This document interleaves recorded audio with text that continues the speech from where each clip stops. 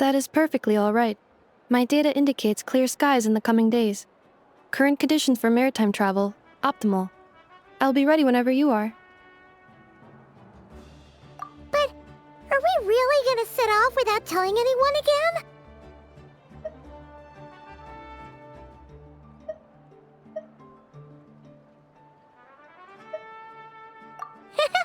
Funny you mention it. You'll never guess who Paimon saw on the way over. Hey! You didn't seriously think we'd let you leave without a farewell party, did you? No chance. Yeah, come on, Traveler. We've already made all the preparations. And most importantly, how dare you try and slip away without first paying your respects to the almighty Dragon Lord! A little bird told us you'd soon be leaving for Nodcry. So, we asked Paimon to give us a heads up before the date of your departure.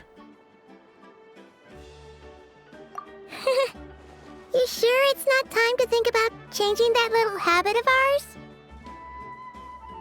Don't worry, we won't keep you long. Besides, everyone's there already. Chaska, Ian-san, Auroron, even the Pyro Archon herself. You're invited too, Anefa. Shilonen has a special gift for you. Accompaniment request accepted. Shilonen demonstrates excellent massage technique. My impression of her is exceedingly positive. Wait, so robots like massages too? Or is it just that Shilonen really knows how you're wired? Alright, enough with the chit-chat. Let's head to the venue. Woohoo! Party time!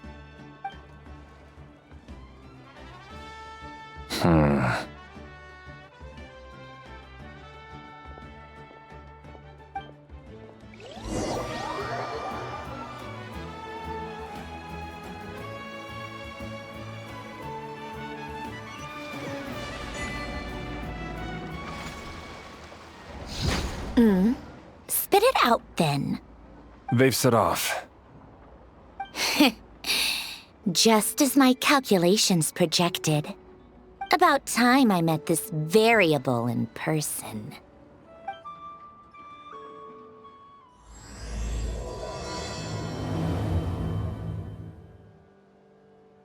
You know, every time we head to a new nation, there's always a point where it suddenly dawns on Paimon. This is it. The next chapter of our adventure has begun. This time, it was the moment she realized she just polished off the very last of her Saurus crackers. Should have stocked up better at the farewell party. In other words, Paimon has marked the geographic coordinates from 2 minutes and 40 seconds ago as the boundary between Natlan and Notcry. This deviates somewhat from the official coordinates stored in my database. Paimon meant more in terms of how it felt on a psychological level. Anyway, what about you, Traveler? When did it really sink in for you? Huh, that actually kind of makes sense. What about you, Anefa?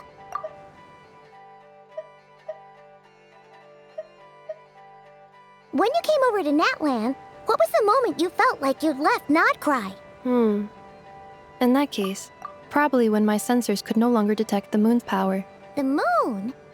You mean that one we can all see in the sky? Negative. I was referring to... here we are. Paimon, Traveler, we have arrived in Notcry. Oh, wow!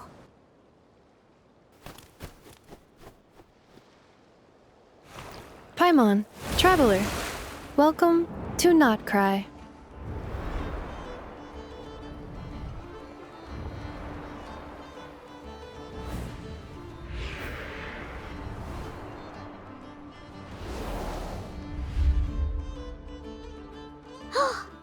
That must be Nasha Town up ahead! That's the place you were telling us about on the way over, right?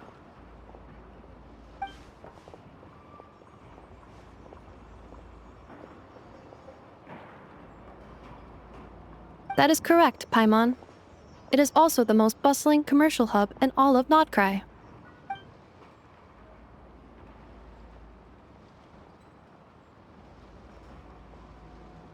Oh, sounds like the perfect place to start trying out all the local specialties. Huh?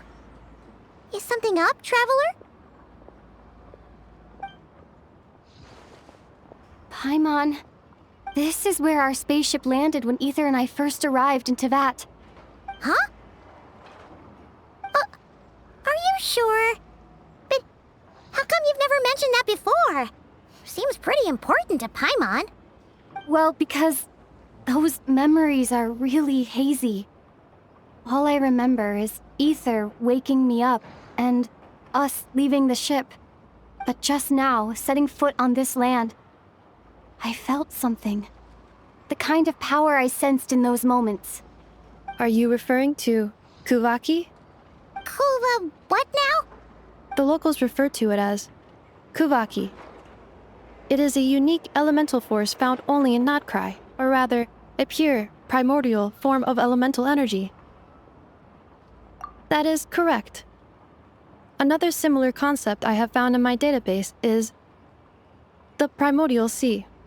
Legend has it that long, long ago, the moon that shines in the sky above us once rose from the land of Notcry. Modern geological surveys and meteorite studies conducted in the region have since supported this claim. So, when you mentioned being able to detect the moon's power earlier, you were referring to Kuvaki?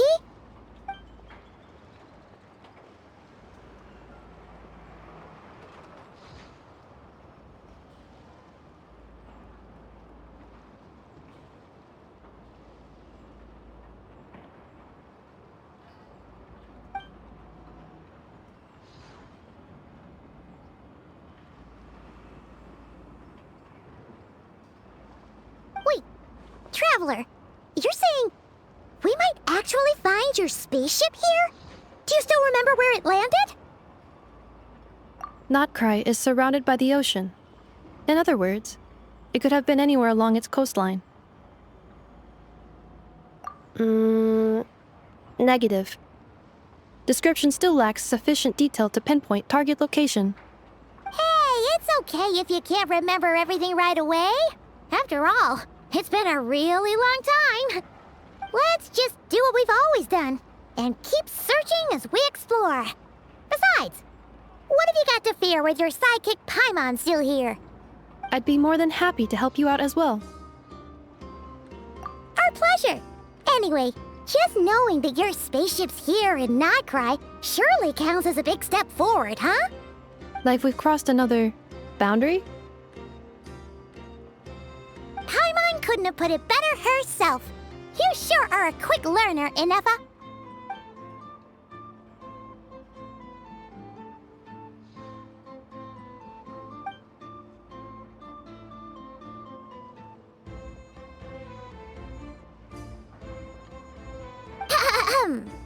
Well, as the best guide in the whole of Tevat, Paimon hereby does solemnly declare, Notcry, here we come!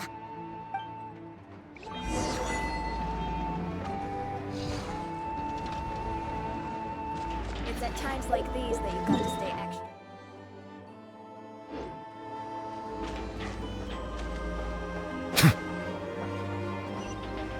Could you step on it?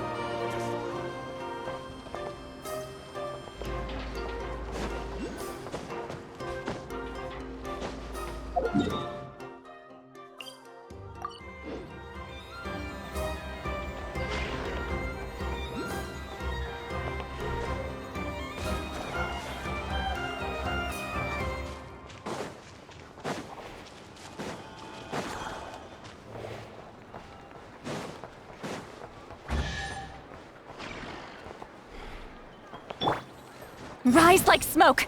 Huh.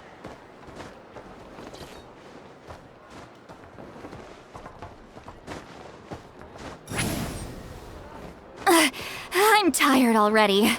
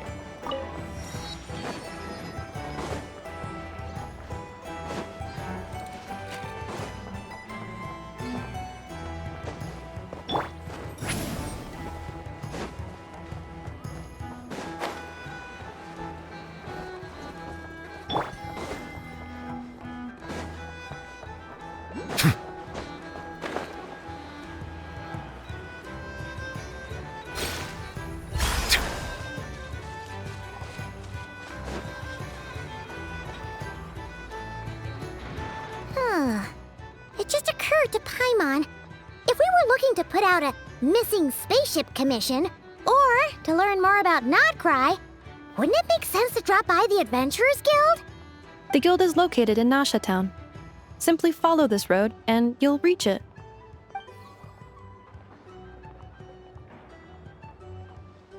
Huh? What in Tavad is that? Looks kinda like a Sealy, floating around in the air like that. That is a kuhenki, a species unique to the land of Nodcry. A Kuhenki? Does she have something to do with the moon, too? Indeed it does. According to the Frost Moon Scions, the indigenous inhabitants of this land, the kuhenki, are said to be familiars of the moon goddess, leading those who walk in the moonlight's glow to things of great importance. The moon goddess? Don't all people here worship the Tsaritsa? Although Nodcry lies on Snezhnaya's border regions, the people here have held their own unique beliefs since time immemorial. As I mentioned, everything in this land shares a deep connection with the moon and the sky above. The beliefs of the Frostmoon Scions seem to date back to the civilization of the angels. According to the documents in my database, even the 7 Archons did not exist at that time. Wow! So the origin of their beliefs goes back even further than the Archon War? Correct. At some point, you may come across some statues of their goddess. The Frostmoon Scions carved these as well. Hey! Looks like she's floating away! I suggest you follow her. The probability of an ordinary person encountering a kuhenki lies in the single digits. Many here consider them heralds of good fortune.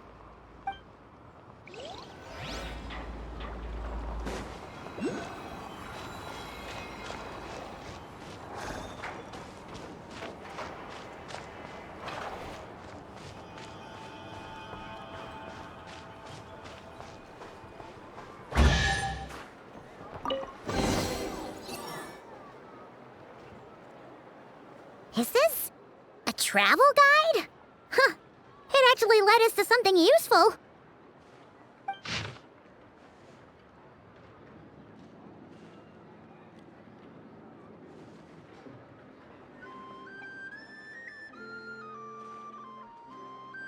Are there any particular points of interest? Oh, it all looks pretty interesting to Paimon. If we have time, she'd love to see, pretty much everything. Recalibrating route. If we keep following the current path, we will arrive at an area of scenic beauty.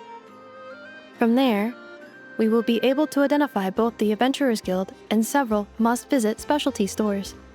Yikes! Why is Paimon suddenly getting the feeling that if she doesn't step it up soon, enough is gonna put her out of a job?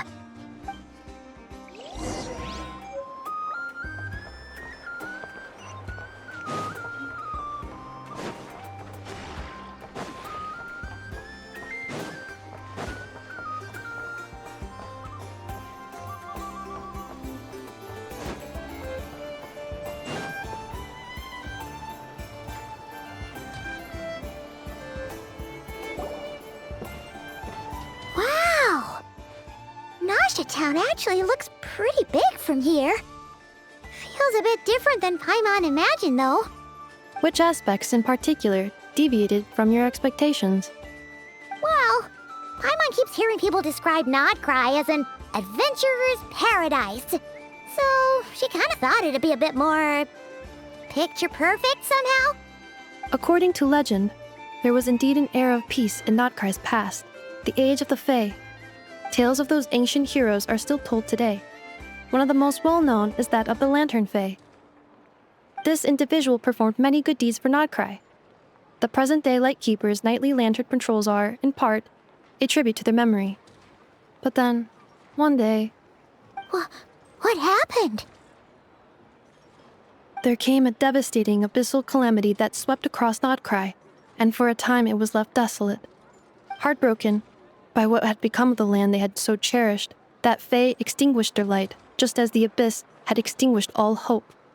Nowadays, the paradise people speak of is more of an aspiration, or an irony, perhaps. An irony? Today, no official authority governs Nodcry. In theory, at least, it is somewhere a person can do whatever they wish and become whoever they want to be. The Adventurers Guild is just over there, in Nasha Town's Central Plaza, and the flagship tavern is over that way. Hey, what's that building over there? You know, the biggest, tallest one. That is Aino's Boom and Blast Kuvaki energy cannon. It gets activated when the wild hunt threat level outside Nasha Town reaches a certain threshold. But according to the scan I just ran, the energy cannon appears to be malfunctioning, likely due to a recent discharge. The wild hunt? Isn't that the abyssal calamity you mentioned that's specific to Nodcry? It is a phenomenon that has been occurring for several centuries now. Yet the time and location of wild hunt attacks are seemingly random. At first, it was more of an old wives' tale that adults used to scare children. If you don't start behaving, kid, some night, the wild hunt's gonna come for you. Listen, do you hear that? That weeping in the fog? Those are the cries of a young woman being dragged away. You're saying people actually hear things like that? I have not witnessed enough wild hunt attacks to give a statistically sound answer. But the oldest legends say that all people saw was the ghostly shadow of a woman in the mist. It wasn't until later that it became a full-blown calamity. Abyssal monsters and all. Huh. When you put it like that, Paimon's really gotta hand it to Aino. Not only did she repair you, but she's even built a giant cannon to keep the wild hunt at bay. Absolutely. Aino is very impressive indeed. Anyway, according to my schedule, it is time I took you over to the flagship. Oh, sure. After all, we shouldn't keep Varka waiting. Well, Paimon's not sure if he'll actually show up at the bar this early.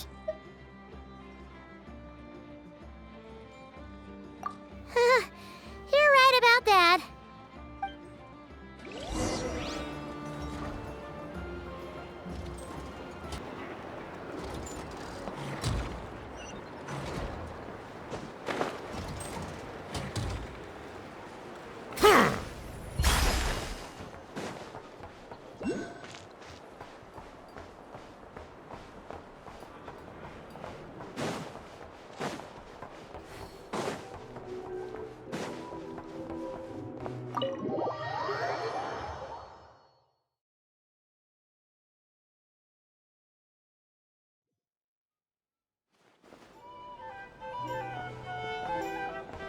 Here we are, the flagship. Varka told us to meet him here in his letter, right? Let's see. Varka? Varka! No matches, I identified. Huh. So he isn't here after all. Oh, guess we never did actually say we'd be arriving today.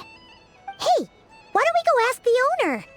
If what they say is true, Varka's drinking prowess must have left quite the impression.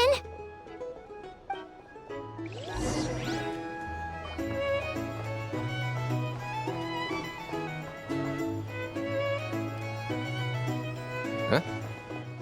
Well, well. If it isn't the ineffable Ineffa. Hello there, Demyon. You know each other? Of course! Ineffa's a regular here at the flagship. So, robots are into booze too? Not at all. The energy conversion efficiency of alcoholic drinks is very low, and most of them are full of impurities. Still, I can affirm that your berries and fried meat deserve a solid 9.12 out of 10. It has Aino's approval too. Funny that you should mention that. While you were away in Natlan, Varka would come in here every day to pick up a serving of berries and fried meat for Aino. Aww. He must have been worried sick that she wasn't eating properly on account of being so hung up about Ineffa being gone. Actually it's 'cause Varka found out that Aino went wild after Ineffa left, gorging herself on snacks she normally couldn't get her hands on. So it was more worry that she wasn't getting a balanced diet. think I might have just put my foot in it. Anyway, since you're back from Natlan, these two must be the ones Varka mentioned. The Traveler and Paimon, yes? Yep, that's us. So, from the sounds of it, you must be a close friend of Varka's too. Varka? Goes without saying. After all, he's the only one around here who's ever managed to stay standing after 10 rounds of the roulette special. Paimon can't believe he's made such a name for himself. Though, guess it's hardly surprising how. Right now? Must be somewhere near Anvantinjarvi. That's quite far from here. Huh? Where's that? It's a lake in the northern part of Nodcry. Word reached him of trouble brewing around those parts, so he took his knights to check it out. Oh. So, we missed him? Varka knew you'd say that. So he specifically told me to make sure you stayed here and enjoyed yourselves. He sends his assurances that everything's under control. Well, if he's that confident, guess our only option is to accept. Anyway, it's not like there's any special cause for concern. He is the Grand Master, after all. Exactly. Plus, not only has he booked you into our finest room, he's paid for it in advance, too. Whoa! That's so generous of him! We might not have met yet, but Paimon's got a feeling that we'll get along with Varka like a house on fire. Oh, and by the way, he also asked me to serve up a portion of berries and fried meat for Anefa. That was prepaid as well. Thank you. No, thank you. I'm the one who should be grateful for your business. Traveler, Paimon, why don't you go ahead and drop off your luggage? I can use this time to go pick up some components that Aino asked me to bring back. Sure thing. Besides, now that we've got ourselves a map, once we're done unpacking, we might as well go for a stroll ourselves. Why don't we meet up again later? Oh. So you no longer require navigational assistance? No worries, we should be fine. We've got a rough idea of our way around town, so Paimon's reasonably confident we shouldn't get too lost. Thank you. This translates into an approximate time saving of 30%, meaning I will be able to see Aino about 45 minutes earlier than previously projected. Oh, right. You must miss her a lot, too. In that case, we better get a move on.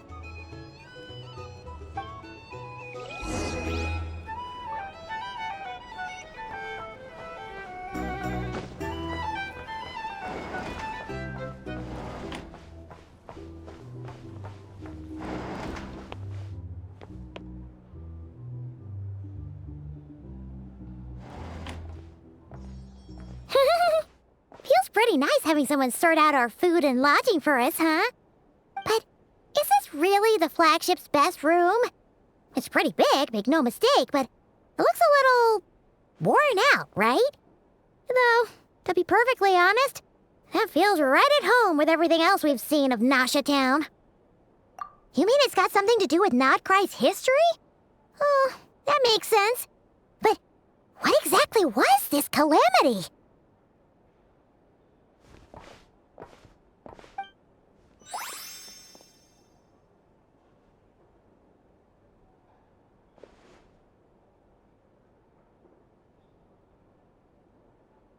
Oh, should we try the berries and fried meat too? Paimon's getting hungrier and hungrier every time someone mentions it. Oh, sorry about that. Paimon wasn't watching where she was going. Please, there's no need to apologize. If anything, I'm the one who should be sorry. Clearly, I shouldn't have gotten lost in my thoughts in the middle of a hallway. Wait a sec. Are you staying in the room next to ours? Ah, quite the perceptive one, I see. First things first, allow me to introduce myself. My name is Kirill Chudamirovich Flintz, but please, just call me Flintz. Whoa, that's an impressively long name for sure. Ah, is that so? Names like mine ought to have been fairly common in Snezhnaya. at least in the past. Would I be correct then to assume that the two of you are travelers in this land? Yep, you sure would be. Paimon is Paimon, and this is the Traveler. We've been to a bunch of nations already, but we only just arrived in Notcry today. What a rare honor it is to meet such worldly travelers. Are you here for travel too? If only I had the time to spare. No, I'm just staying the night. Oh, so you're here for business? That's certainly one way to put it. I'm a Ratnik of Nodcry, normally stationed near the burial grounds to the north. My sole cause for being here today was to repair this lantern of mine.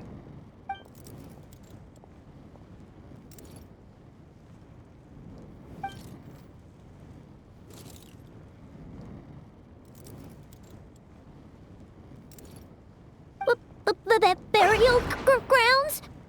Your surprise is entirely understandable. Most people cannot even begin to fathom the idea of a life surrounded by tombstones and decay. But if you've heard of the calamitous abomination that is the Wild Hunt, you'll know that in their wake they bring a host of souls tainted by abyssal filth.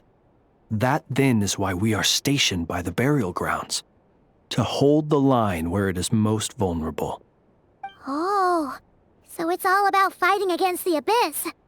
Oh, sounds like a tough job. I thank you for your concern. But in truth, I've long since grown used to it. In fact, I like to think it rather suits me.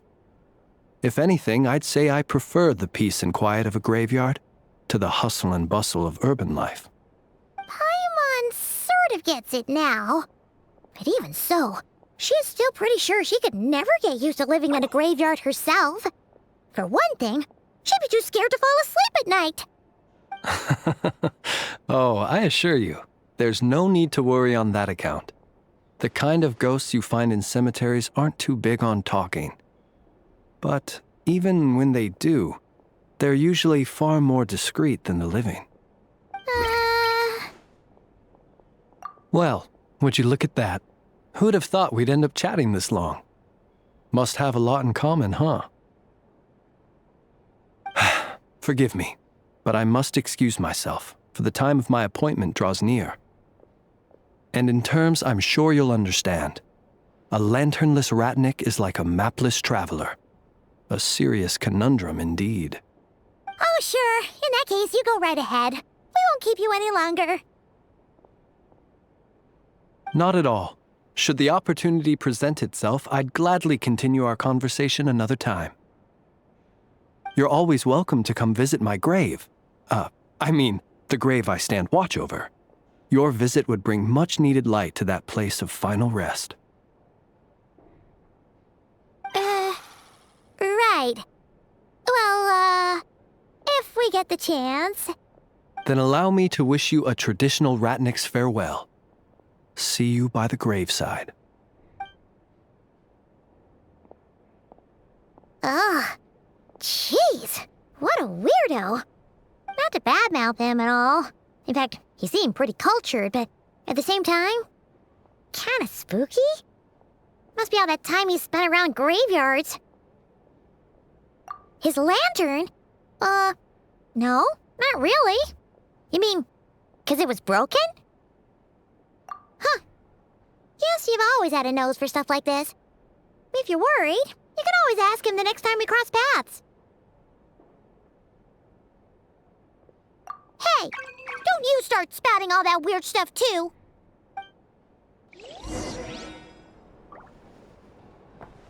It's so noisy here.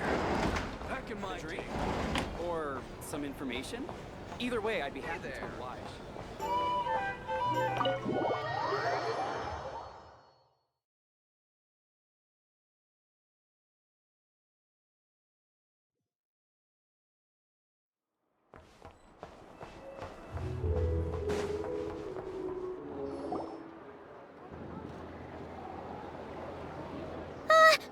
Paimon almost forgot something super important. to go try out the berries and fried meat? But now, heading all the way back to the flagship feels like such a waste. Please, accept today's boon. Come night or day, may the blessings of the moon goddess shine down upon you. Huh? What's going on over there? Wait, free food? Wow, the people here are so nice! Quick, let's grab some too. Paimon's super curious what their food tastes like. Moonlight illuminates the path before you, travelers from afar. Huh? How'd you know we were travelers? Just now were a song the birds in the sky, singing of your wanderings. You are no ordinary guests, it seems. The birds and the... what now? Forgive me. I should not have laid the words of others out as a welcome mat for our very first meeting. You, too, must be wondering who I am. I am Lauma, moon chanter of the Frost Moon Scions. Please, as do our followers and other passers-by, accept today's boon. Happy to oblige. Paimon's name is Paimon, and this here is the traveler. Thanks so much for sharing your yummy food with us. We'll take one each. Think nothing of it. These fruits were the finest we found, delicacies gathered in the wake of the morning dew. It is my hope that partaking of them may lift your spirits to heights anew. The finest you found? Wow! That sure is kind of you, but wouldn't you want to keep those for yourselves? The first fruit of the harvest must be placed upon the moonlight altar, not as an offering to the gods, but as a spark for lost hunters. For it is the blade of the starving that darkness most easily corrupts. As perhaps you have already heard, we Frost Moon Scions revere and worship the moon goddess. We believe that together, virtue and compassion are the shining light that will lead us all out of the long, dark night. And now, with tides of haughty Fatui swarming into Nodcry, driven by greed and greed alone, more than ever before, we must all unite under the banner of virtue. Huh, look who it is again. Those unsufferably kind-hearted Frost Moon Scions. Got enough for us too? That's right! 2 servings each! We're starving over here! The Fatui! After what you've been doing to our sacred statues, how dare you even show your faces? Wilhelmina, bestow today's boon upon our guests. You hear that? No slacking now. We'll have the very best you got. But, my lady, they... Please, you two, accept this meal. But remember this.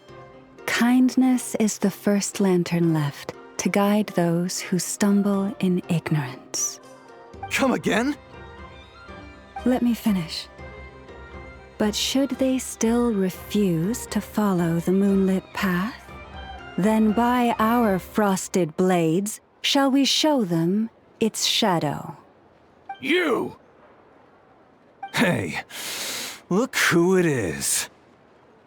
Tch, whatever. Just you wait. We'll be coming for you next. Huh? Where's the meat? Who wants to eat this garbage? Those stooges really are the worst. Ever since they came to Nodcry with all their weird equipment and built that so-called experimental design bureau, our lives have been turned completely upside down. Judging from how they reacted just now, it seems the Fatui already know who you are. Well, we have gotten in their way in pretty much every nation we visited, so we're probably at the top of their blacklist by now. I see. Then, on behalf of the Frost Moon Scions, I thank you for the goodwill you have shown us.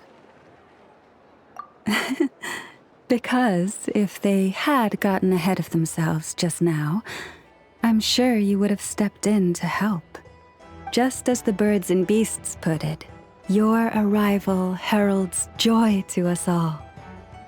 Besides, for a weary traveler far from home, what better respite than to bathe in the moonlight? You will always be welcome at the Frost Moon Enclave, the place we call our home. May we meet again in the moon's gentle glow. These are delicious! So refreshingly fresh! Those two Fatui wouldn't know a good thing if it came up and bit them on the shoulder. Looks like Anefa isn't done with her shopping yet, and the Adventurers Guild is still empty.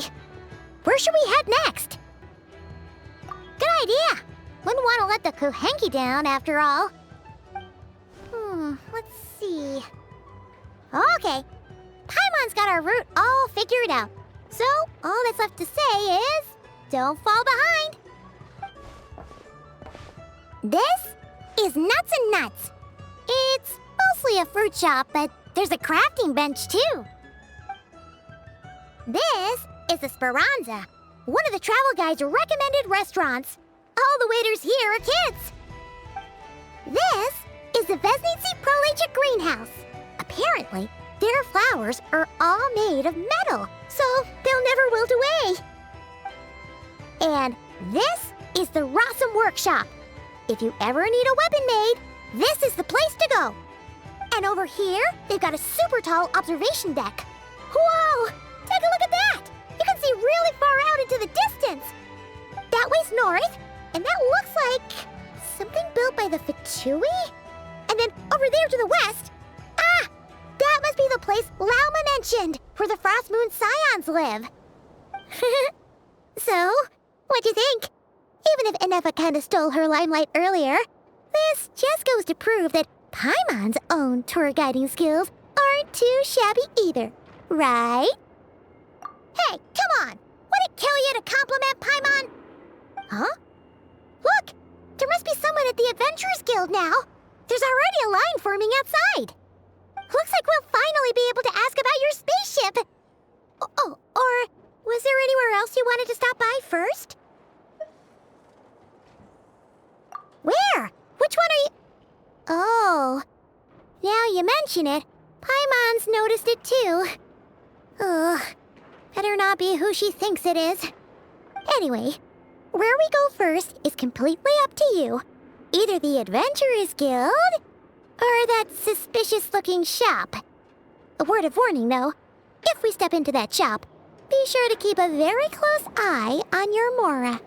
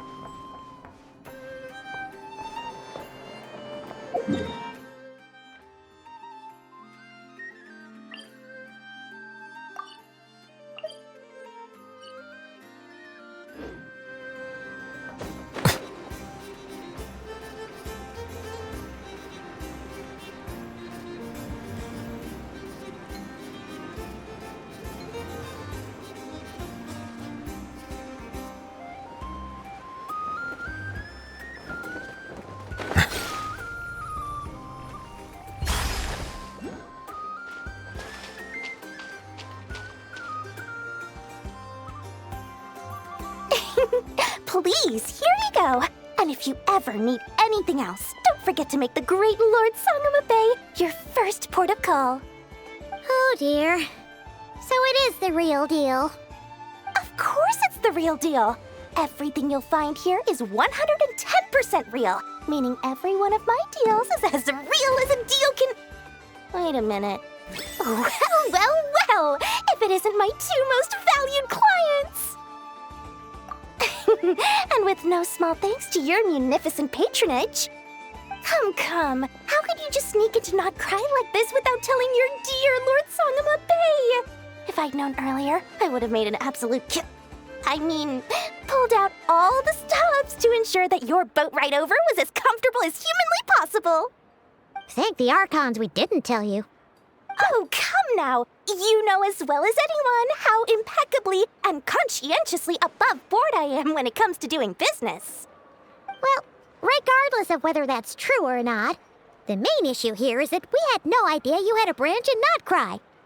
A clever merchant always has a backup plan, or two, or three up their sleeves.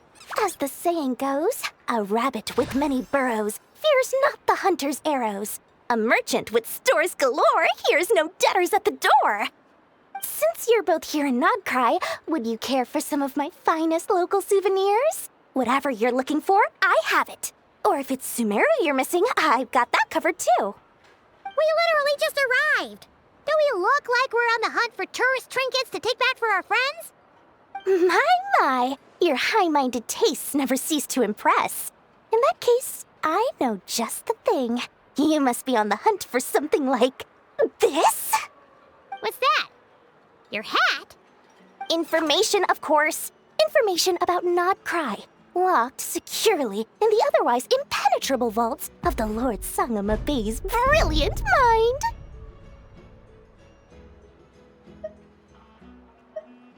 I knew it! I just knew you'd appreciate the value of my wares. On the back of all our pleasant dealings in the past, I'll even take a hit by throwing in some insider info for free. Wow. You sure are feeling uncharacteristically generous today. What do you mean by uncharacteristically? I am the most generous person forget it.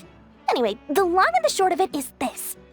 The moment I set up shop in Nodcry, it struck me how many different factions there were, all competing against each other for power and influence. Well, as they say, there's no time for business like a crisis. Things got even more turbulent after the Fatui pulled down 2 ancient moon's remnants.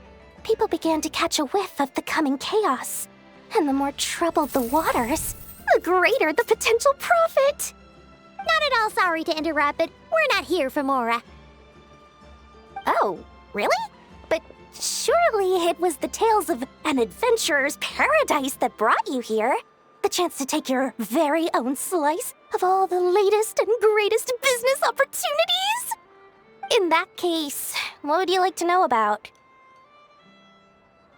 The Frost Moon Scions? You mean the people who believe in the moon goddess? They're not a bad bunch. It's just, well, they have such simple tastes. No luxuries, no indulgences, no nothing. Trying to earn a little more from that lot is like trying to squeeze blood from a stone. Still, things between them and the Fatui have gotten pretty tense. It's only a matter of time before the powder keg goes boom. And when that happens, that's when business will start to boom too. Oh, they're an organization set up to keep the locals safe. Apparently, they have a long and glorious history, and they're made up entirely of volunteers. But seriously, a volunteer organization in Nodcry? This place is hardly a magnet for noble hearts. No pay, all work. That's not a business model, and it's certainly not for me. Everyone knows they're here for the Ancient Moon's remnants, but no one's sure why they pulled them down in Nodcry of all places. Anyway, they've been acting mysterious enough, but if you ask me, that Kuvaki Experimental Design Bureau of theirs up north hides secrets wilder still. That bunch of booze-loving monstatters? Ugh, don't even get me started. As fellow Outlanders, I thought they'd be easy pickings, but somehow, every single one of our business negotiations wound up at the flagship. I've done plenty of deals with heavy drinkers before, but those guys? I never once made it to the contract signing before blacking out. I'm getting flashbacks of the hangovers just thinking about it.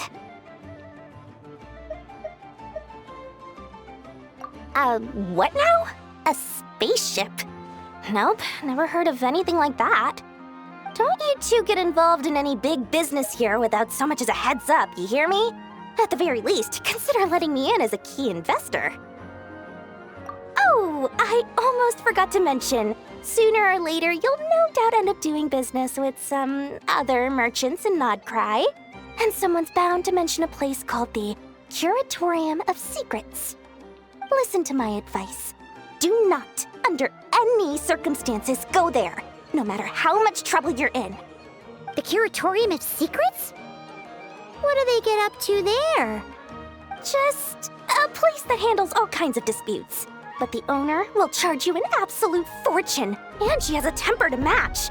Nothing like your friendly neighborhood, Lord Sangama Bay. You're not just saying that to stop your competition from undercutting you, right? When did that little pipsqueak get so sharp? And after I gave them all that info for free just to win them over. What do you mean? Of course not. I'm only thinking about your wallets. I mean, on behalf of your wallets. You're really not convincing anyone, you know. All right. Business is a cutthroat business. I won't argue with that. But I'm not lying about that boss lady. Not only did she make it into my top 3 people not to mess with in Nodcry, she's also in my top 3 people most eager to trade in favors. Seriously? It feels like you're just bad-mouthing your rival now. Fine. If you don't believe me, go see for yourselves. We might both be from Sumeru, but compared to hers, my conscience is so large, why, it could fill 3 whole palaces of Alcazar's array. But when you realize what I'm saying is true, don't say that good old Lord Sangama Bay didn't warn you.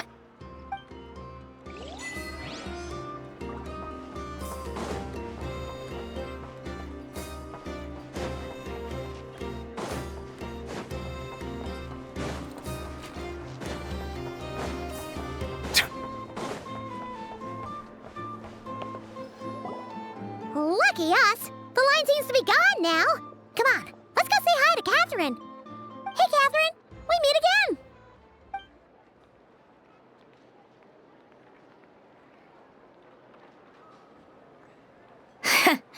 How ridiculous. Huh? They often say that mortals, shackled by their own flesh and blood, may fail to perceive the truth of this world, even when it is right beneath their very noses.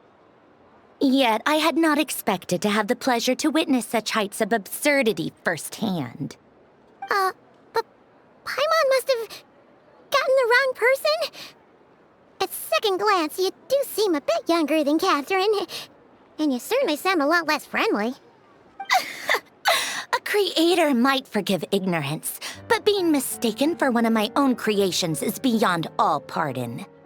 Look very closely, for standing before you is none other than Marionette, 7th of the Fatui Harbingers. A Harbinger?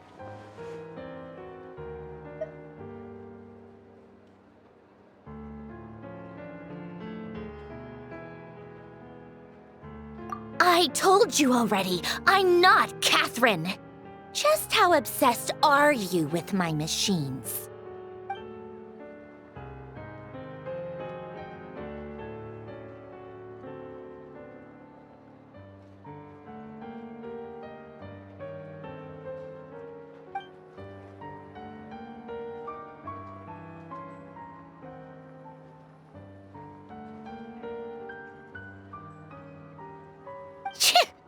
Today's encounter is merely a courtesy call. A friendly warning, if you will. You interfered with my work once before, with that little robot. I let it slide. After all, it was nothing more than a distraction, a side project at best. But we are in Nodcry now, and as such, I strongly advise you not to stand in the Fatui's way. Otherwise, the next time we meet, I might just have to drop all this meaningless etiquette. Oh, please. You've got some nerve coming out with barely veiled threats like that. You're the one stirring things up here. Oh, perhaps you have misunderstood. Just because Nodcry lacks a ruler at present, that does not mean it should not be ruled. We Fatui are simply establishing a new order. Yeah, right. More like shady experiments, judging by your massive, creepy research facility.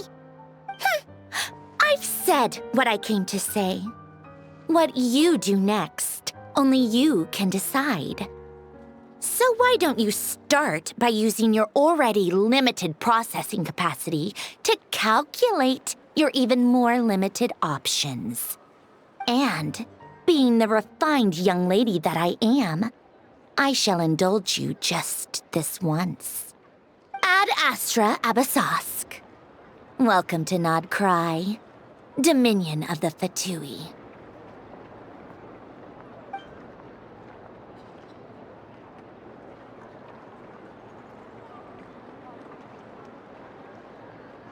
Ugh!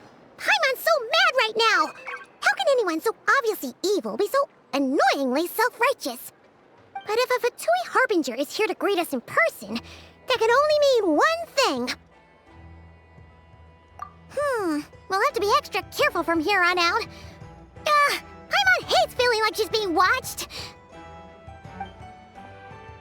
Hey! The real Catherine's back! Ad Astra Abysosk. Welcome to the Adventurers Guild. How may I help? I will do everything I can to assist you. You're so much nicer to talk to, Catherine. Please don't leave us again, okay? Hmm?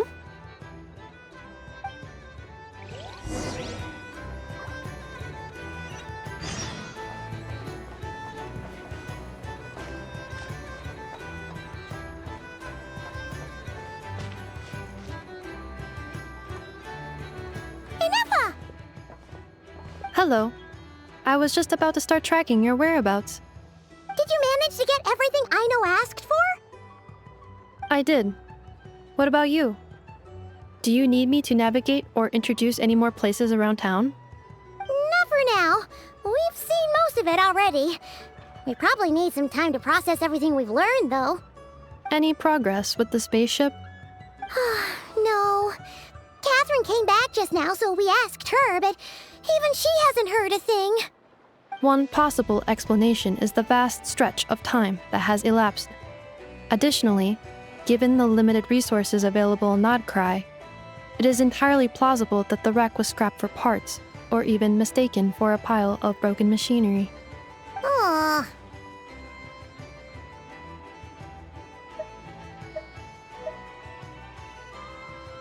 Understood. In that case, why don't we go ask Aino together? After all, she was the one who salvaged me, ancient dragon technology and all.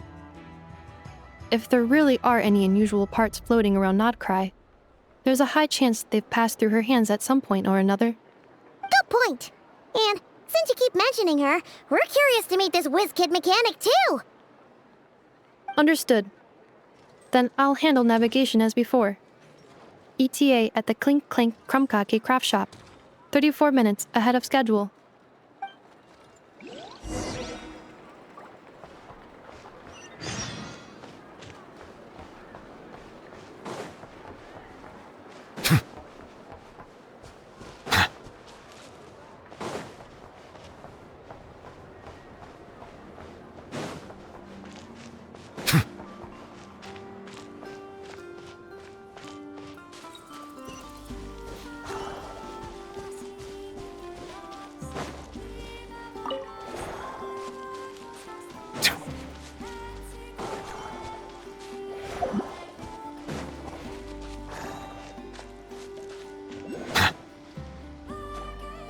Oh no!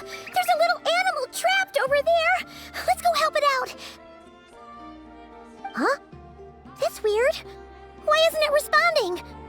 The tides of Kuvaki affect everything in Nodcry. So much so that many creatures have evolved a kind of dependency upon it, growing stronger or weaker as it waxes and wanes. This little animal must have been caught here unprepared. So you're saying we need to use Kuvaki? Paimon will leave it to you guys then. Don't be scared! We'll get you out of there soon!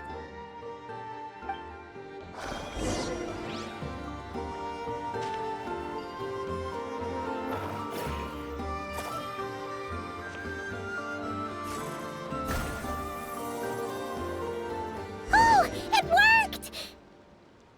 Off you go now, little one. Don't go getting yourself caught again.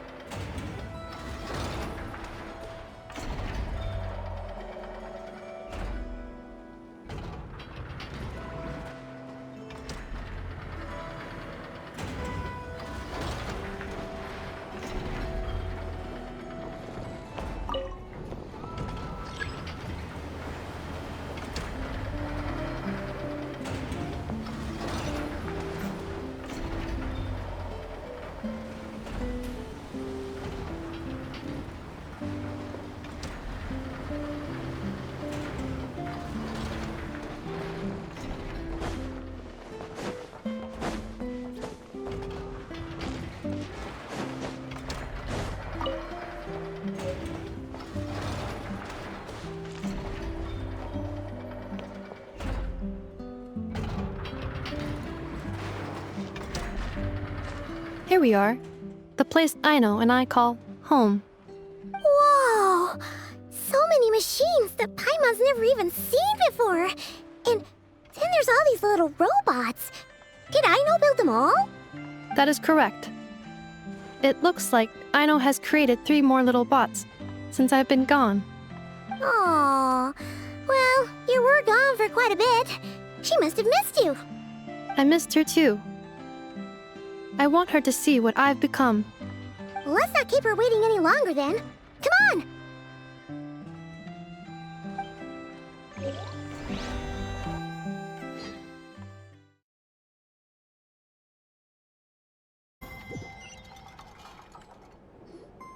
on! Aino, I'm back.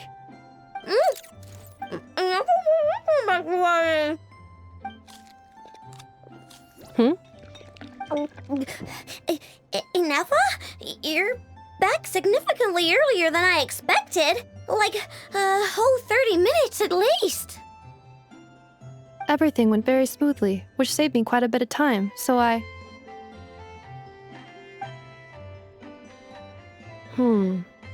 Aino. Could you turn around for a moment? Aino. I've been on my best behavior the whole time you've been gone. She's got chocolate all over her mouth. Aino. While I was away, did you strictly abide by my tailor-made snack intake schedule? Oh, of course I did. 1 whole cake, 1 crumb cake, and 1 pack of chocolates a day, right? It was either a cake or a crumb cake or a pack of chocolates per day. Oh, shoot. When did you finish the snack stash I left for you? Literally just earlier today. Let me just go run a scan on that. I meant today, a week ago. And then you restocked an entire week's worth on your own initiative? 2 weeks worth.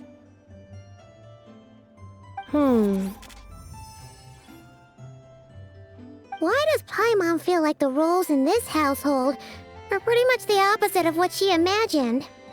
Calculation complete. Aino's recommended snack calorie intake for the next 4 weeks. 0. No fair! You're a meanie, Ineffa. This is what happens when you break an agreement. Oh, come on! Don't do this to me! I only ate a teeny bit extra every day. Just a teensy, weensy bit extra. That is objectively not a teensy bit extra. Oh, seriously? If you'd only arrived half an hour later, I would have had everything cleaned up and you wouldn't have noticed a thing. But now that I think about it, you even said you'd come back a bit earlier than you did, so I wouldn't have to worry. But then, you were away so long, and I was so worried about you.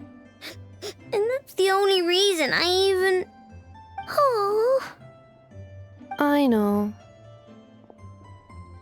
I am very sorry to have kept you waiting. I'm back now.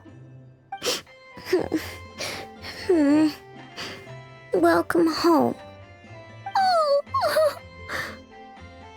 So, will I be able to keep eating snacks as usual now? Negative.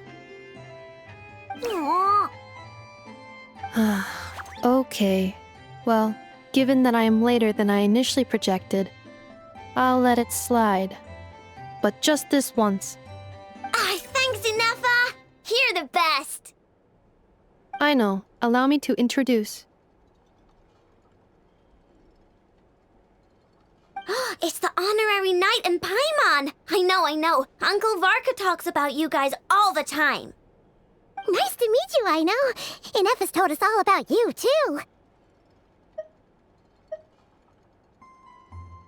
Huh? Really? She actually said that about me? Well, she's not wrong. Oh yeah, so, you're here to see Uncle Varka, right? A couple of days ago, he suddenly said he had to head out on business, and that he might not be back for a while. He asked me to let you know if I saw you. Yeah, we heard about that at the flagship. Did he say what he was doing? Nope. Just told me to take good care of you guys and make sure you feel right at home. Oh, shoot. Please, take a seat.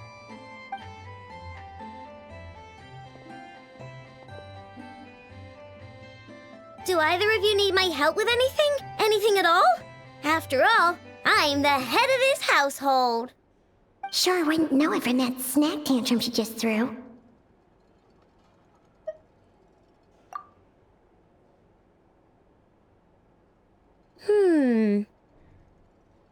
A spaceship, huh?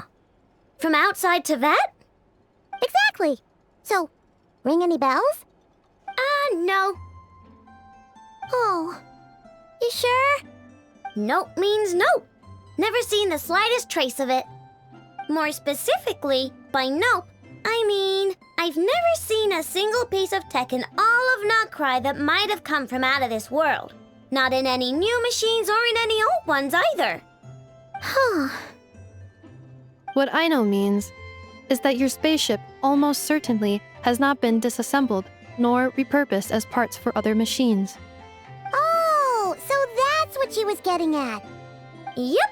I've taken apart pretty much all the fun stuff in this city at one point or another, but I don't recall ever seeing any components that were anywhere near that special.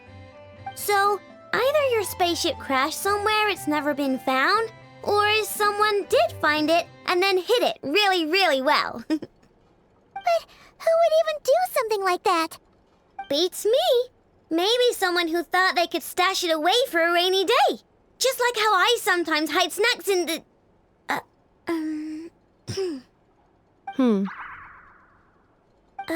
Anyway, long story short, I definitely haven't seen anything like that. Besides, sounds like it would practically be ancient history by now. If anyone still has any leads on what really happened, it'd be the Frost Moon Scions. The Frost Moon Scions? Huh? Haven't heard of them yet? Didn't Inefa tell you about their rituals? There wasn't enough time to delve deeper into their history and traditions. What kind of rituals are we talking about? I've never actually seen them myself. Just heard bits and pieces here and there. They say that each of their moon chanters has had access to an ancient relic that lets them see the true past. Not sure exactly how it's meant to work.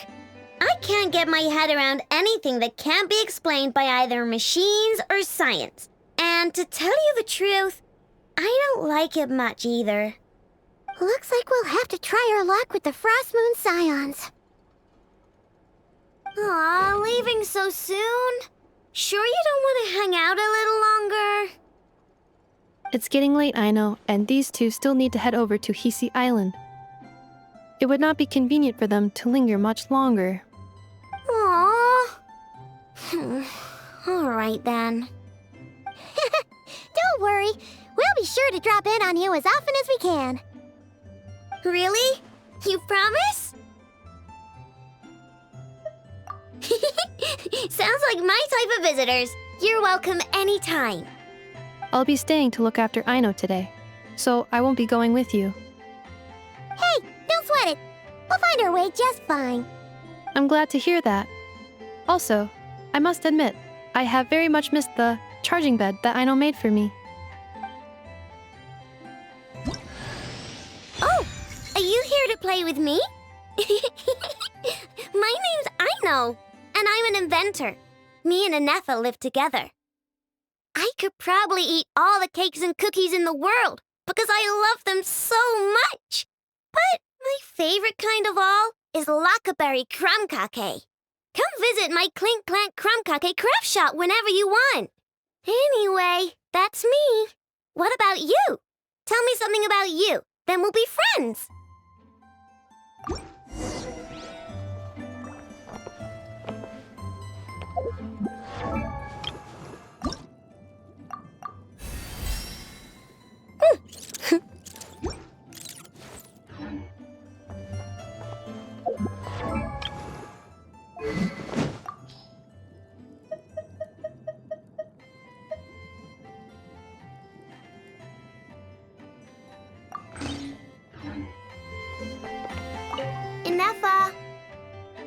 Yes, Feeling comfortable?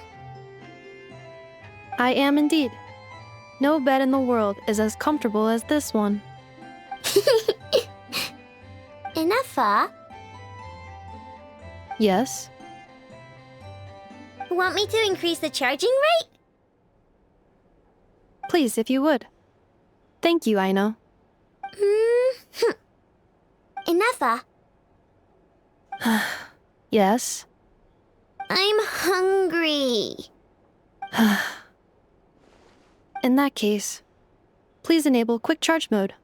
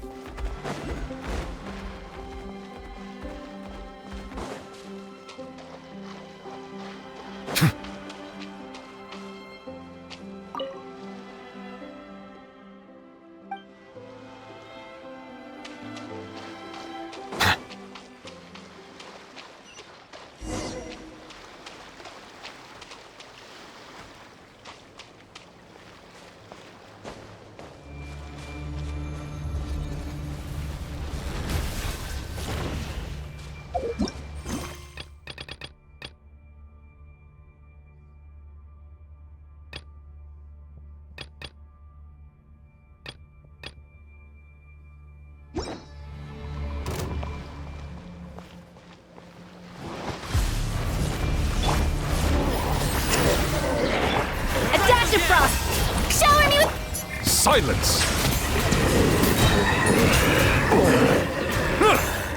Be sanctified.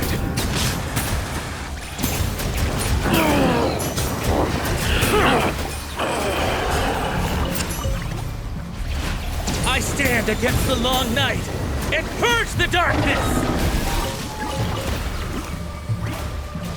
Bow your head.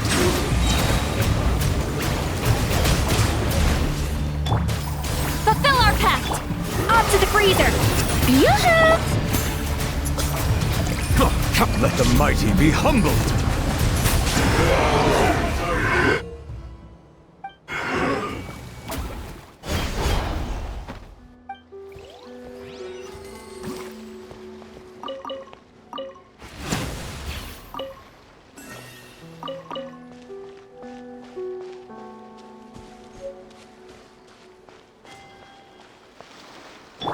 Strike a pose!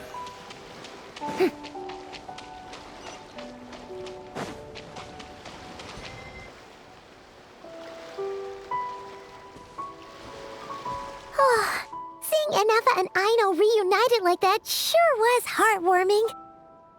We should definitely hang out with them more in the future.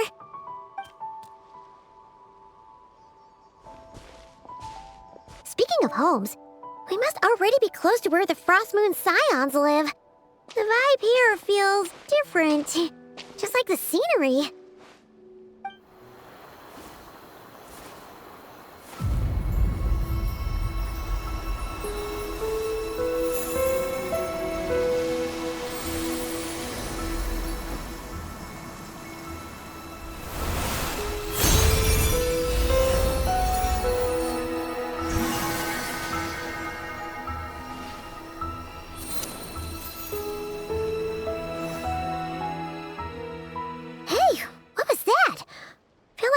Sort of breeze blew by, and then the petals suddenly turned into...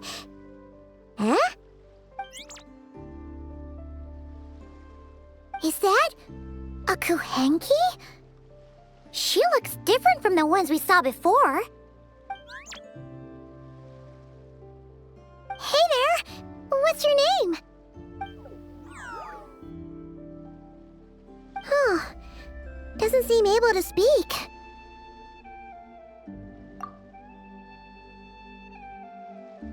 No idea what she wants.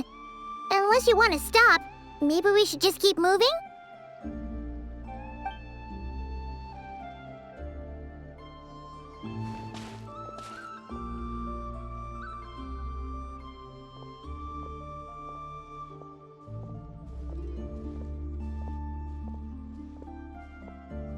She's following us! Go on. Go on now. We've got stuff to do. Best you find someone else to hang out with.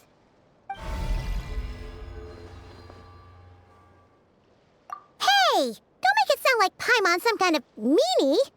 Paimon had no idea what she wanted, okay? Ugh. Anyway, next time Paimon sees her, Paimon promises she'll be nicer. Seeing as we're on our way over to meet Lauma anyway, we can ask her about it while we're there.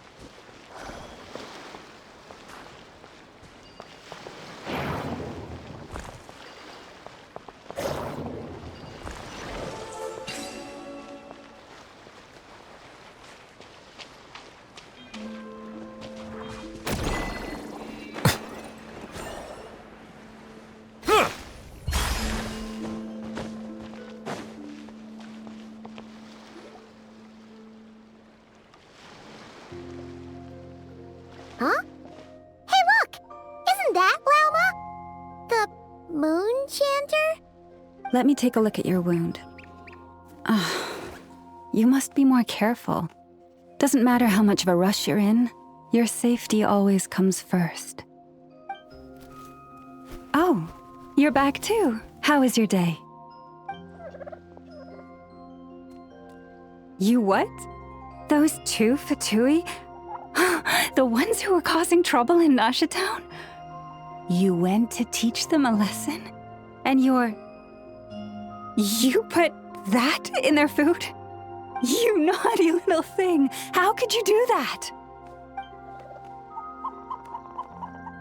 They didn't notice. That's not the point. You mustn't do that again, okay?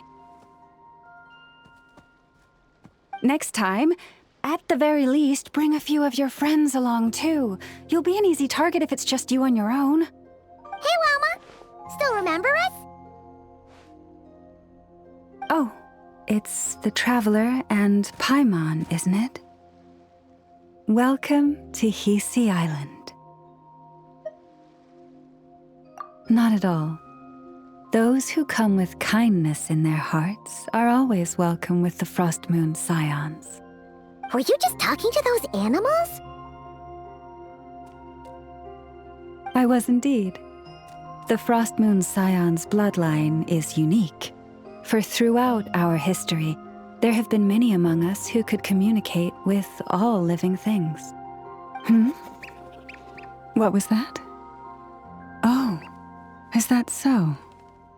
She says she was trapped in a plant earlier, and that you are the ones who rescued her. She wants me to thank you on her behalf. Oh, it was nothing. Barely lifted a finger. If you both are free, why don't you join us at the Frost Moon Enclave for dinner? Consider it a small token of thanks for your kindness. We'd love to! And actually, we had something we wanted to ask you anyway.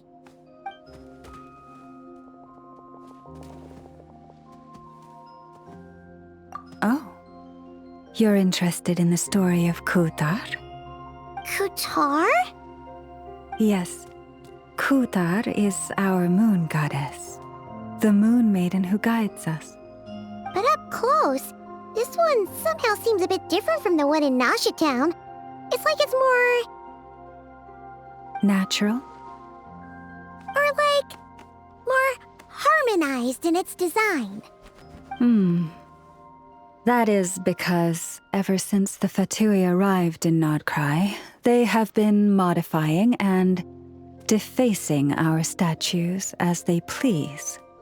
These statues were made by the Frost Moon Scions who settled here hundreds of years ago, crafted from the very finest Lunasol stone. Not only is this stone exceedingly rare, but it also brims with Kuvaki. I suppose the latter must be what caught the Fatui's eye. For a time, we put up fierce resistance. But now, this is the only one left that still retains her original form. We heard they even pulled some ancient moon's remnants down from the sky.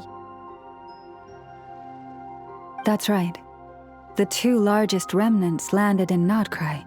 One here on Hisi Island, and the other on Paha Isle. The Fatui built their research facility on top of the remnant over on Paha Isle, but they've had their sights set on the one here, too.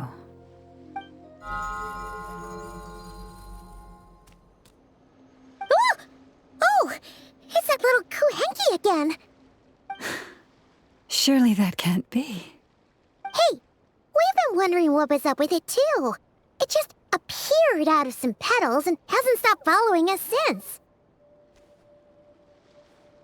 No, that is no ordinary Kuhenki. These we name Luonnotar, beings born from the moon goddess's blessing. Can you understand what it's saying? We honestly haven't got the slightest idea why it's been following us. I'm afraid not. I cannot fathom its thinking any better than you can. Sometimes a long time must elapse before the moon goddess's blessings turn into Luonnotar. Perhaps you two were simply there to witness that transformation. Oh, maybe. Legend has it that the Luonnotar bring good fortune. Given that it seems to have taken a liking to you both, why don't you let it come along with you?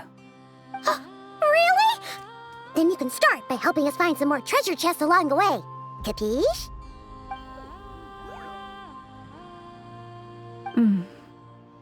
Twilight approaches. If you would hear more of the moon's story, then let us make our way to the Frost Moon Enclave. Beneath the gentle moonlight, I shall share this tale in full.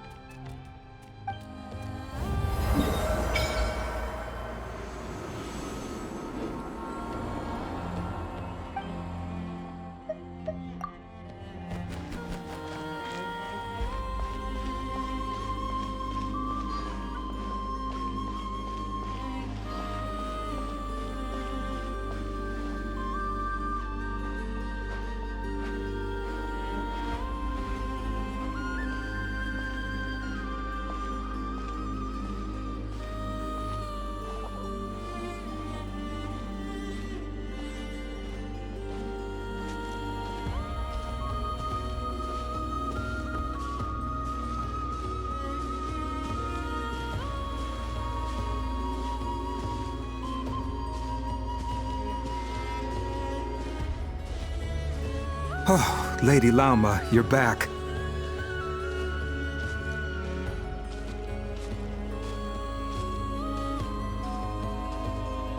Come day or night, may the blessings of the moon goddess shine down upon you.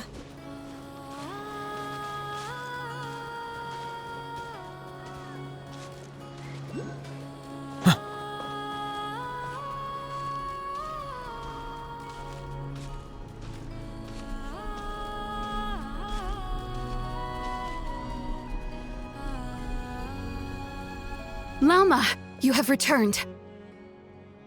Wilhelmina, this is the Traveler and Paimon. kindly arrange for 2 additional dinner settings for our honored guests. Of course, my lady. Wow!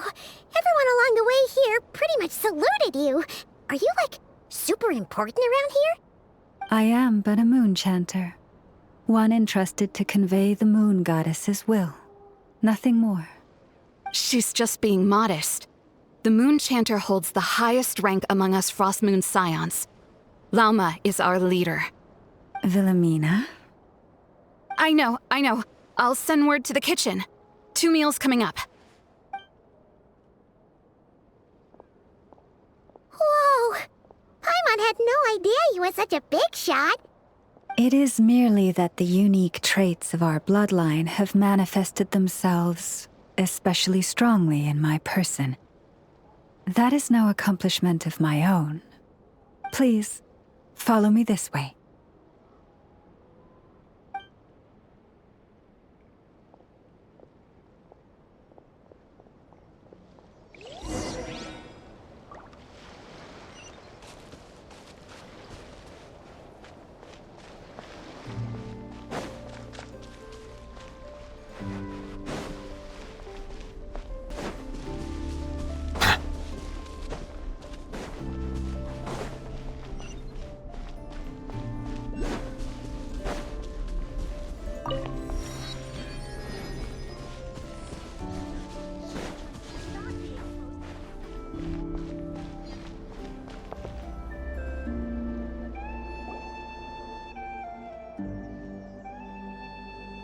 Even to this day, I am still trying to piece together the many fragments of our past. It is a story not only of the Frost Moon Scions, but also of the moons themselves. A story of the moons? Yes.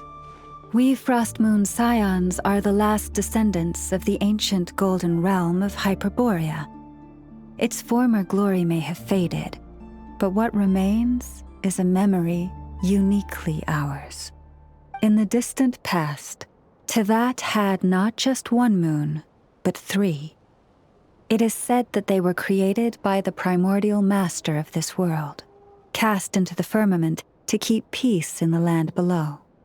Firstborn was the eternal moon, largest of the 3.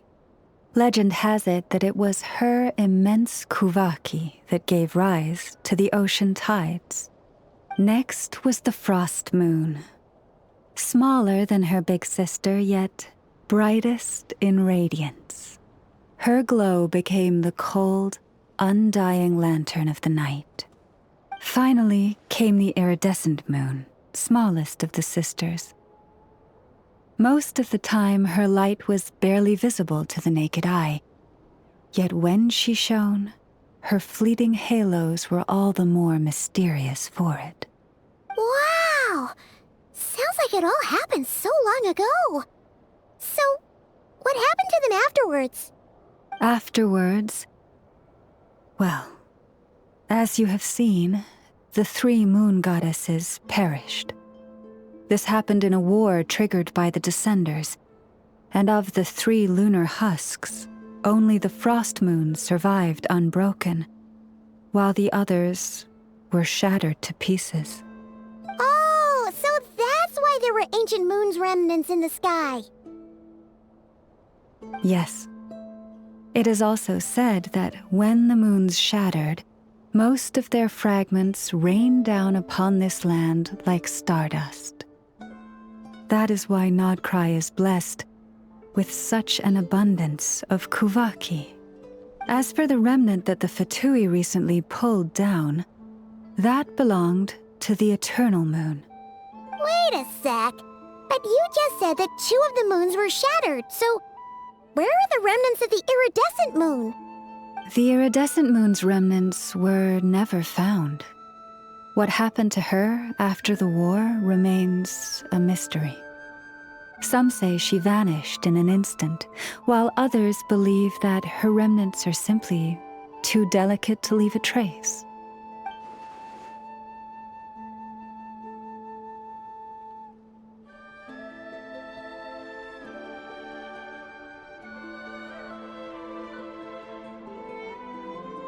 Yet, though the era of the three moons has long since faded into legend, successive generations of Frost Moon scions have always passed down a prophecy that one day the moon goddess would return. And in the end, that prophecy did indeed come to pass, though not quite. Lady Lauma! Lady Lauma, are you there? Cappy, what is the matter? Lady Lauma, it's my daughter, Karina. Her illness. Take me to her, right away.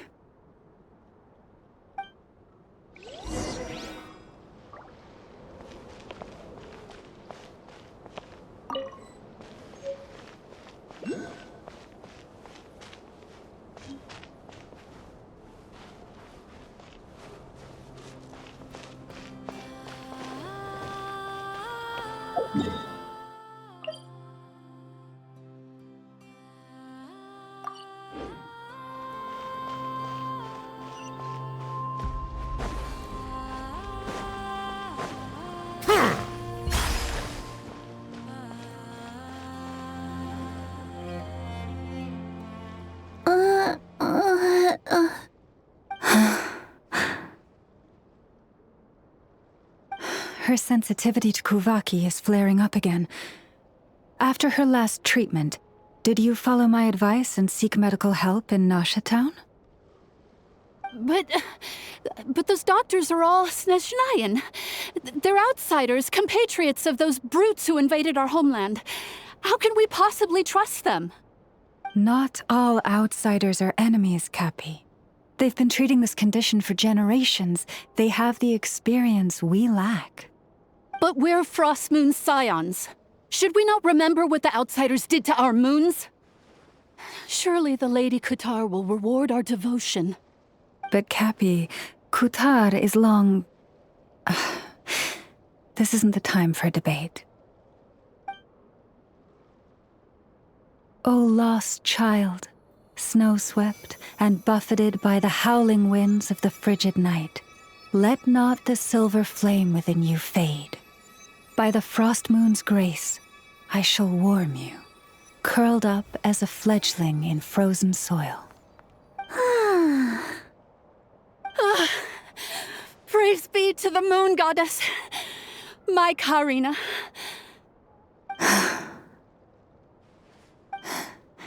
Remember, she must take powdered laka berries daily.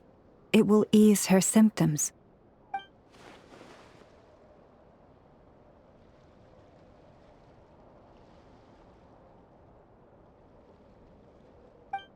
Llama? Philomena, what is it?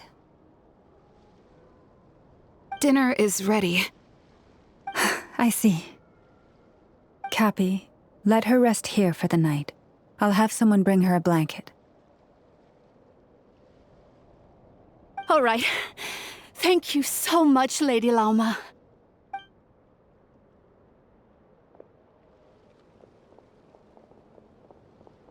Will she be all right?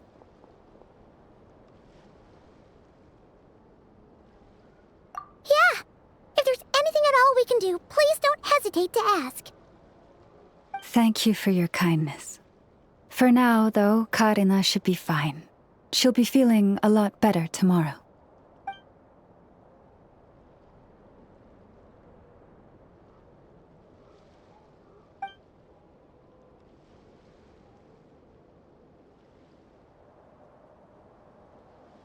Please do not be worried. Come, let us head to dinner. I believe you still have some questions for me.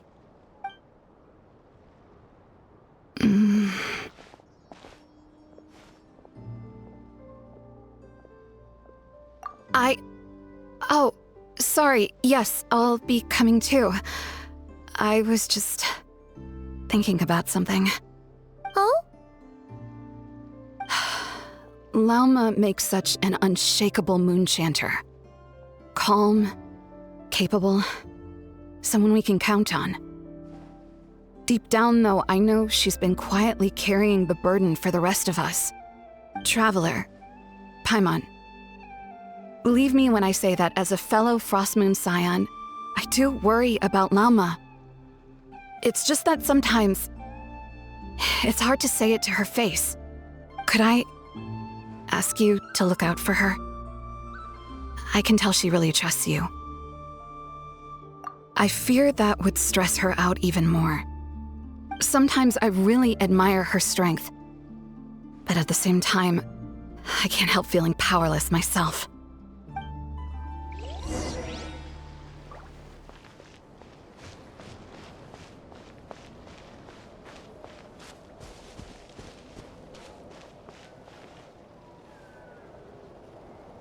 Phew. Paimon's so full. That was even better than the stuff you gave us before. I'm glad to hear it. Thank you for accepting such simple hospitality. Hey, we should be the ones thanking you. Seriously, that was seriously scrumptious. How did you even manage to finish it? This slop's barely edible. Then again, I guess that's what you'd expect from savages. It's you! Those rude old Fatui we just met back in Nasha Town! My sincerest apologies. If you found the food we gave you earlier difficult to swallow, may I suggest taking a deep breath and joining us?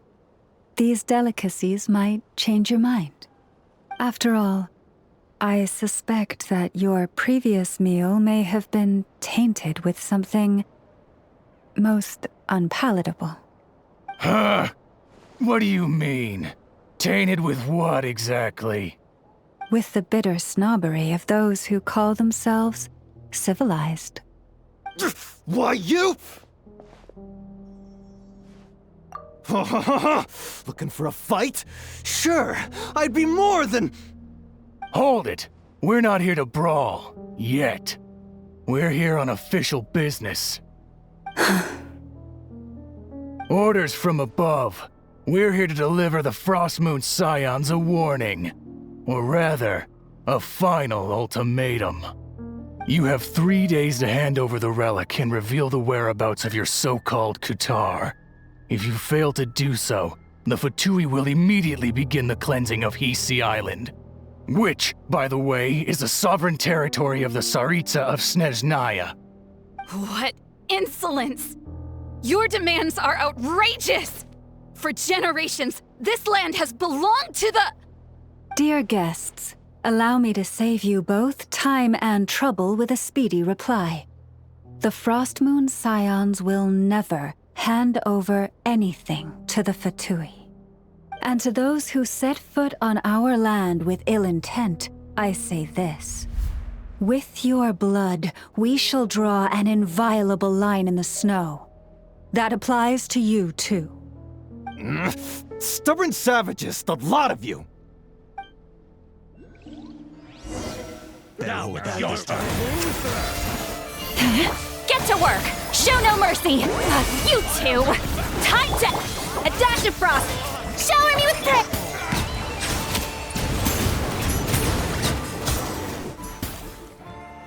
drip! You'll pay for this. Mark my words.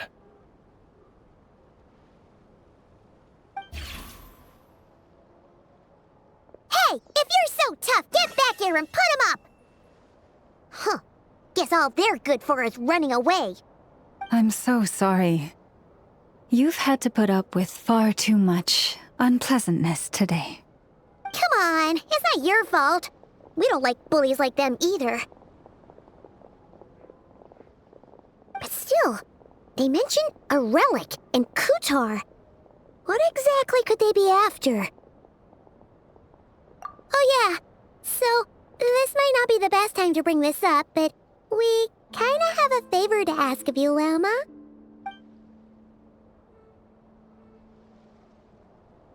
I see. So your questions concern the sacred relic too. Please, do not hesitate to speak your mind. Unlike those insolent intruders, you walk in the moonlight with open hearts. You stood by us when we needed your help. so it's only right that I return the favor. But let us continue this conversation somewhere more fitting. As it happens, there's something I'd like to show you, too.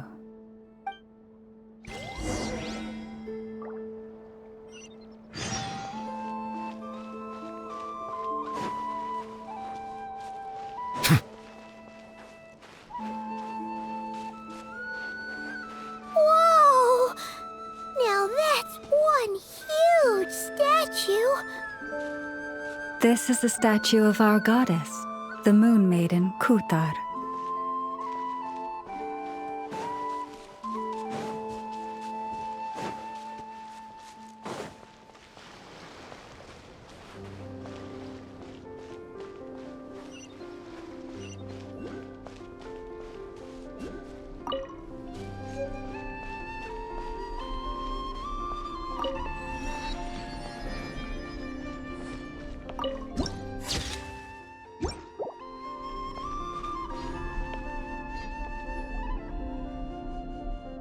Wow! It's spectacular! Kutar was born here on Hisi Island around 500 years ago. As it just so happened, a priestess of the Frost Moon Scions witnessed the moment of her birth. Instantly realizing that this was the prophesied rebirth, she quietly recorded the event and carved this statue to honor that miracle.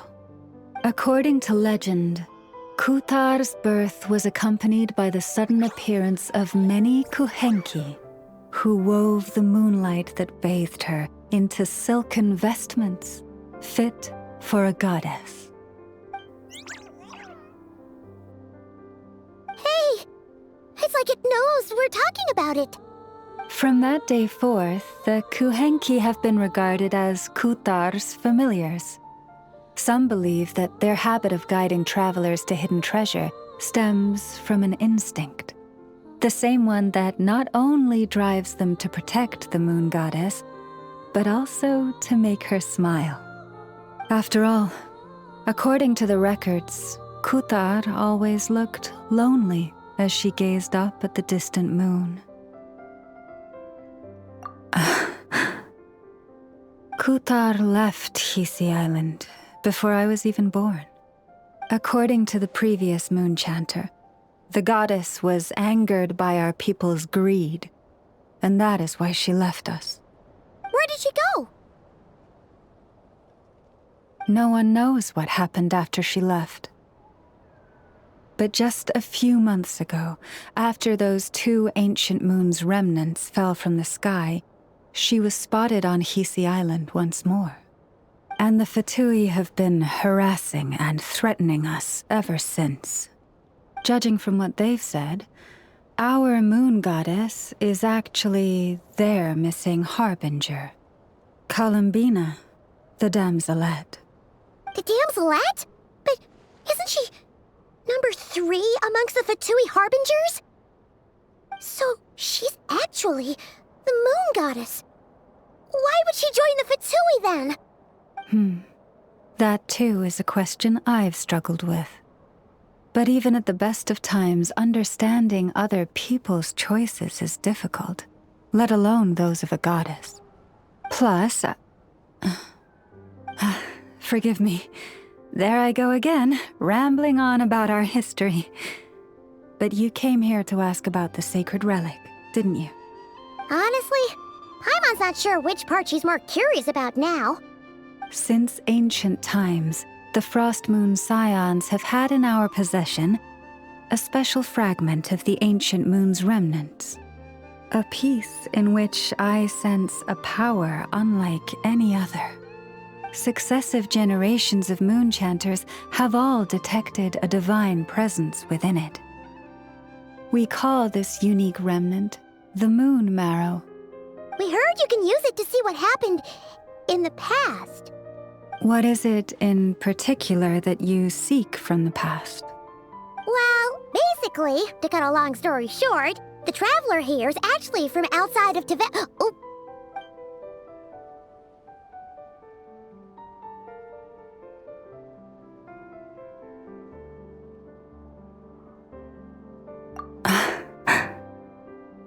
Thank you.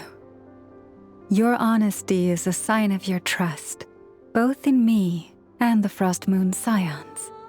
Unfortunately, though, I won't be able to use the moon marrow to shed light on your past just yet. Our people revere the moon marrow as a sacred relic. I'm only permitted to retrieve it from the secret chamber in which it is hidden once a year, on Moon Prayer Night. Oh, really? So, when's the next Moon Prayer Night? Judging from the tides this evening, a little less than 2 months. Huh? Does that mean the date changes every year? The ceremony is held on the night when the moon is closest to Tevat. This is also when Nodcry's Kuvaki reaches its peak. Only then can the seal on the secret chamber be lifted. Oh, guess we've got no choice but to wait. I am truly sorry that I cannot help you sooner. But, as the Moon Chanter, I swear that I will do everything I can to help you find the answers you seek. Think nothing of it. After all you've done for us, you deserve nothing less. Who'd have thought today was only our first day in Nodcry? Feels like so much has happened already. If I may be so bold, what does family mean to you?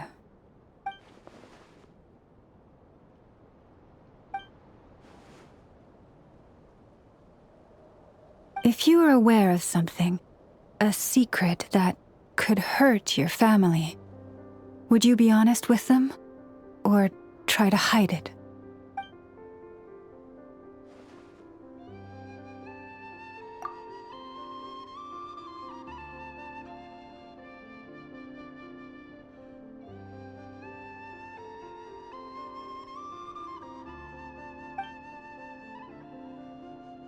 Oh, I'm so sorry.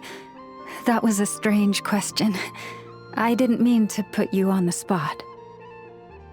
I guess I've just never met anyone with a story quite like yours before. I just suddenly had the urge to ask. It's getting late, and you two must be rather tired too. Would you like to stay the night here on Hisi Island? I can have someone prepare some lodgings. Oh, that's all right. We've already got a room back at the flagship as it happens. Speaking of which, if you ever need us, feel free to come knocking. Do you need me to show you the way back? No worries. It's quite a way, and you should get some rest too, Lauma. We'll make sure to be careful. Understood. Then I won't keep you. May your first night in Nodcry pass in stillness and peace. So, what you thinking? Sure was an eventful day, huh?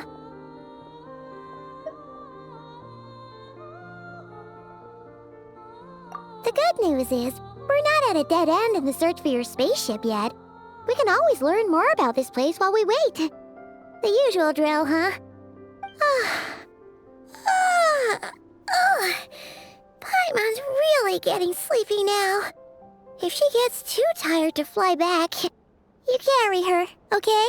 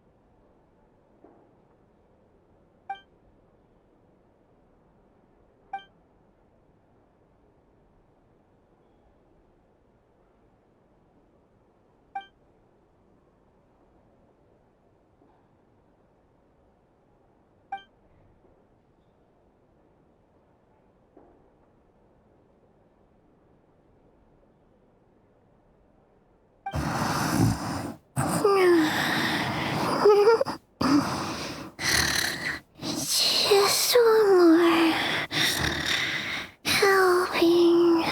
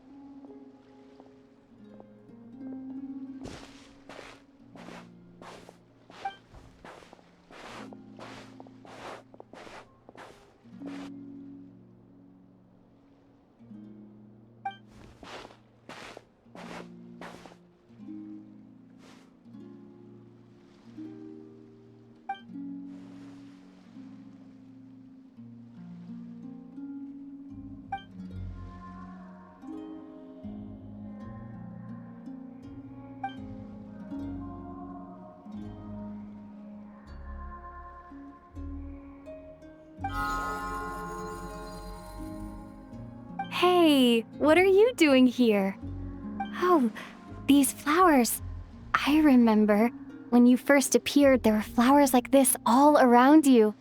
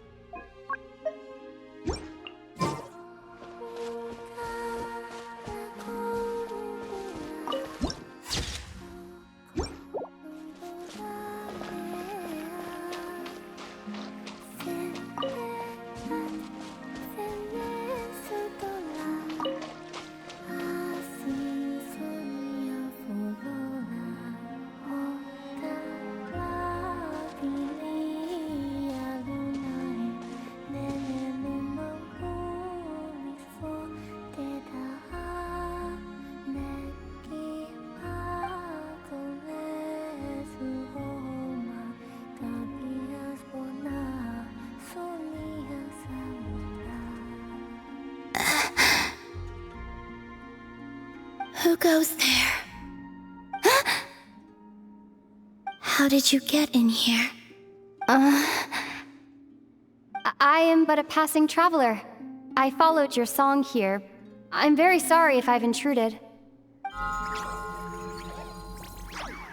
The Kuhenki. She brought you here.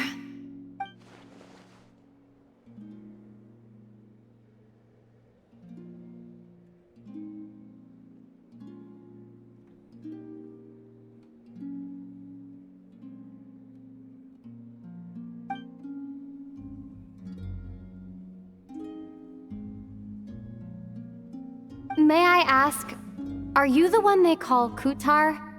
And the harbinger that the Fatui referred to as the Damselette? The Fatui? Are you here at their behest?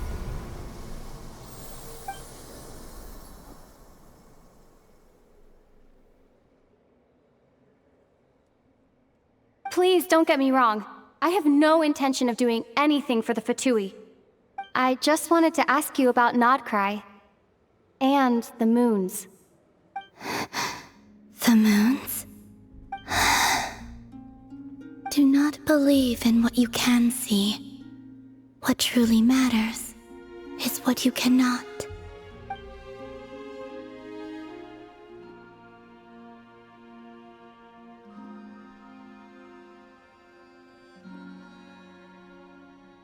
What do you mean?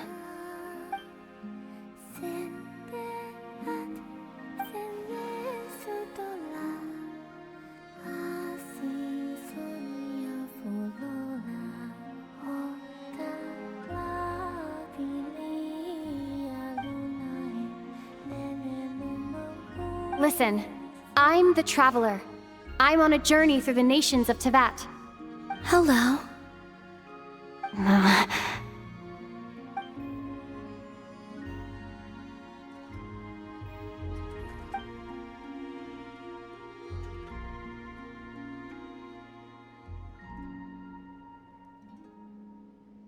Could you tell me your name?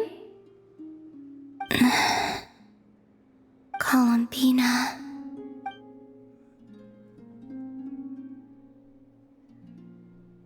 Kutar, the Damselette, the moon goddess. Pick whichever takes your fancy. I do not know my own name.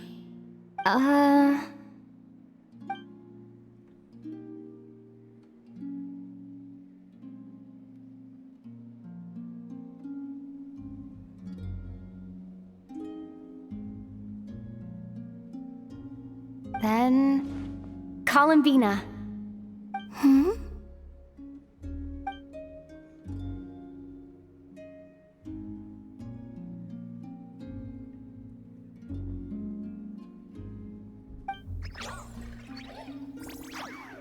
This Kuhenki, this Luanatar, did you bring her into being? Come here, little one.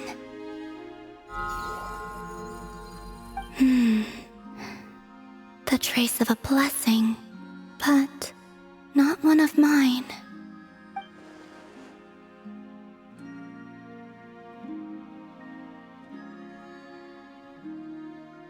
People always assume I can do many things. Assume I have done many things. But I haven't. All I ever wanted was to.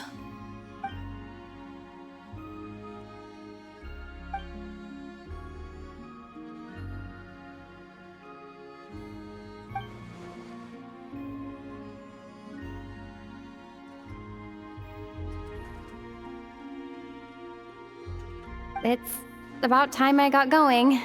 I'm very sorry for disturbing you today.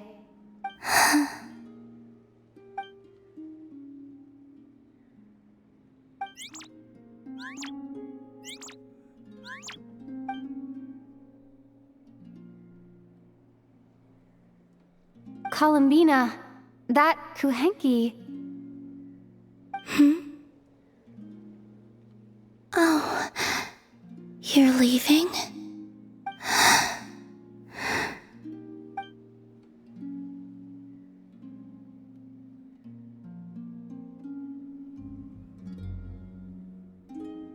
go then.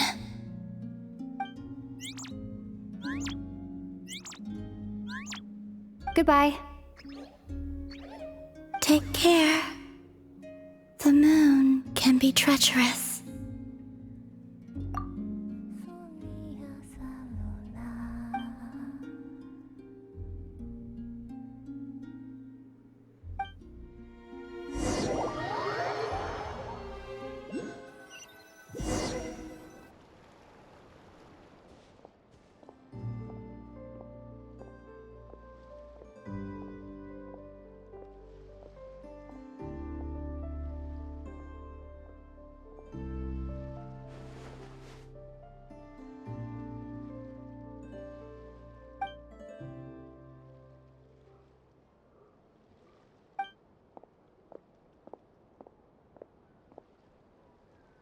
Wait, is that... Ether?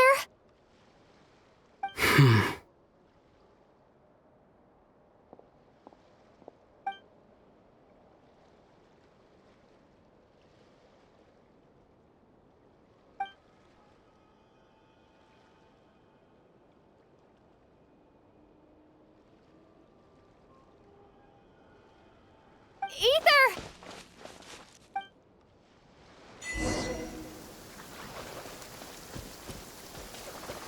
Ether!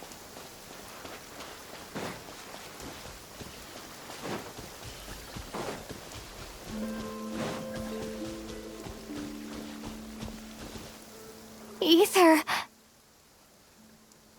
Lumine, it's you.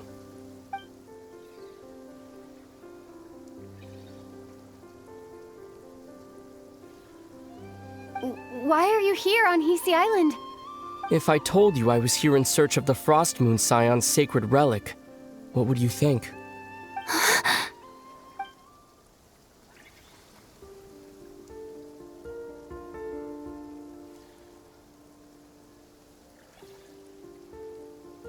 Are you also here to uncover the truth about our past?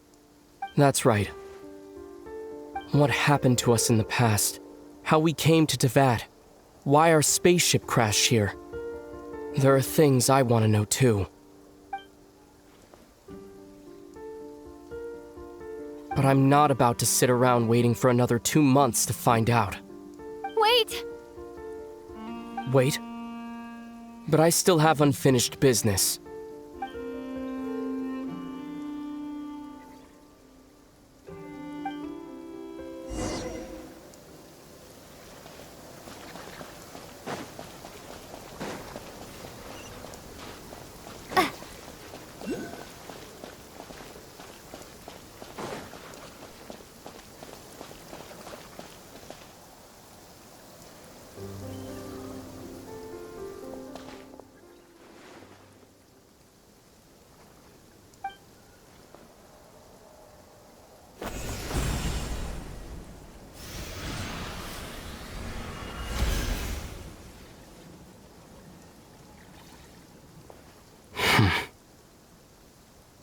Hold on a second.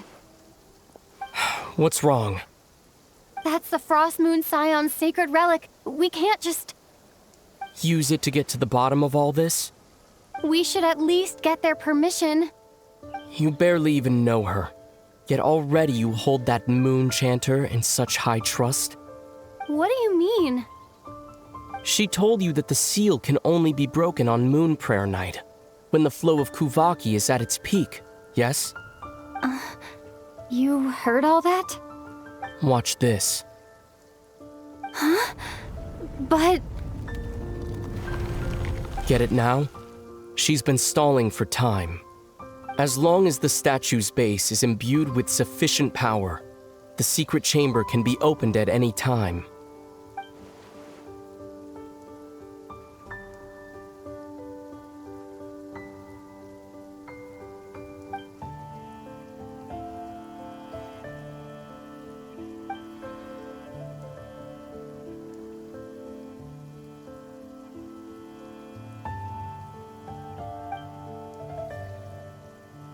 Is it such a sin when I don't put all my cards on the table for you, but not when someone else is doing it?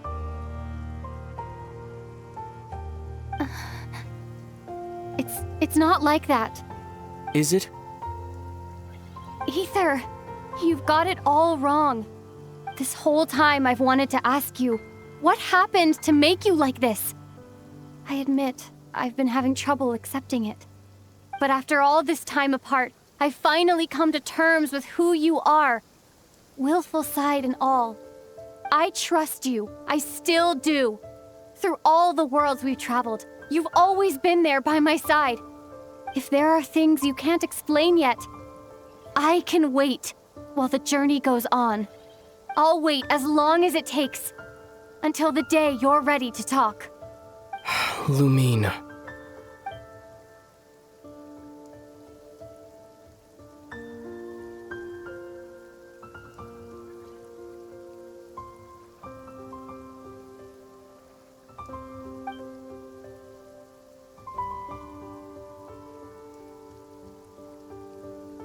I'm not looking to borrow the Moon Marrow simply because of our past. It holds answers about the very origins of Teyvat. I've always believed that if you want the truth, you have to see the whole story for yourself. I'm not asking you to trust me, Lumine. Just don't try and stop me. If this choice weighs on your heart, then let me go in alone. Forget this meeting ever took place. A bit late for that now. But maybe this is the chance I've been waiting for all along. Even if it fades with the morning light. I want to go with you. You sure? Yeah. Then let's go. Ether. It's been ages since we went on an adventure together. I can't wait. Really? You think I'd lie to my little sis?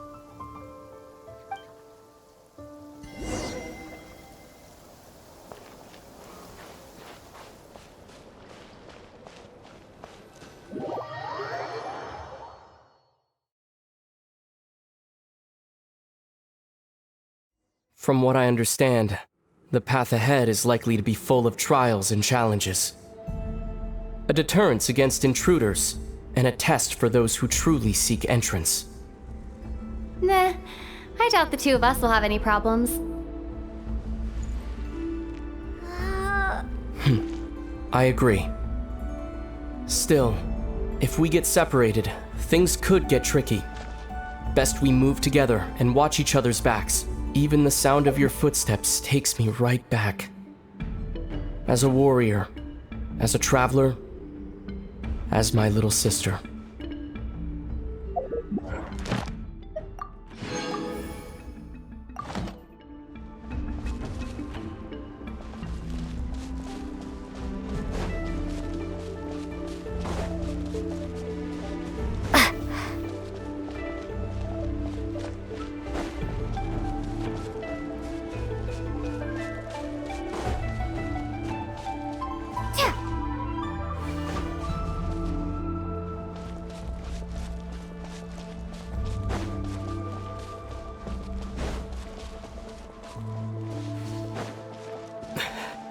Looks like this is the first trial.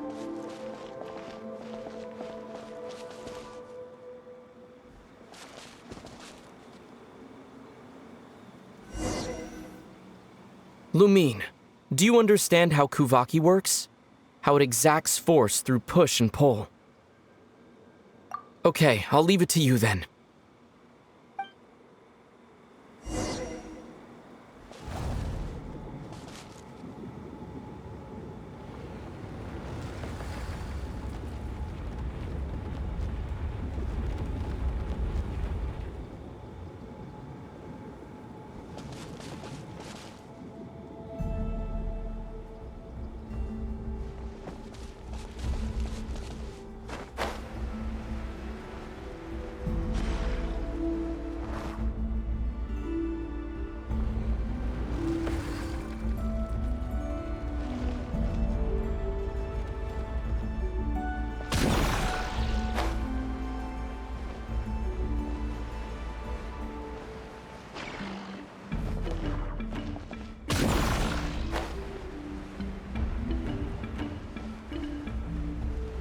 This should help Ether get across.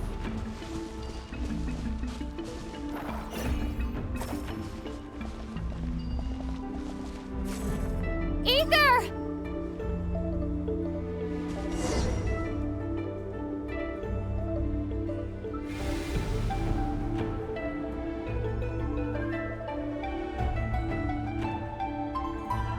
We make a pretty great team, huh? Just like the old days.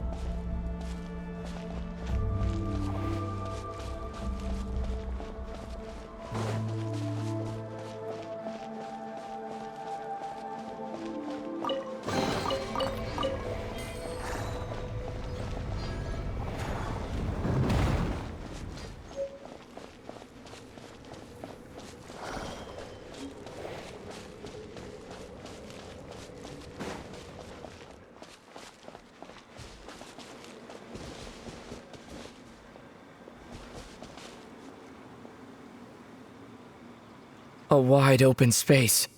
Must be in for a fight.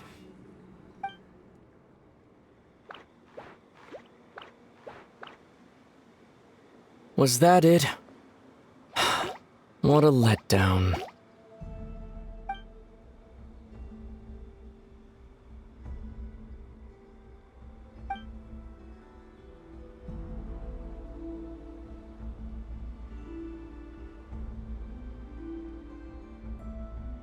Lumine. What is it? Why are you looking at me like that? Those enemies were weak, were they not? Maybe it's because the trial's only just begun. Actually, I've got an idea. Why don't we have ourselves a little friendly competition?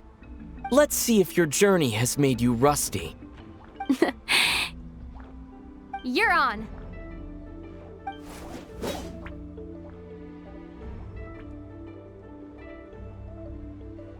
I won't lose to you, Ether.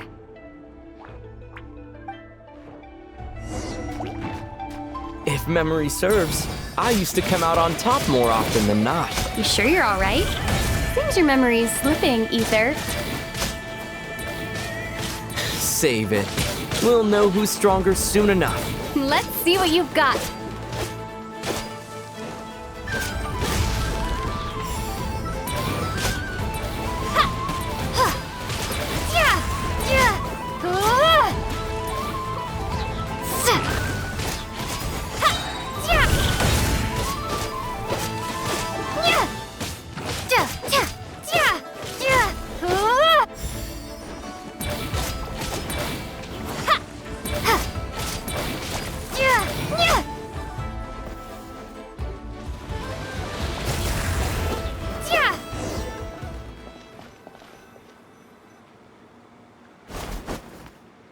Fine, you win.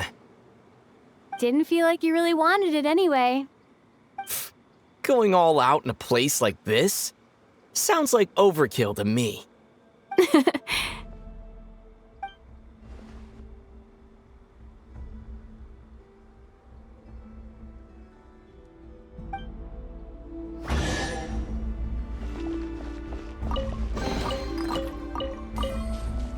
Let's keep moving.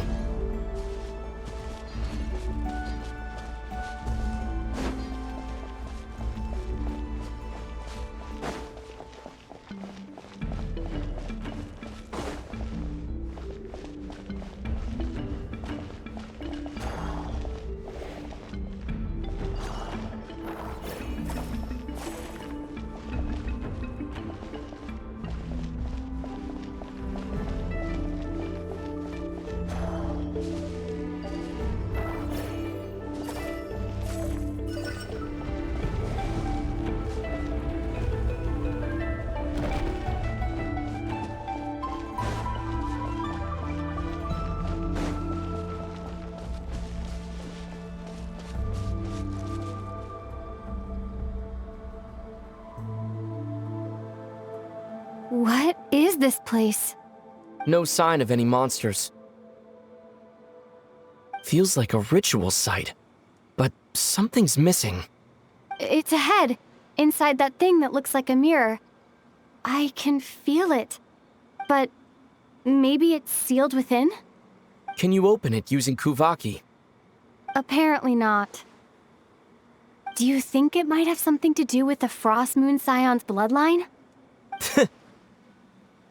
Ether? If this is about strength of blood, what could possibly stop us? Let me give it a try. Why don't you check around for other clues? Sure.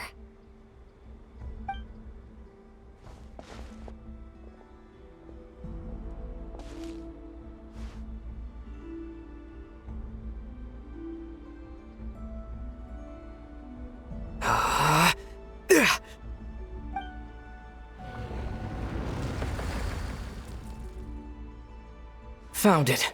This should do the trick. Okay.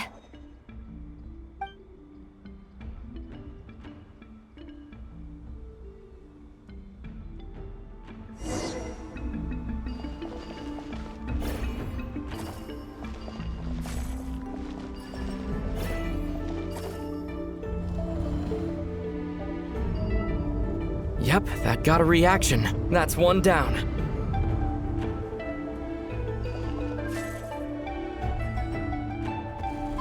Nicely done.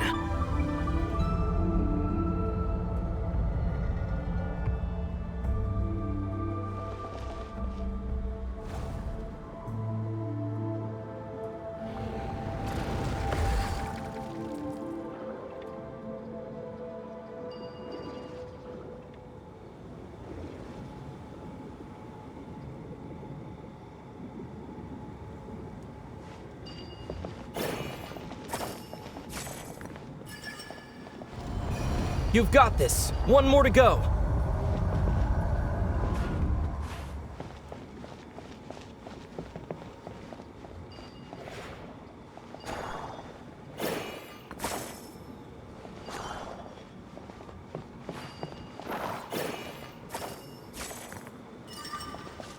Good work, Lumine.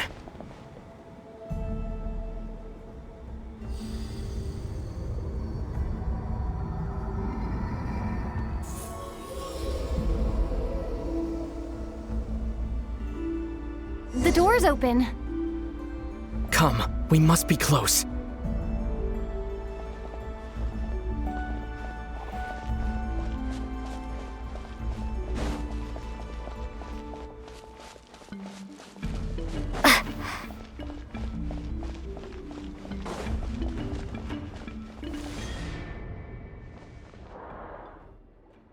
Stay on your toes now. Have you considered that I might be the more experienced between us? Is that so?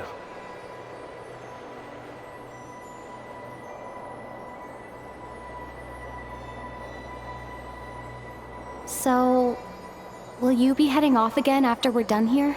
Maybe. Maybe not. Another cryptic response.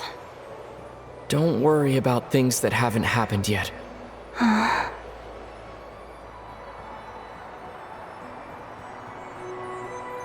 At the end of all this, what do you think we'll find? Whatever it is, we can handle it. What about the end of our journey? That's not something we need to worry about right now.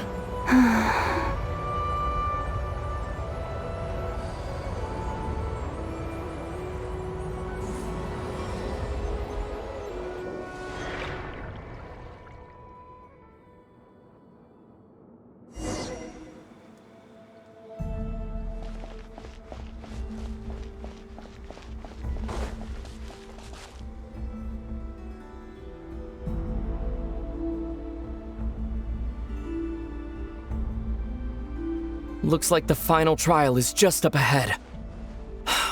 Ready for battle? When have I ever not been?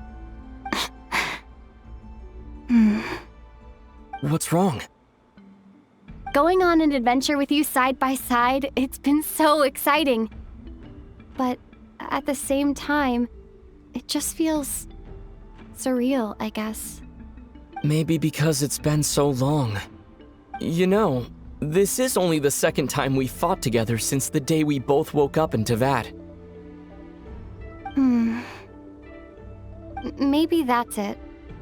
Lumine, Let the light of our blades come together once more, just like they did in the past. Ether. This is a night of miracles, an adventure that belongs to us. Let's not weigh it down with worries and regrets. This is our adventure.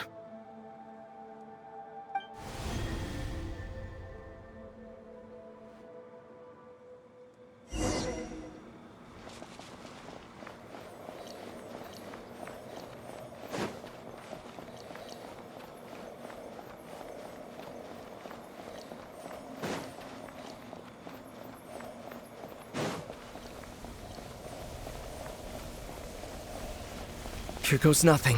Prepare for battle.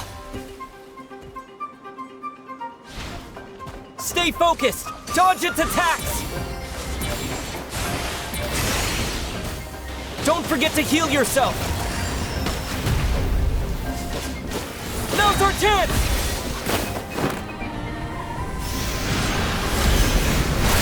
Watch out!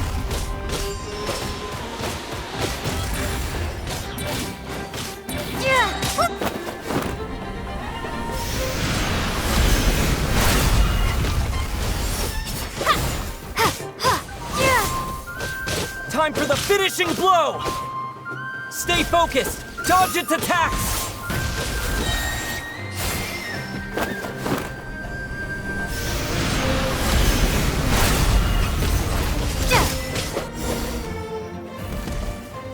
It's over. Nicely done! Flawless execution. Couldn't have pulled it off without your backup. Not too shabby at all. As for what you were saying, yes, I should have come to see you earlier. Or at the very least. Spent more time with me, going on adventures like this?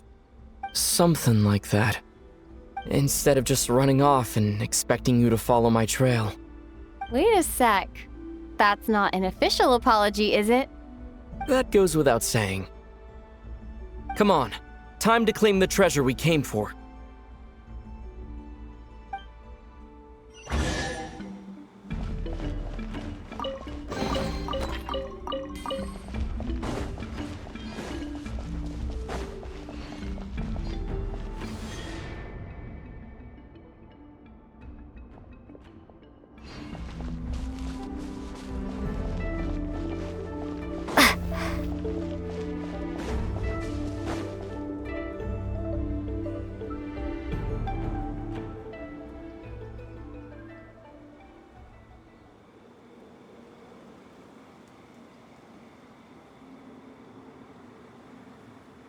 So this is the Moon Marrow, the treasure we've been after.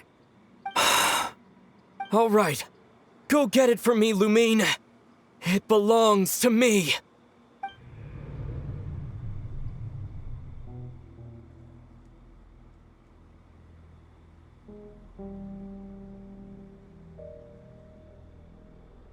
What's wrong, Lumine? After everything we've just been through, you still don't trust me? Don't you want to know the truth too? Just like I do? Rest assured, I'll share the truth with you afterwards. Now go, bring it to me.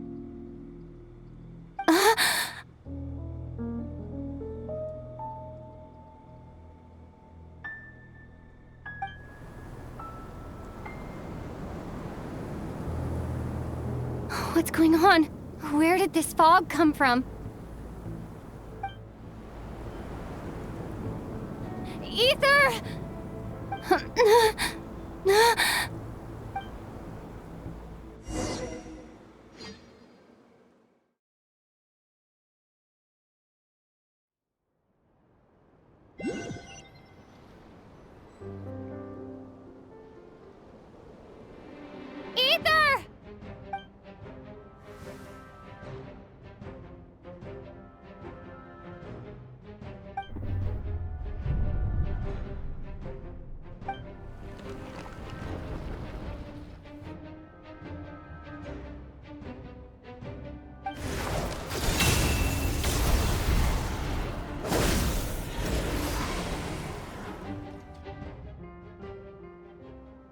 Ether! Huh? What are you doing here? Yes, we ran into each other at the flagship this afternoon. I'm honored you still remember.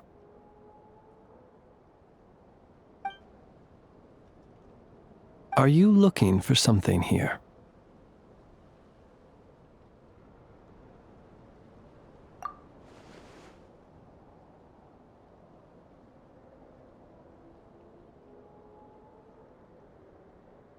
And you just happen to end up surrounded by the Wild Hunt. Sorry, I did not intend to come off as pointing fingers. Indeed, perhaps our courses of action do not differ so greatly. Not exactly. We Lightkeepers are accustomed to patrolling at night, a long-held tradition, you understand. I was just passing by when I noticed that the Wild Hunt had struck, so I simply did what I am duty-bound to do. As a matter of fact, I just saw someone leaving in quite the hurry. Was that your companion?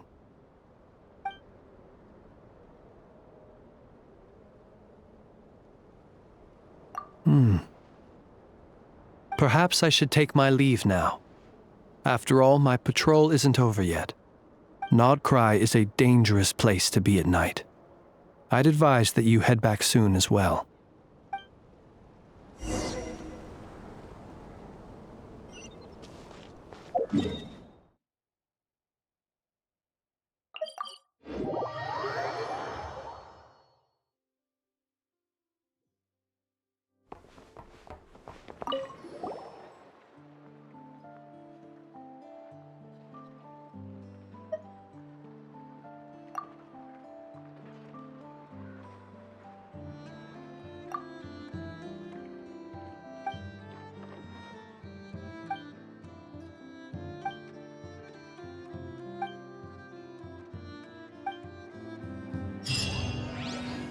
Ad Astra Abyss.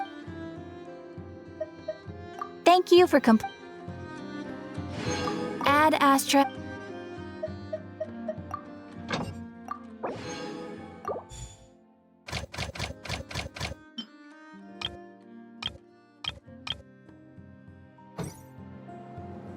Ad Astra.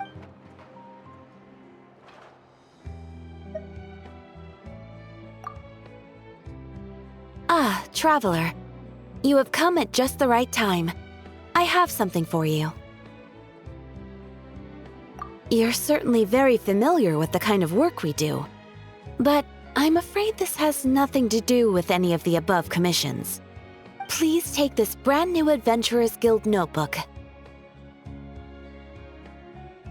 The Adventurer Handbook is for recording details of your completed commissions and intel on all sorts of monsters, whereas this notebook is for recording the marvelous people and wonderful events you encounter on your travels. I hope it will be of help to you. Anyway, that's all for now. My commission is complete. Safe travels, traveler. Ad Astra Abyssosk.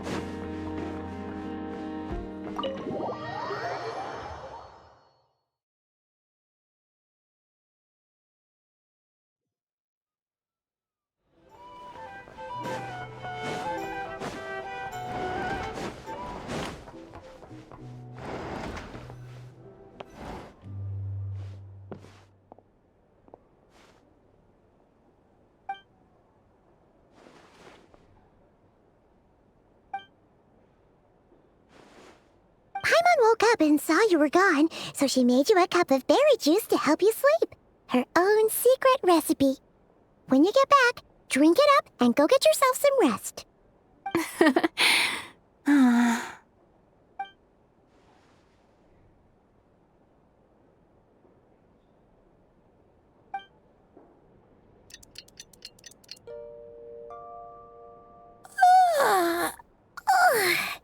Good morning?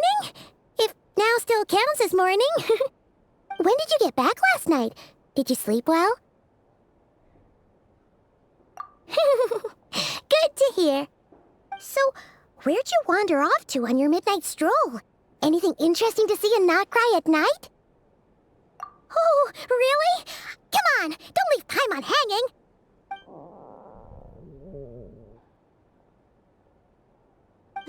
All right. Guess we'll have to feed your stomach before we feed Paimon's curiosity. Let's go grab something to eat while we talk.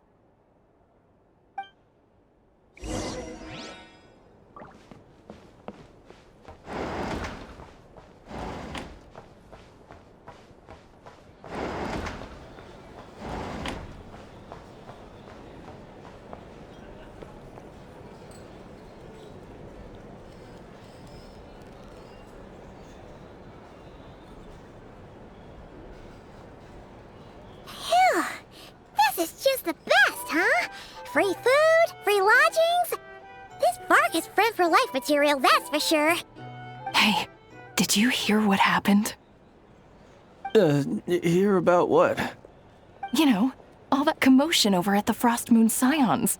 Crazy, huh? Huh? What happened? See what I mean? Completely oblivious to what's going on around you. The sacred relic of theirs. It's been stolen. Hey, slow down. Paimon knows you're hungry, but you don't have to worry about her stealing your food. At least, not today. What? Was it those Fatui? No idea, but the news has already spread right through Nasha Town. What did their high priestess, what do they call her again? The moon something? Anyway, what did she say about it? What could she say? She's the one who discovered it was missing. She was in Nasha Town first thing this morning, hoping to launch a joint investigation with the Voynich Guild. Whoa! Did you hear that? Lauma and the others, their sacred relic's been stolen! Who in Tivat would even have the nerve? Paimon bets it was that bunch of good-for-nothing, rule-breaking, troublemaking Fatui!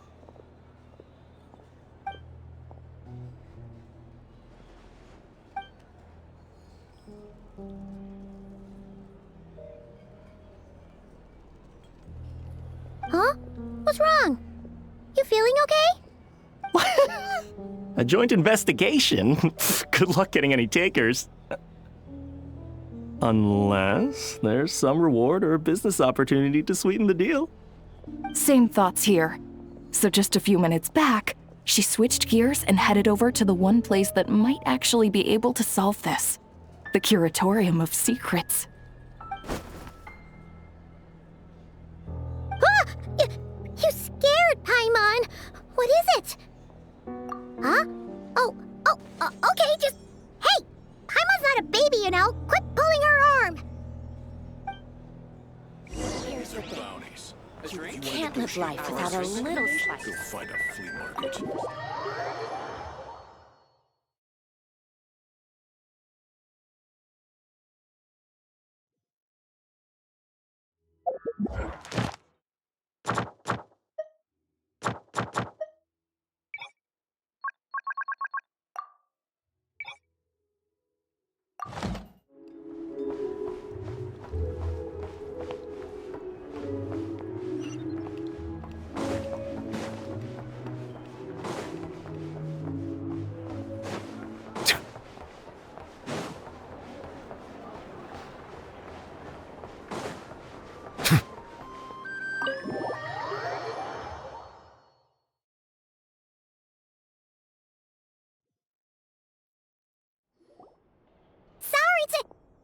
Huh? There's no one here. But didn't they just say Lauma came this way a few minutes ago?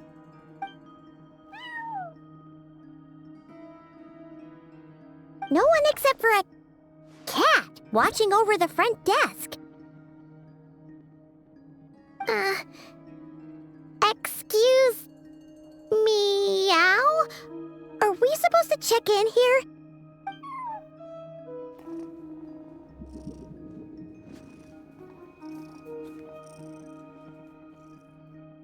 No idea what that means.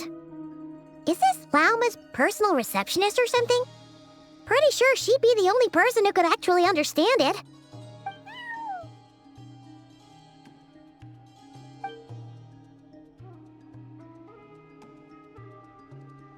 Huh? It's heading into that room! But why not? Like I told you already, that's just... Huh? Another client.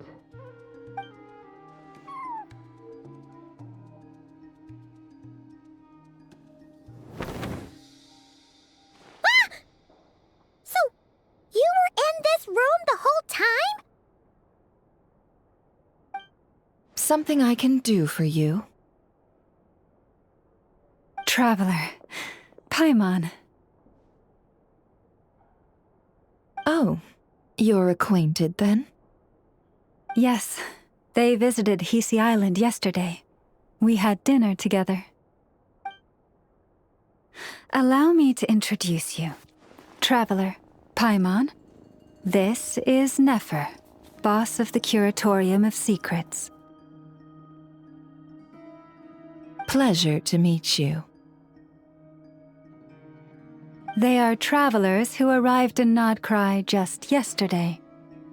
Greeted by the birds and beasts of this land, they are kind-hearted souls who walk in the moonlight's glow.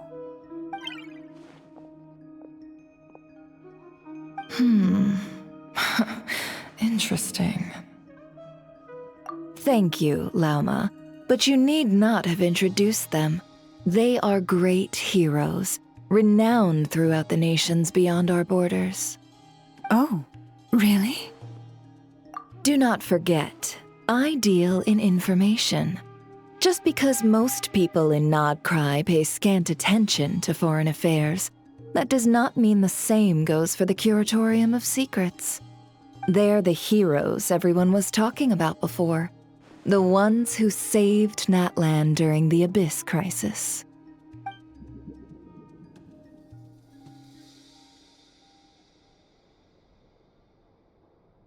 I see. We Frostmoon Scions seldom leave our domain, so I had not heard of your heroic deeds. Please, forgive my ignorance. It's no big deal. We were hoping to keep a low profile anyway. If we had to list all of our titles and good deeds, we'd be talking till sundown, and then some. Huh? What's wrong? Still not feeling great? So, what brings you both to the Curatorium today? Oh, so basically, we were just eating when we overheard people talking about how the Frostmoon Scion's relic had been stolen, and then she dragged Paimon over here. I see. Ah, I see. So you came over here because you were worried about Lauma. A combination truly befitting of great heroes. Strong at arms and pure of heart. In that case, Lauma, I've got a suggestion. Why not ask these battle-hardened heroes to take the commission for you? Honestly, it's a little beyond the means of such a modest establishment as ours. Your modest establishment? Unable to handle a commission? You just don't want to take it, do you? You're right. I do not. What kind of commission is this? Surely it's not to recover your stolen relic? Yes, that is it. Recovering the relic is both my duty as a moon chanter and a step toward fulfilling the promise I made the Traveler. to help uncover the truth of the past. But Nefer has already declined our commission multiple times. And yet, just as it always has, the moon will continue to illuminate the sky above the curatorium. Come night or day, may the moon goddess keep you. Enough of that.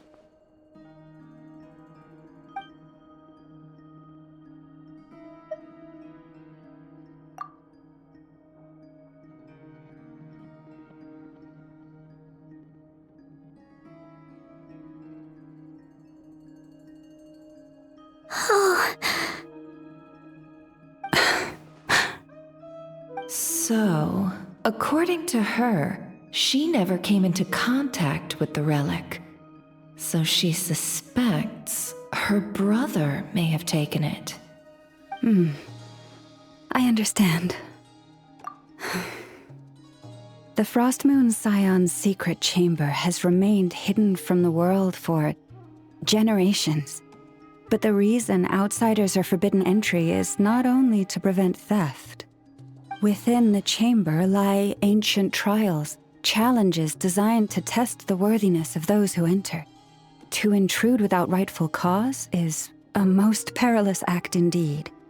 So please, don't be too hard on yourself. The fact that you made it through those trials proves your right to stand before the relic. To put it simply, the Moon Marrow itself has deemed you worthy. No. Your honesty tells me everything. You never sought to take the Moon Marrow for yourself. As for what happened at the end, I suspect the chamber's protection mechanism may have been activated. Among those who entered the final chamber, there was either someone with impure intent, or else an abyssal presence. The Abyss? Perhaps that's why, then. Either way, the Moon Marrow was taken. And I believe you. So the problem remains the same. I need to recover our relic. See? Didn't I tell you it would all work out in the end? But before everyone starts celebrating, forgive me for asking just one more thing. Are you absolutely sure your brother took the relic?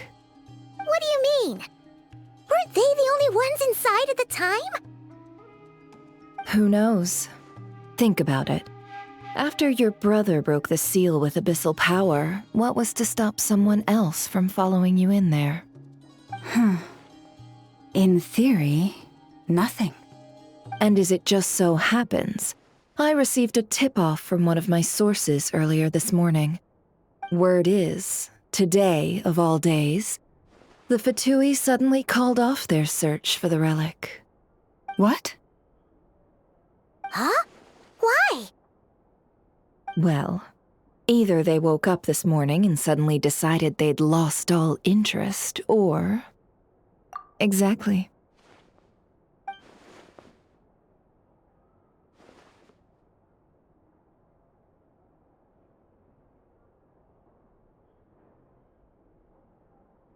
Are you wondering if your brother might be in cahoots with the Fatui?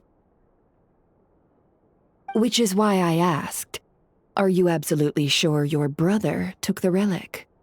Or to put it another way, do you really know your brother?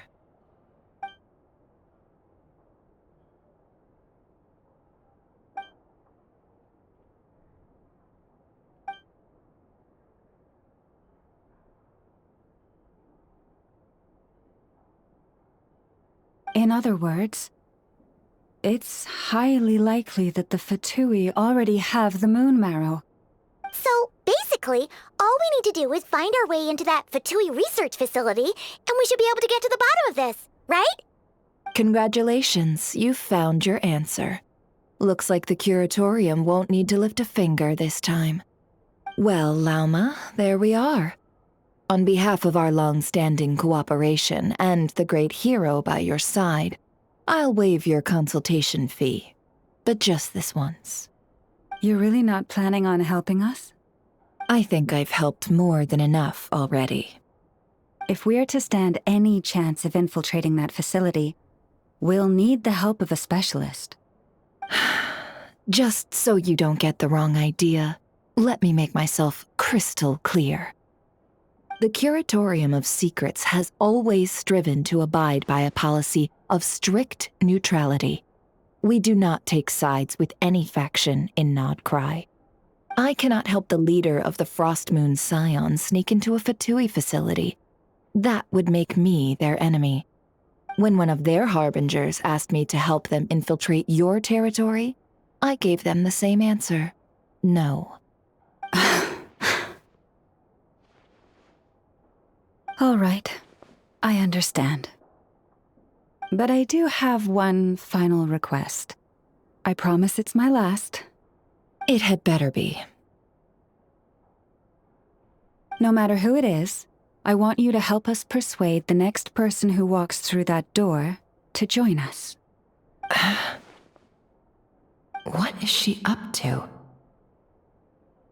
You're that desperate for help? What if it's a member of the Fatui? It doesn't matter. You're welcome to tell them everything, even about our plans to infiltrate the Experimental Design Bureau. All I'm asking is for you to say one thing, just one thing to help persuade them. If you do that, I promise I won't ask you for anything else. Made up your mind? Fine. Fine, I'll play along with your little game. Besides, as long as I'm not personally involved, no one can accuse us of taking sides. Boss, I'm back!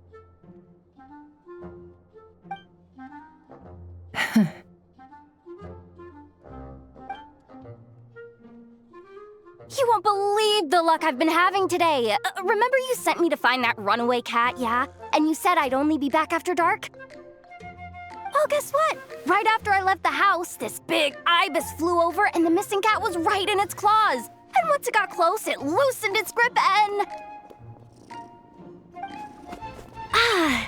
Boss, you're meeting clients. I'm so sorry. I'll get out of your way.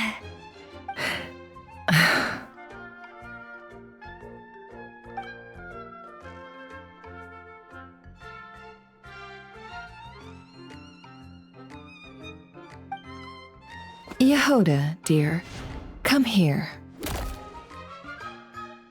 Huh? Me? Is something the matter? Oh, hi there. My dear Yehoda, I have a request. Yikes! Why does the boss sound so scary? Did I do something wrong? Would you be so kind as to accompany these 3 delightful clients of ours and help them infiltrate the Fatui's Kuvaki Experimental Design Bureau? What is going on here? Boss usually just says things like, hey, go do this, or you, go take care of that. Why is she being so scarily polite? And wait a sec. The Fatui's research facility? That's basically a death sentence. Made your mind up yet, my dear?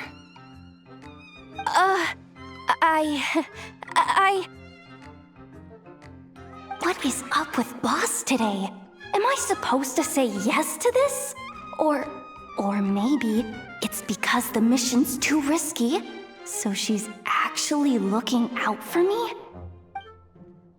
Why is everyone looking at me like that? Is this some kind of test? I can't let the boss down. Can I? Have you made up your mind?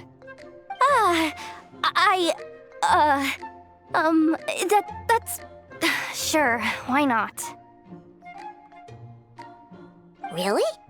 You really don't mind helping us? Huh? Oh, yes. I mean, no. Of course, I guess I do. Oh, thanks so patronage! We owe you big time! On behalf of the Frost Moon Scions, too, thank you, Yehoda, for your help. What the? Seriously, what just happened? Why does the boss look so fed up? Oh no, was I supposed to turn them down? All that mentoring, time spent teaching her how to deal with different factions. In one ear and out the other. Never. You got what you wanted. You promised that was it. I know this goes against your principles. I won't forget the favor. Trying to get me to change my mind now? Of course not. I just wanted to say thank you. So, thank you. Oh. Yehoda, we'll leave the planning to you. Let's discuss the details elsewhere. Huh? Oh, okay. Oh, what have I gotten myself into? Oh, by the way, Yehoda, before you go, What is it, boss? you're fired. Huh? Effective immediately. As in, this exact moment. The curatorium will take you back, of course, but only once you've completed this commission for our 3 clients. What? Is there some issue? Well, here's the upside. Without me taking a cut from your commission, you'll earn more. Seriously? Can someone explain what's going on here?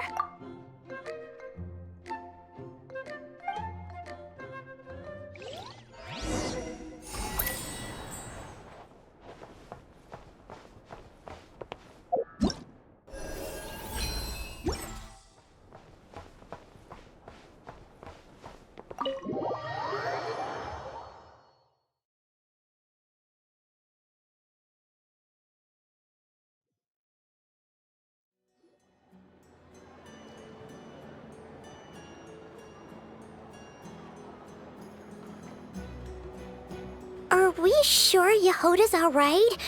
She looked totally crushed just now. She'll be fine, she's just in shock.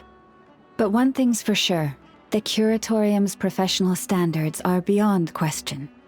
The fact that she only requested 1 day to prepare says it all. As an apology, I'll ask my animal friends to help her out more often in the future. Also, thank you for being honest with me. It means a lot. Was it really, though? As far as I see it, trusting your family is never wrong. In this case, let's call it a misjudgment. But the truth is, we all make mistakes every now and then. What matters is how we deal with the consequences. So, in return for your sincerity, there's something I'd like to share with the 2 of you as well. Oh? What is it? Perhaps it is something best said under the moon's gentle light. Would the 2 of you meet me on Hisi Island tonight? Oh, it does sound important. You're right, there's too many people here. Somewhere quieter makes a lot more sense. Thank you both for understanding. Then let us meet beneath the moonlight.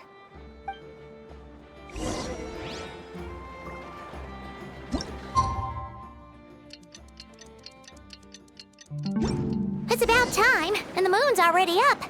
Let's head over to the place we agreed to meet Lauma.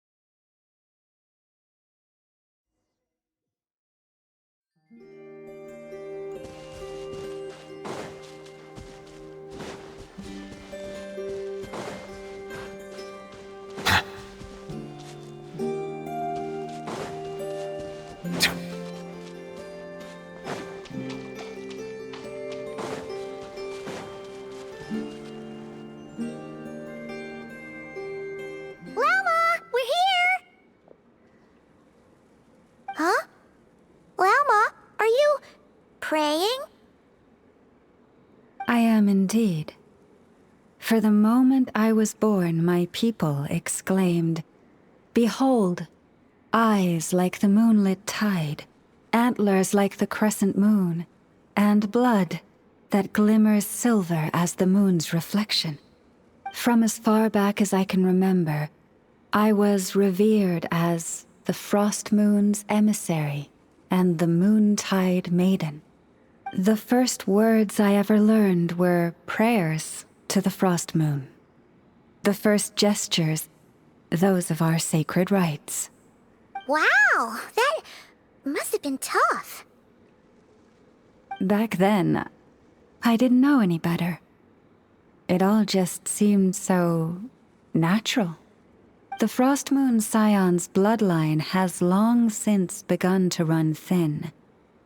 Nowadays, even those of us with antlers are few and far between, let alone those attuned to the power of Kuvaki. But I...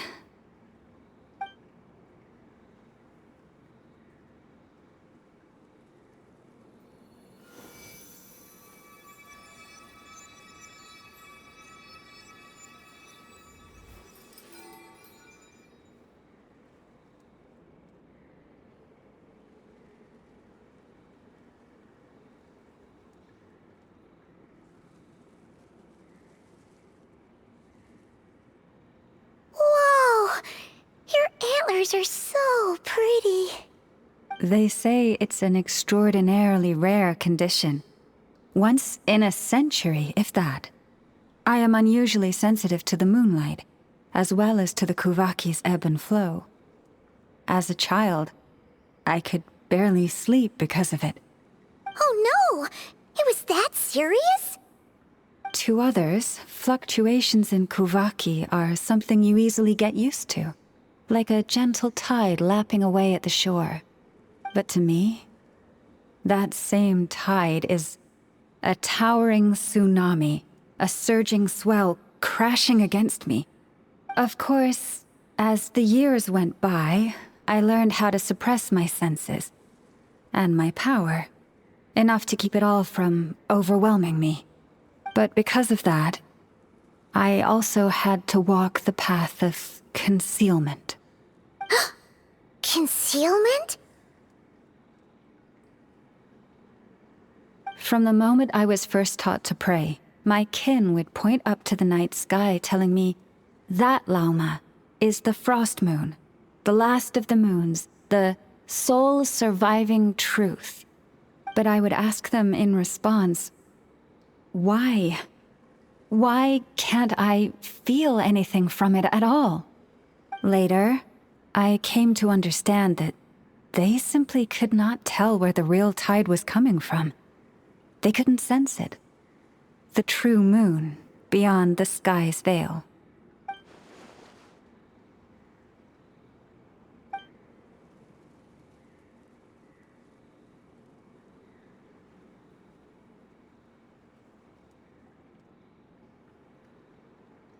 The moon is false. I reached that conclusion long ago. But there was no one I could tell, not a single soul. At least, not until now. Am I the one who's wrong? Is it the moon that is false, or my own senses? I asked myself such questions time and time again.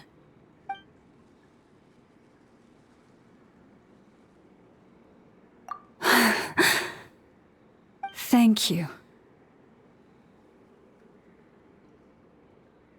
When you called yourself a descender, I had a feeling you might be able to confirm what I had always suspected. And now that you have, it's exactly as I imagined. I feel relieved. Oh, Paimon kinda gets why you couldn't tell anyone now. It's not easy to change people's minds on something they've believed for hundreds of years. That's what I meant by concealment. I knew too much, so I had no choice but to keep my people in the dark. Every prayer I offer feels like a lie to keep myself going.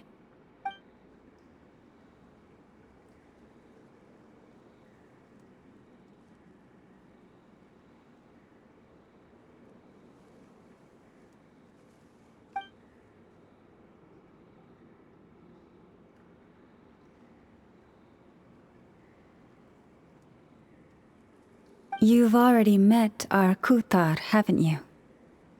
Huh? When was that? And, more importantly, when were you planning on telling Paimon? Ah, no wonder. What did you think of her?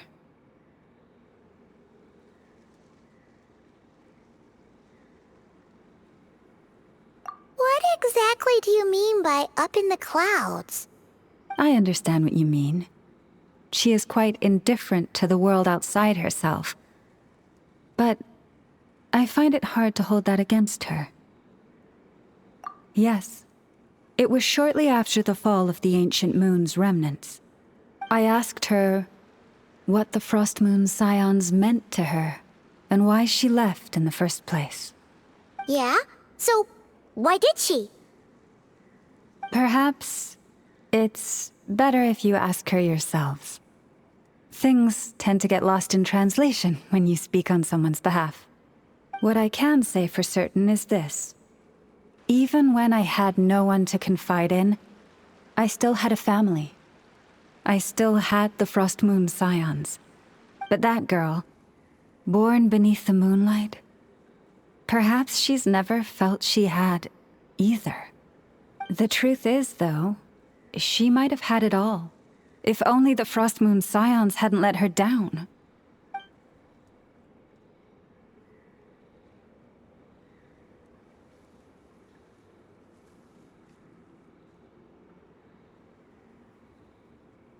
The Frost Moon Scions now walk a path of error. They offer their prayers to a false moon, and to a goddess who can no longer answer them. I want to change all that. But with the Fatui closing in on us day by day, the Frost Moon Scions must stand united, now more than ever. I just need to wait for the right moment. Lady Lauma! Lady Lauma! Cappy? Has Kadana's condition deteriorated again? Traveler, Paimon, we'll have to continue this conversation later. We'll come too!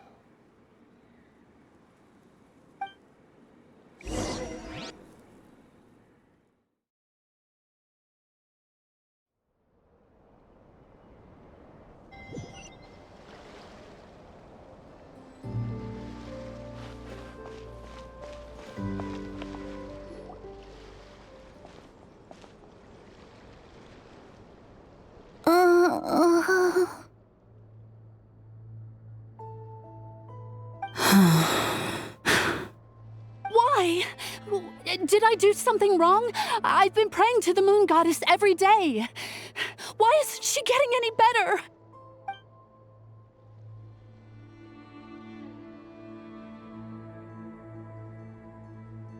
Cappy, I need you to wait outside. I'm about to start her treatment.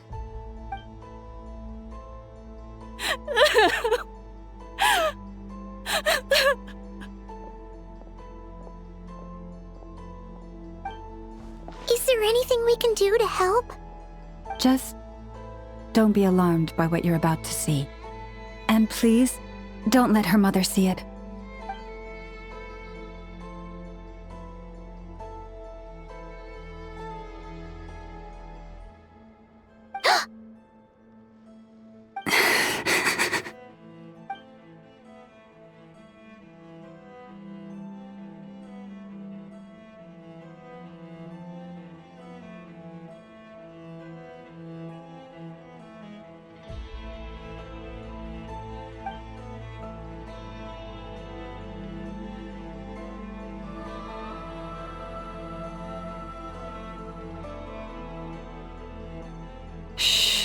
Please, help me keep this a secret. She looks much better now. But, Lauma, was that? A medicine prescribed by a local doctor. For ordinary people, my blood has the power to counteract any adverse reactions to Kuvaki.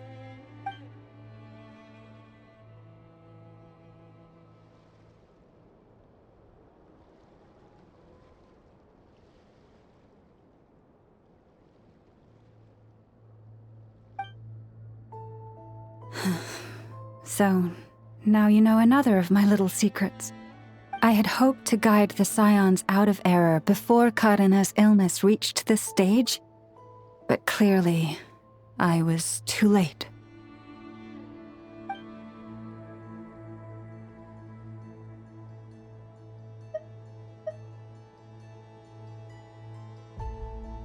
My life is as hidden from sight as the far side of the moon.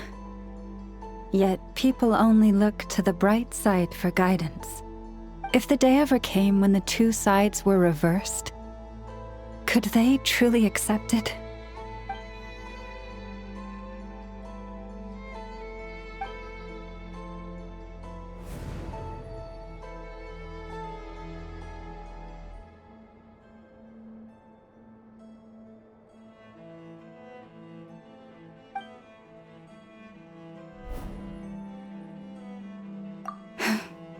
Hearing you say that puts my heart at ease. Mm-hmm. And if there's anything we can do to help the Frost Moon Scions, just let us know. Our priority right now is reclaiming our relic from the Fatui. But I now understand that the day I will tell everyone the truth is no longer far off.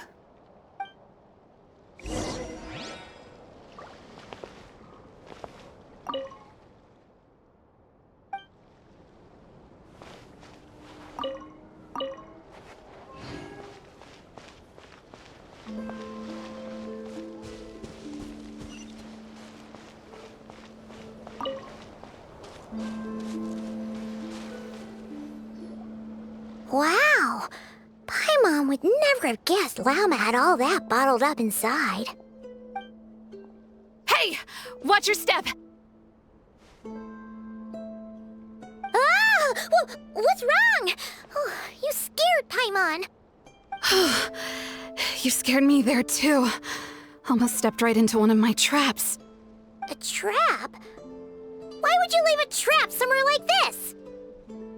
Well, it's not like this is a main path. And besides, we Frost Moon Scions would recognize it instantly.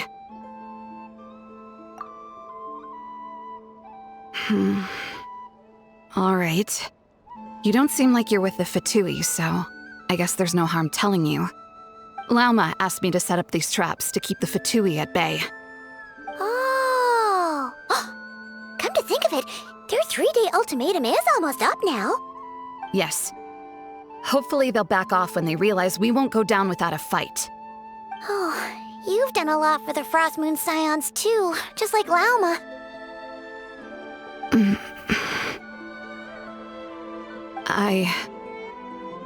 Philomena? It's nothing. I was just wondering if any of this is really worth it. What do you mean? Our people. So many are stubborn, stuck in their ways, clinging to a truth they refuse to even question. Do they really deserve everything Lauma's doing for them?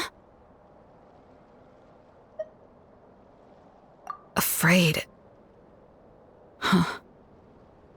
I suppose. Maybe you're right. No.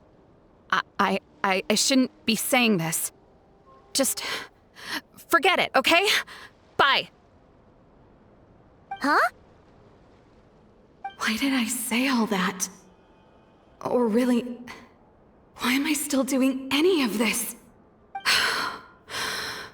Either way, this will be my final night with the Frost Moon Scions. Wow, she sure took off fast. So, are we heading back to the flagship for a break or what? Wait, you're not thinking of visiting that damsel light up in Cloud Cuckoo Land, are you? Huh. Given who she is, pushing her won't get us anywhere. Hey, why don't we... Let's bring her something tasty. If she doesn't want to talk, we'll have to win her over with food. Hey, no harm in trying. At the very least, it shows we're trying to be friendly. Let's see. How about an F is 9.12 out of 10 berries and fried meat, the Frost Moon Scion's boon of the day, and one of your signature dishes. Your choice. Should be a good mix of meat and veggies. There's bound to be something she likes.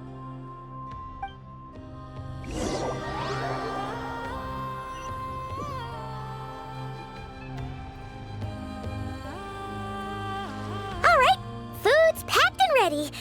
This is the place, right? Why does it feel like we're going to visit a patient? Oh, no.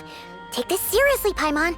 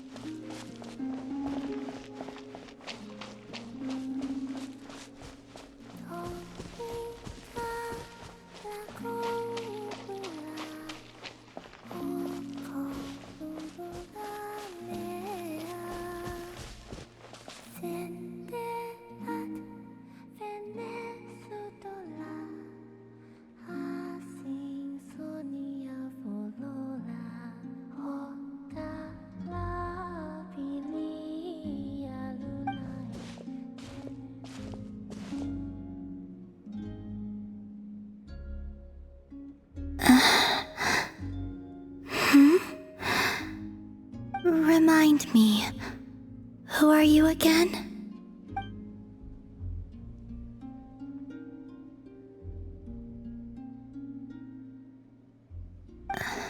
A different one floats by your side today. A different one? What's that even supposed to mean? Ugh, there goes Paimon's perfect conversation starter. Hi there! Paimon is Paimon, and this is the Traveler.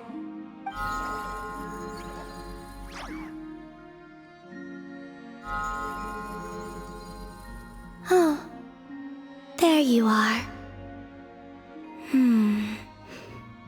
Between the two, I suppose you're cuter. Wait, what do you mean Paimon's less cute than that floaty thing? Columbina. What is it? What's your favorite kind of food?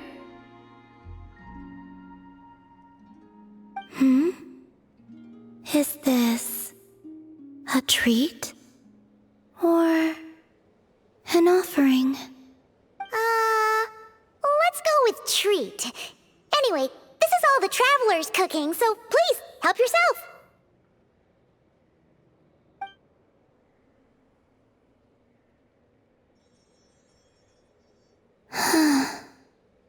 Oh, that wasn't exactly a yes, but she didn't turn it down either. What could she be thinking?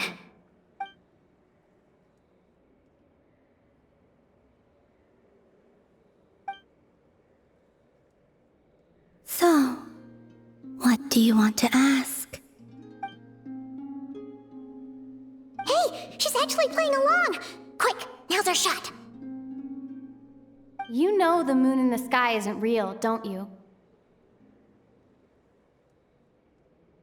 I know there is only one moon in the sky. It is simply that some can see it, and some cannot. What does it mean to you?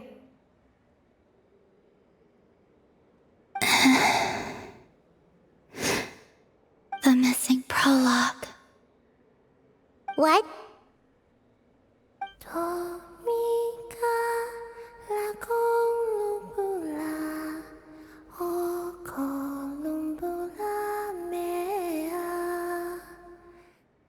Huh? mean? Isn't she going to explain herself? Can you tell me more about that melody? You were humming it last time too. It must be important to you.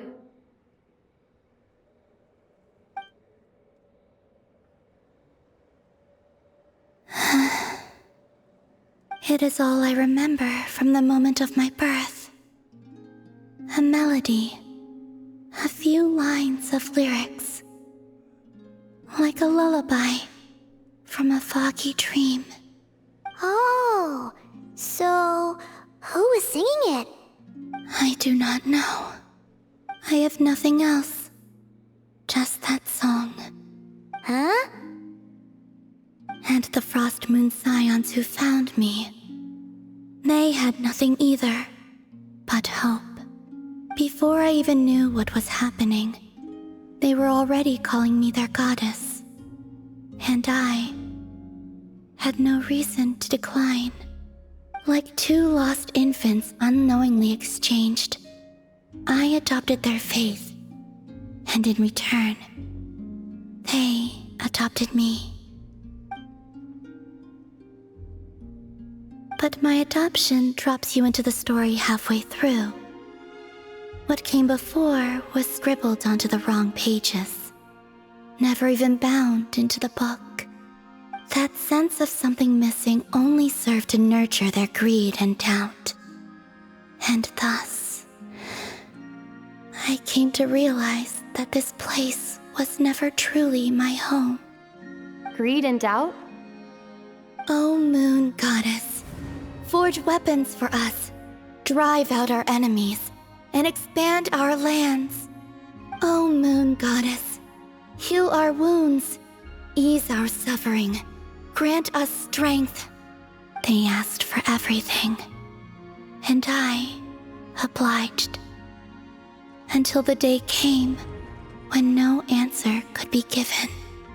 If mortals can turn to the gods when they are powerless, then who do the gods turn to when they have nothing left to give? You've got Paimon there.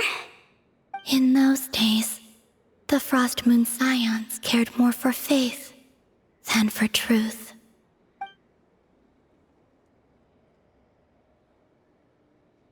Reality rewrote the sky in words I could not understand. I did not want to read a tampered version, so I simply stopped looking. The real beginning of my story lies up there, on the moon, forever beyond my reach. Like a message carved for blind hands, sealed away where no fingers can find it. Huh. So that's how it is.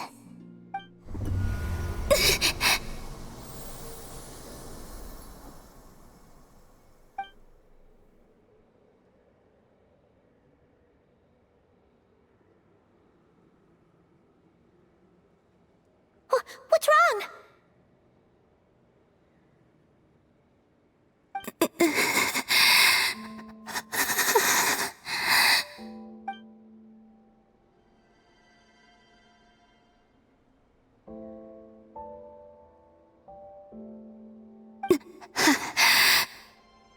You should go. What, now? But you really don't look well. Did something just happen? Is there anything we can do to help? No. Aside from answers, I have nothing else to give you in return. This is the price of running away from home a second time. Running away from home?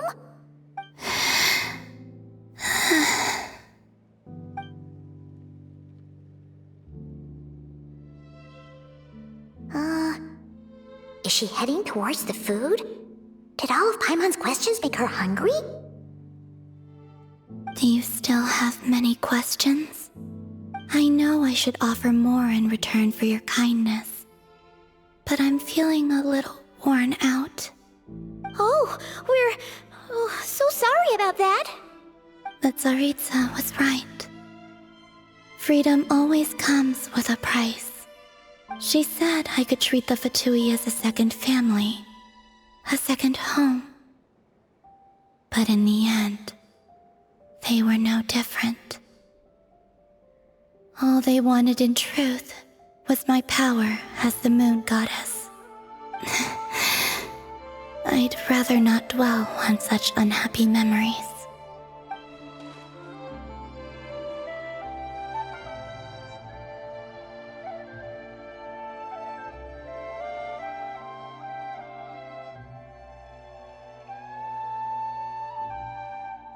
I have fulfilled my promise to the Tsaritsa, though it has used up much of my power. So you see, this has nothing to do with betrayal. So, you're just staying here for now, resting and recovering your strength? Yes. What about these flowers? They have grown in Nodcry for many generations. They're highly sensitive to the ebb and flow of Kuvaki.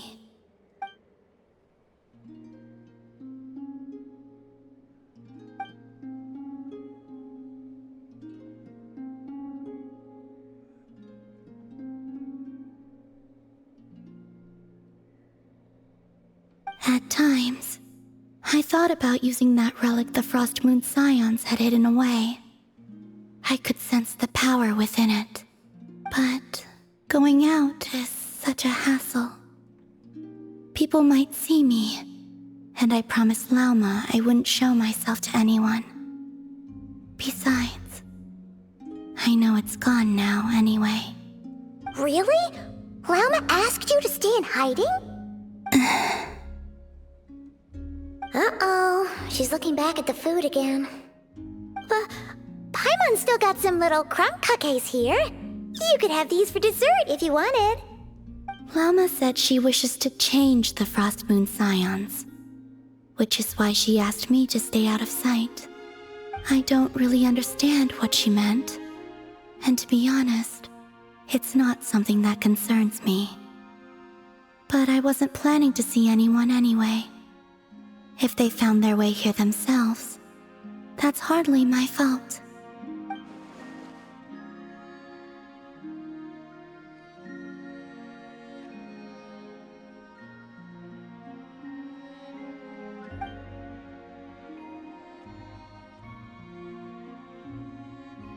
Lauma, the Maiden of the Grove. She is quite unlike any Frost Moon Scion I have ever met before. After hearing my story, she actually apologized for how the Frost Moon Scions treated me back then. She told us she feels like she's been living on the far side of the moon. Is that so? I actually got the opposite impression. She's been keeping her true power hidden away, afraid that people might be dazzled by its brilliance, and that they'd no longer be willing to look her way.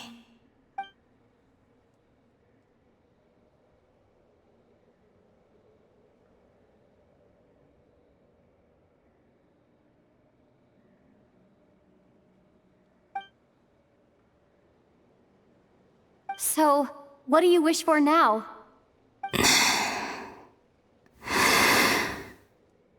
I wish to return to the moon, to the home where my story is written. Right now, that is all I wish for.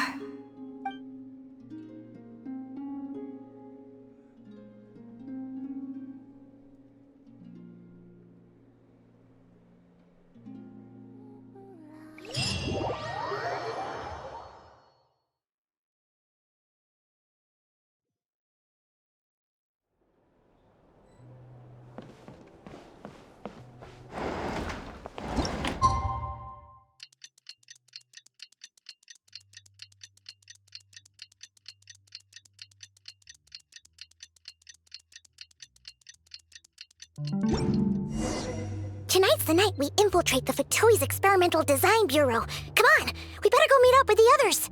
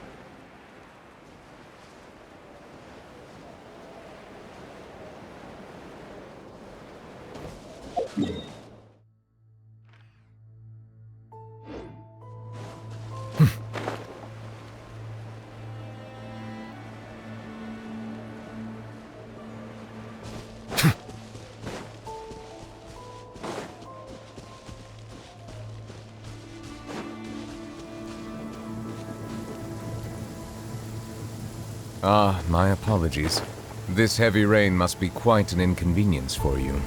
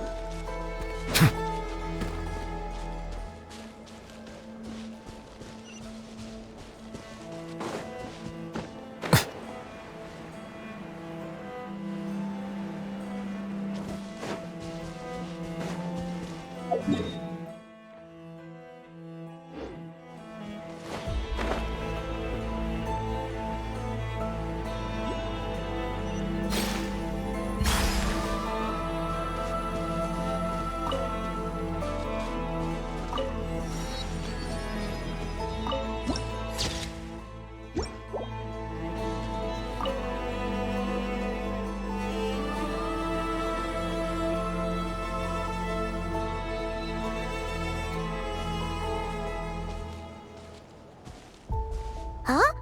How come you're here by yourself, Lauma? Where's Yehoda? I haven't seen her. Seriously? Don't tell Paimon she's ditched us on our first mission together. I don't believe so. Nefer and I have our differences, but that shouldn't interfere with our shared objective. Recovering the relic is my duty. But as far as she's concerned, there's plenty to gain here too. In Nodcry, it's common knowledge that the Curatorium has a nose for profit and opportunity. The same way aphids flit from flower to flower in a never-ending quest to make honey. Huh. Sounds like you know her pretty well.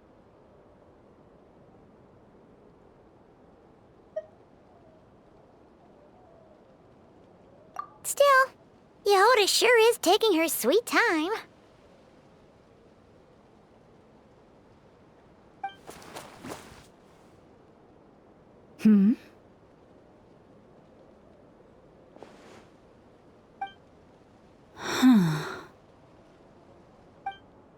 I believe we may have misjudged and underestimated Miss Yehoda. Huh? What do you mean? As a former employee of the Curatorium, I'm confident that she possesses both professionalism and integrity in ample measure. Huh? Huh? What was that noise? The sound of a wavering conscience, perhaps? Whoa! Something just fell down. Hello, everybody! What kind of an entrance is that? Wait a second. Have you been hiding nearby this whole time?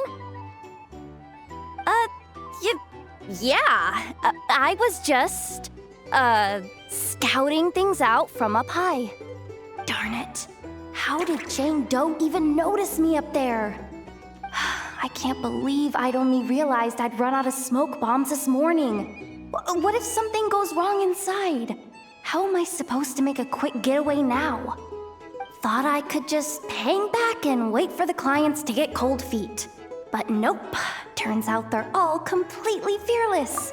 Don't they know how scary the Fatui are? Really sorry, everyone.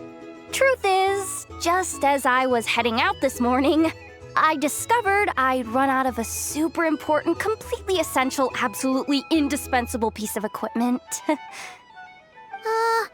So, what are we gonna do? Well, as I see it, there are two options. Plan A is we take a detour to Nasha Town to restock. Though who knows if any shops will still be open this late. Plan B is we call it quits right here. Disband the team and I'll go home. My place is only like a 10-minute walk from here, so... Personally, I vote Plan B. Bada bing, bada boom. Maximum efficiency, minimal effort. Don't try to solve your problems by running away. Not a fan of either? Then I guess our only option is to fall back on Plan J. That's J for Yehoda, by the way. Why didn't you just tell us that was an option in the first place? Come on, that would have totally ruined the surprise. Boss pulls this trick all the time, and it's always the clueless ones who end up praising her to the skies. Feels like you just threw shade at a whole lot of people. I have faith in your professionalism, Yehoda. You don't need those flashy tricks. Your abilities alone are more than enough to earn our respect. Huh. This Jane Doe sure has an eye for talent. Speaking of which, maybe it's time I started calling her something nicer? You really mean that, Jane? Lauma Doe? I do. I'll tell you what, it's not every day you get to work alongside such considerate clients. I have a feeling we're gonna make a great team. Plan J is this. We find our way in through the freight access on the facility's east side. It's tucked away from view, and security's lighter at night. I've prepared some special gadgets too, so we should be ready for anything. If we want this to go without a hitch, we'll need to work together every step of the way. So everyone, stick close behind me. Now that finally sounds like a real pro talking. Hey, you saying I didn't before? Kinda, yeah. You... Ugh. Never mind. A top-tier treasure hunter like me never lets the naysayers get to her. All right, let's go over what we agreed on yesterday. The goal of infiltrating the Kuvaki Experimental Design Bureau is to locate and, if possible, recover the relic that the Fatui stole. We also need to figure out why they built the facility in the first place. I'm worried that they've set their sights on the ancient moon's remnants on Hisi Island too. Well, now that we've got a plan, time to get this show on the road.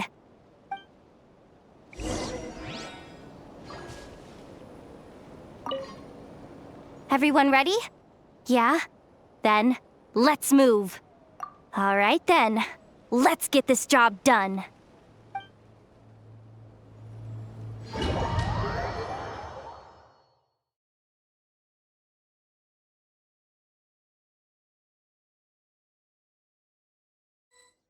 Go, go, go! But make sure you stick to the side.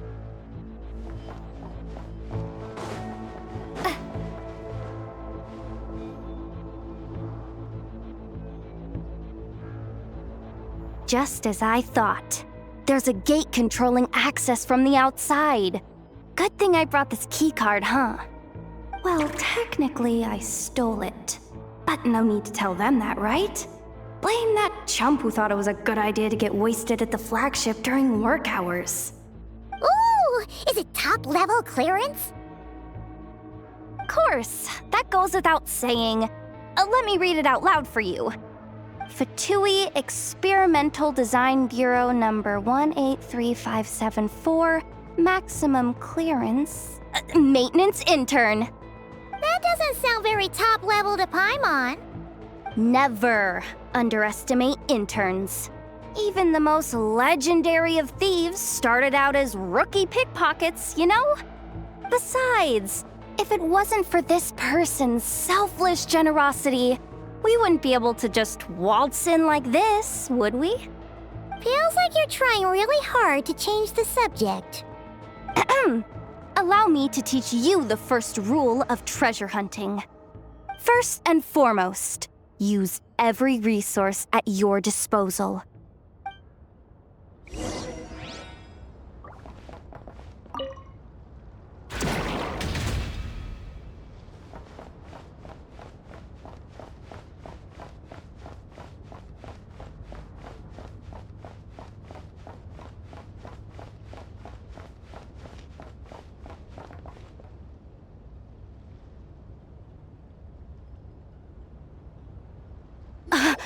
I get it now. It's like a pair of light bulbs just lit up in my head. What did you just get? The blue light, aka Plan A, is telling me to take the path along the left side. It'll be a lot stealthier, but that might mean a bit of a detour. The red light, aka Plan B, is saying, just charge straight in. But that'll mean dealing with, like, a dozen sentry bots already powering up.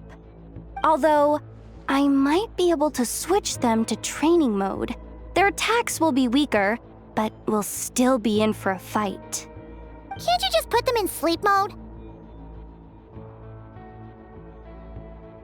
Hey, I told you, I'm just a maintenance intern. Give the new recruits some time and space to blossom, will ya? We're still pretty close to the entrance. Surely they'll call the whole thing off once they see what these bots can do. Anyway, I say we go with Plan B. Either way, I won't be doing any of the fighting, so the shorter route sounds good to me. If we can avoid fighting at this stage, we should. Plan J is to call it a night so we can all make it back to bed before sunrise. After all, the deeper we go, the more dangerous this is gonna get. So we might as well give up while we still can.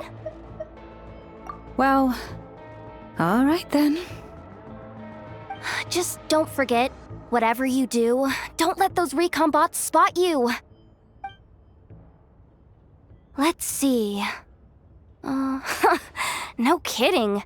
Enough told me about something like this before. I can't believe that dumb robot actually helped me out for once. All you gotta do is this, and the recon bots will be reassigned to another position. That way, when it's time to move forward, the path will be clear. Which reminds me, it's about time I taught you the third rule of treasure hunting. Go with the flow. What about the second one? You skipped that one. Huh? Did I? Oh geez, must have gotten them muddled again.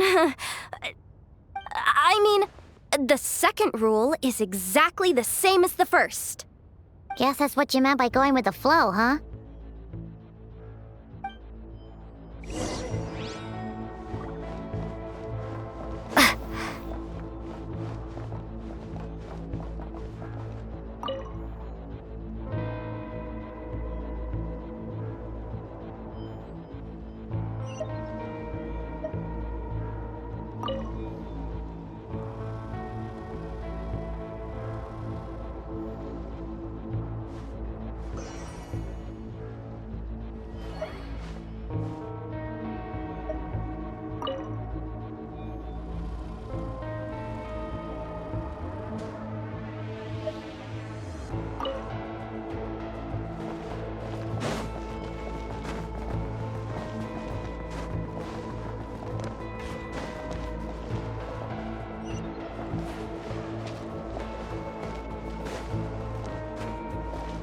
Wait, is this really the route we're going with? Oh well, too late to turn back now.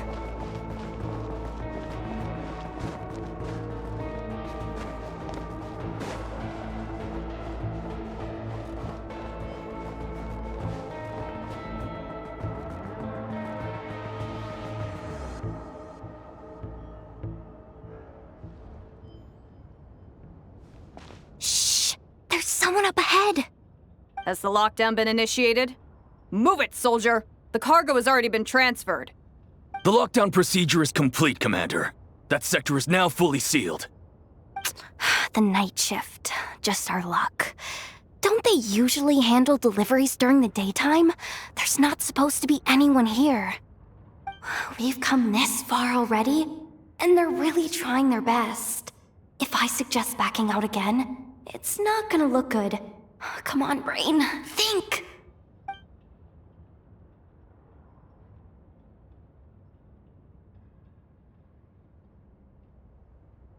Got it! The freight shaft to the upper levels. We might have a shot there. Let me see. Huh? The recon bot in the middle's not responding? A double lock failsafe? We've been outfoxed. Stay calm. Stay calm. One step at a time. Let's just find a way across first.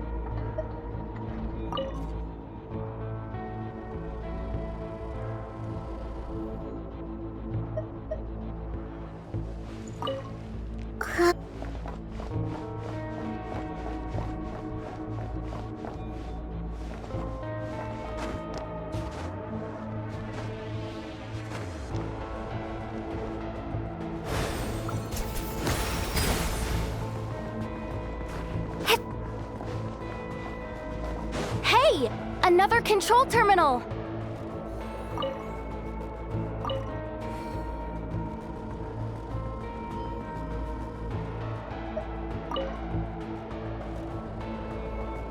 All set. Let's head down this way.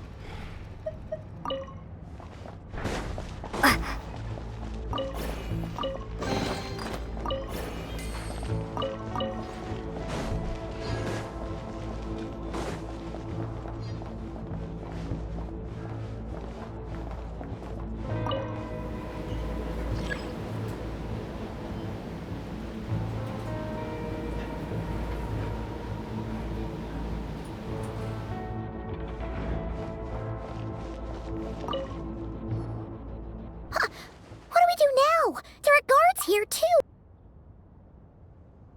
Don't worry. Bots are way easier to deal with than people. At least their behavior is predictable. First, let's find a safe spot to land. Good. That spot shouldn't draw their attention. Let's go. Let me just try something. Maybe I can use the terminal to command them to move out of our way. Security verification? With 10 questions? Are you kidding me? You really trust me that much? Fine.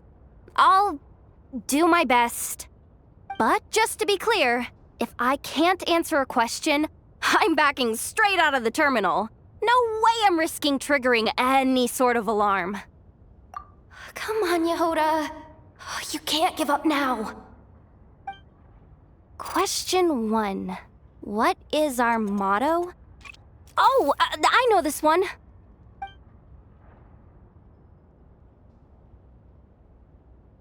Question 5.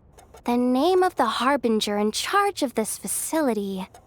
Let's go with, Sandrone. This one should be the Pale Star Edict. I've heard one of Boss's informants mention that before. Final question. Enter employee ID. And it's timed? Okay. 183574. Confirm. I actually got them all right? What a miracle. Not bad, Yehoda. Not bad at all.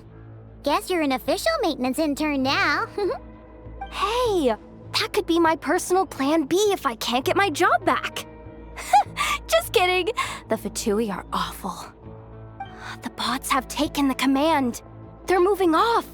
Let's get going while the coast is clear.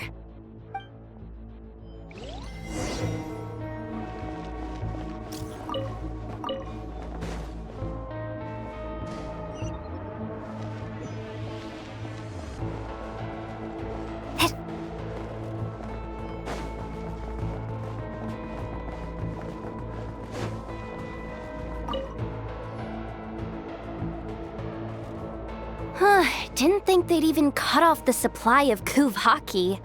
They're being really cautious.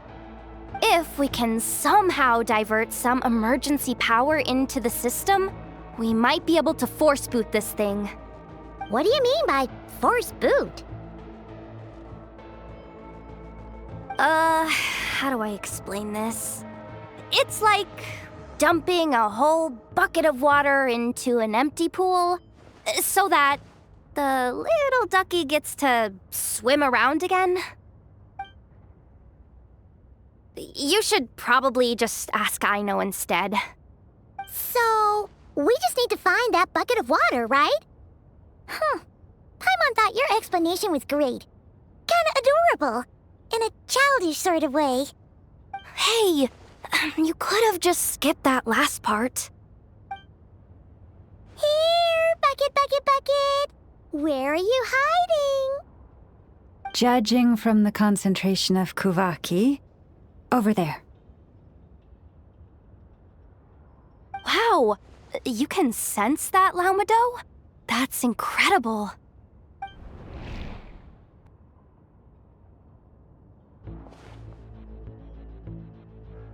Let's move the recon bots above them out of the way first.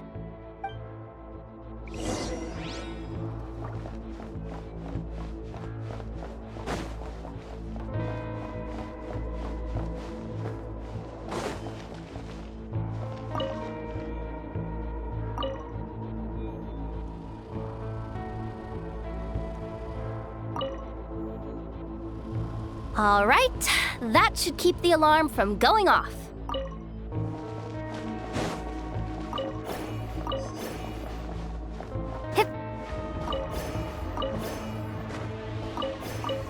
Time to plug in the charging component.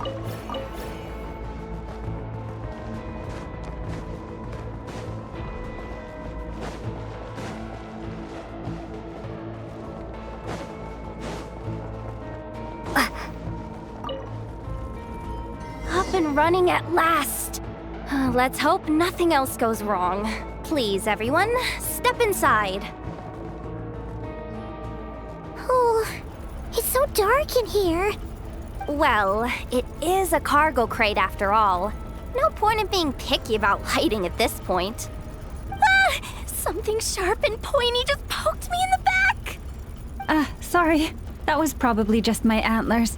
It's pretty cramped in here, so I had to crouch down. Oh, having antlers must be inconvenient at times like these.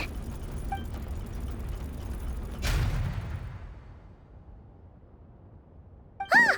What's going on? Don't tell me something's gone wrong already. Looks like there was only enough juice in the emergency power supply to lift us this far up. Ugh. Awkward. Am I gonna get docked for this? Based on the boss's policy of docking pay for every screw-up, No, wait a sec. I've already been fired. Doesn't look like it's moving again anytime soon. I think we can get through if we follow the ventilation duct along the outer wall. The entrance has gotta be somewhere. Don't worry, this was totally part of the plan.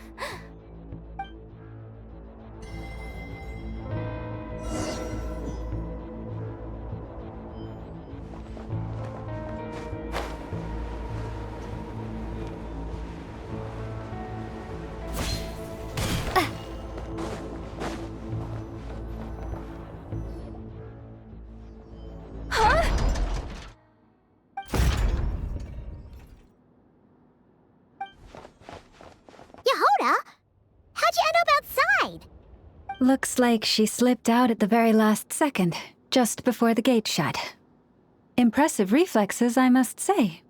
Though I'd expect nothing less from a former employee of the Curatorium. I'm so sorry. That was pure survival instinct. I didn't mean to ditch you. Anyway, you guys just stay where you are. I'll figure something out.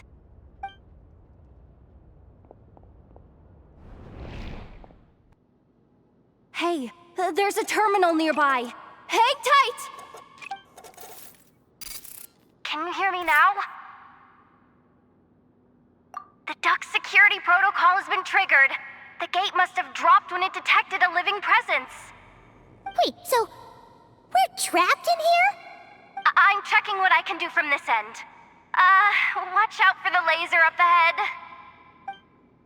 What laser?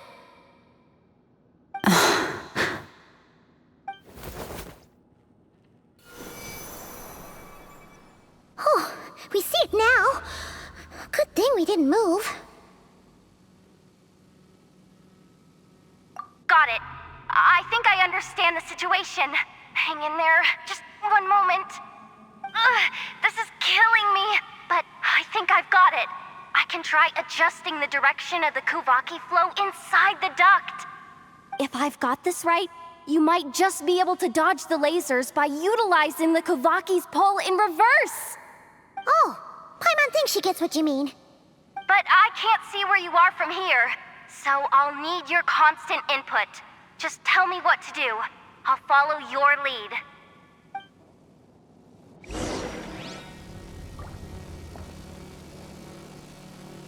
Sure thing.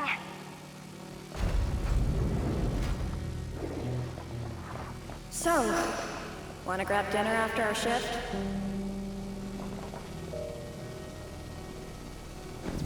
How about the flagship? Too far. And besides, we're not exactly in with the locals.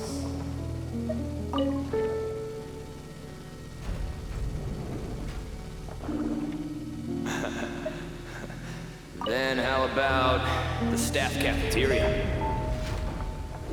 Brimming with bright ideas, aren't we?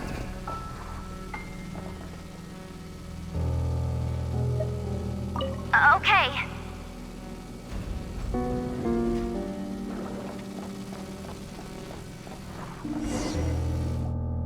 Oh, we made it to the other side. And all thanks to Yehoda. Well, but the gate hasn't opened. How's she gonna meet up with us? Yehoda! No irregularities detected in the duct. Confirm. Confirm. Confirm. Ugh, just confirm the command already, you useless excuse for a terminal. You piece of robo-junk, you mindless pile of scrap! What the? Insufficient clearance? Of course, I don't have the clearance! You oversized... Ugh, ow! Go with the flow, Yehoda. Go with the flow. If the others make progress, that's great. But you can't bank on it. You've never been one to depend on others. So it's about time you stepped up to the challenge. Deep breaths. Stay calm. My priority right now is getting my hands on a high-level access card. That way, I can override the security protocol. Senior maintenance staff. Only they can access the core sector. But hey, there's always someone careless enough to hide a spare key under the flower pot by the door. Which means there's a good chance there's a duplicate lying around somewhere in the control room. Even if I can't get into the control room myself, doesn't mean I can't rely on some external help. If I can take control of one of those guard bots, maybe I can use it to search for the access card. This is crazy, Yehoda! You're all alone. You've got nothing. And yet, you're charging ahead like fear's a foreign concept. Maybe that's exactly why. 'Cause I've got nothing left to lose! Confirm! Am I a genius? Whoa, this feed's super clear. Oh, this is gonna be a piece of cake. Wait a second. Oh, this thing's not a guard bot. It's a janitor bot.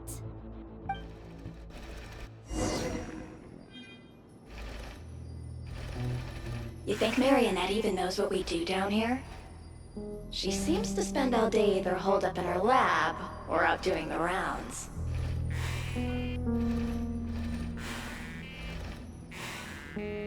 It's still a mess over there. Go clean it up. Why? Planning to skim a little off the top? No, nothing like that. Just wondering if anyone would actually notice if we didn't show up from time to time.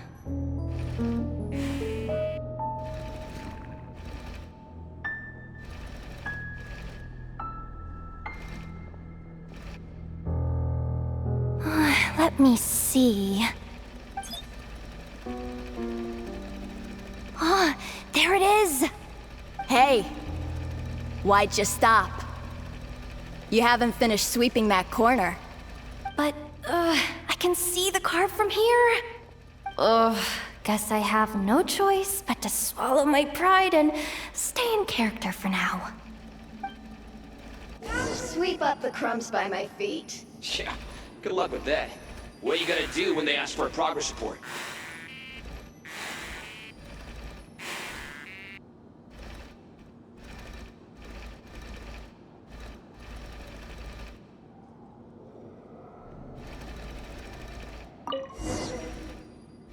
Sucks, though. Finally sent somewhere warmer than Snezhnaya, yet we barely get to see the outside world. Gotten rid of the dust behind the door yet?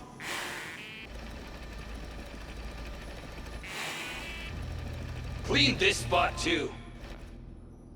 Come on. Where's that bot passage when you need it? There! Oh, the terminal's just ahead.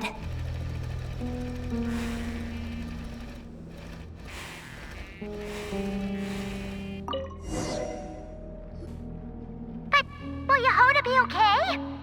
Paimon? She said she'd use every resource at her disposal, so let's have some faith in her abilities. Besides, when it comes to surviving in Nodcry, she probably knows more than any of us. So, they really do believe in me. But how long are we gonna have to stay here? Paimon doesn't want to get caught by the Fatui either. Does Paimon mean the two Fatui in that room? Let me see if there's a way to distract them. Wait, did you hear that? Huh? The alarm? What's going on? Let's go check it out. This looks like somewhere important, but there's nothing here.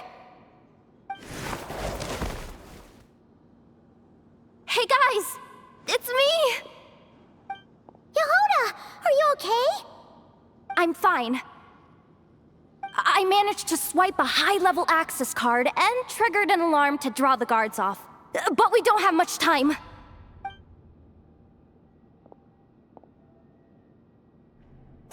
All right, looks like we can control the elevator. Come on, hop in. Let's take it further down.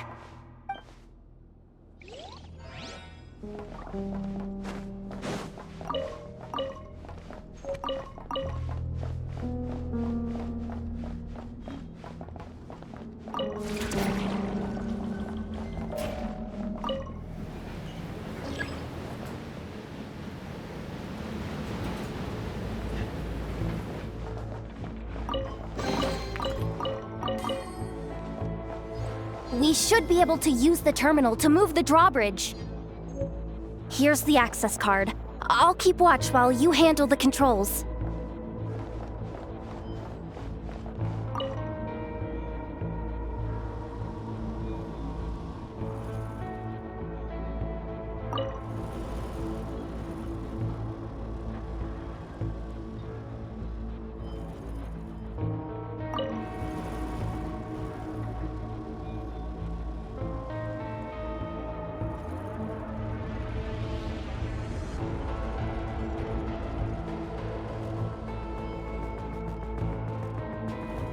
All done. Let's keep moving.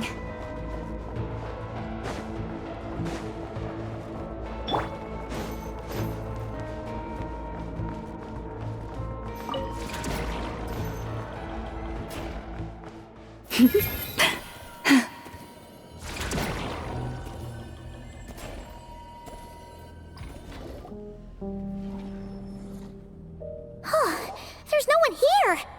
That's good news for us. Let's head inside.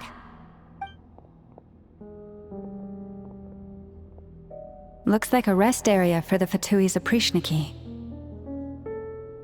Huh? The terminal's still on?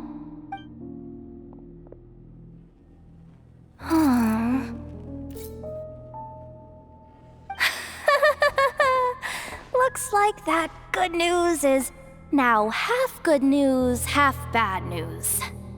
What do you mean? Well, it seems like that alarm I just triggered was so high level that even the guards in the rest area went to investigate. That's the good news, by the way. And what's the bad news? The bad news is that once they realize it was a false alarm, they're bound to circle back and check this floor. And then we're toast. So we've got to move fast here. If you need me to run a quick search, say the word. Analysis of Kuvaki extracted from the moon marrow suggests that its energy core bears some close relation to the power of the former Three Moon Sisters. It is suspected that there is a link between the Frost Moon Scion's hidden relic and the shattered remnants of the Eternal Moon. Come on, none of this is important right now. Just tell us where you hid the darn thing. Access denied. You do not have permission to view this data? Even with a high-level access card? Who does have permission then? Good idea. Pulling it right away. Wow. What's with that huge hollow structure down below? That might just be it. Secluded, out of the way. Exactly the sort of place they might be keeping the relic. 264 pages! What is this? A novel? Can we just skip to the end? I'm flipping through it as we speak. Kuvaki, a weapon. Seems like the Fatui and Snezhnaya are trying to harness the power of the Light Realm to build some kind of weapon. The target of which is... Seriously? Insufficient clearance? Again? Looks like that's about all our current clearance gives us access to. Based on what we know so far, it seems like the rest must be hidden inside that massive hollow beneath us. I could sense something beneath the water down there. Something unsettling. If they've gotten their hands on the moon marrow, odds are it's hidden down there too. And here I thought we were almost done. But nope, we're going deeper and deeper into the danger zone. Chin up, Yehoda. Once this job's done, you're buying yourself the biggest nod-crying hot dog in town. Deal's a deal.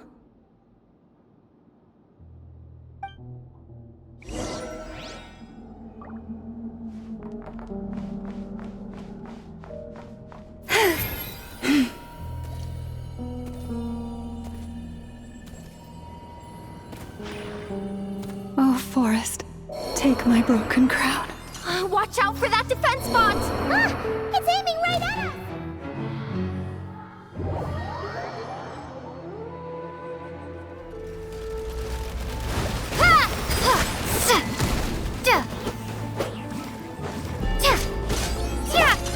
Forest, protect us.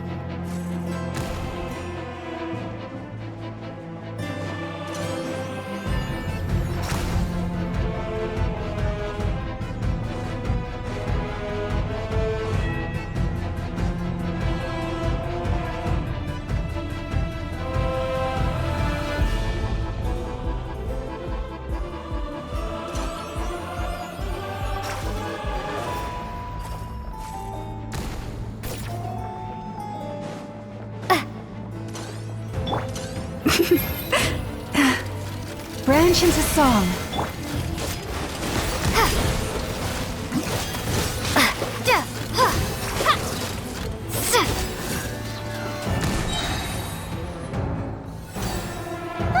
Its attacks are getting faster! With one heart, we pray. Go!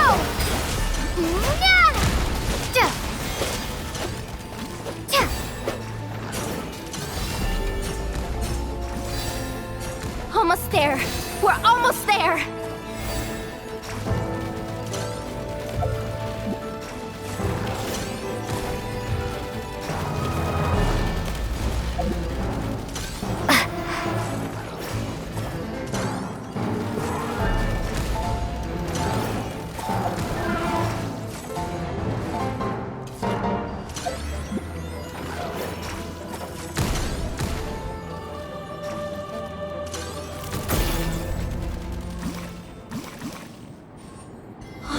Finally down. Quick, let's hurry down to the lower level before we're spotted.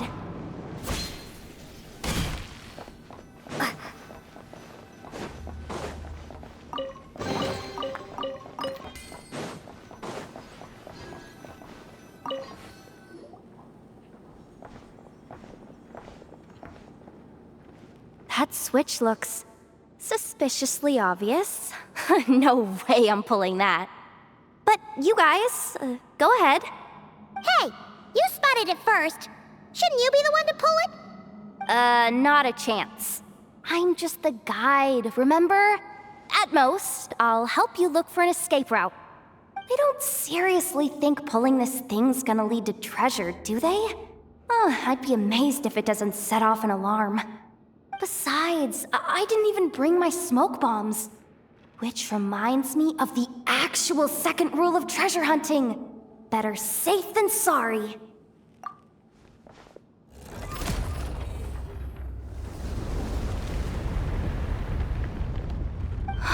The ground, it's shaking.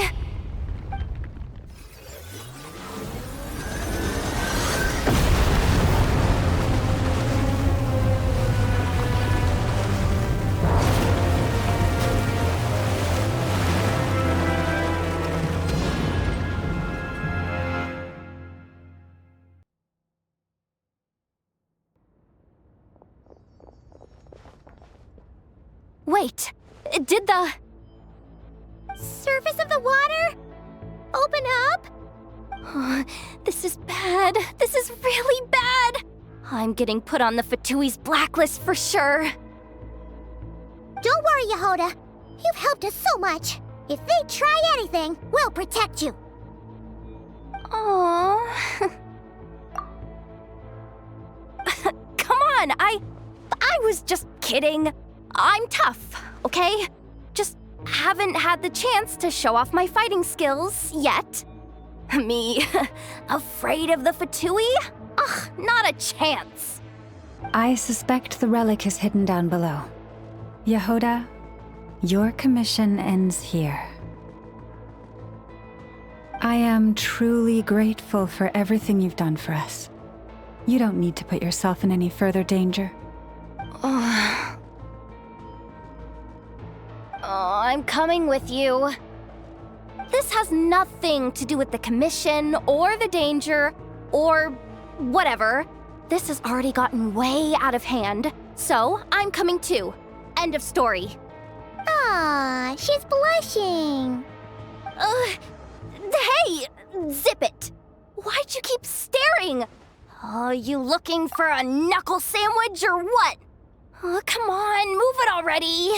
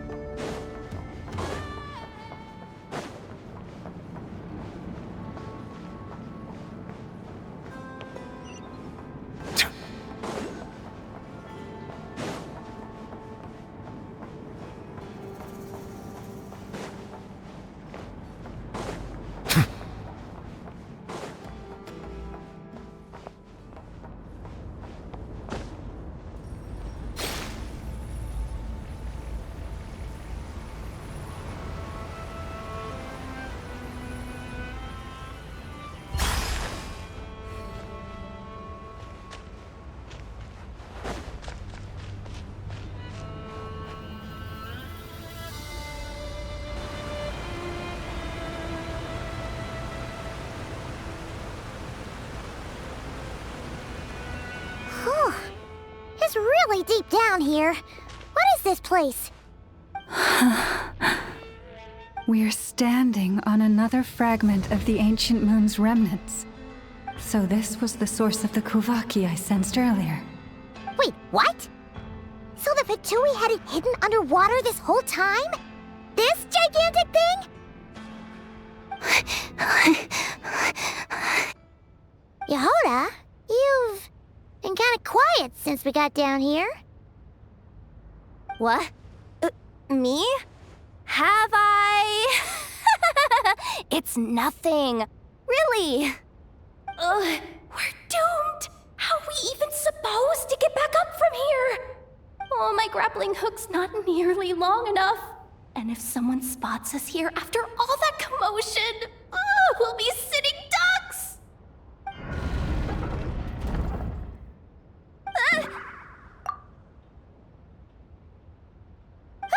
Oh no! That door's opening!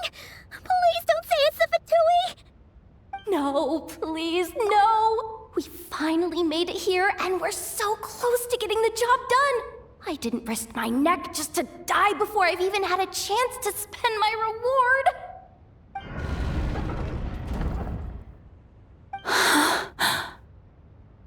What happened? Why did the underwater barrier open? How could this be? Huh? Lauma? And you guys? Wilhelmina? What's going on here? Looks like there's no point trying to hide it anymore. Well, what are you talking about? I thought you might come, but I didn't expect to see you here so soon. Forget it. The Moon Marrow isn't here. You joined the Fatui? Yes. When? The day I could no longer bear to live a lie. At first, the Fatui wouldn't accept me. But then, one of their harbingers noticed me and said she'd give me a chance.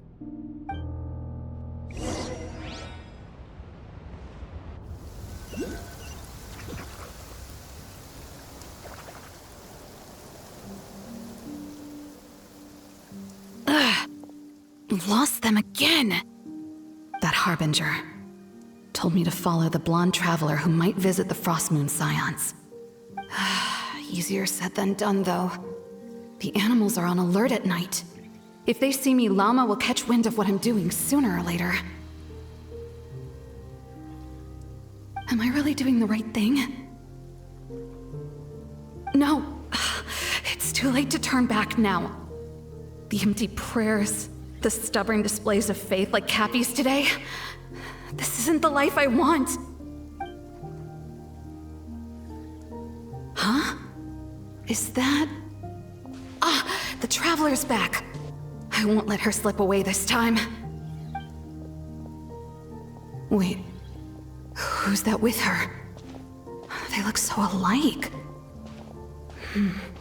They seem to be heading towards the statue of Kutar.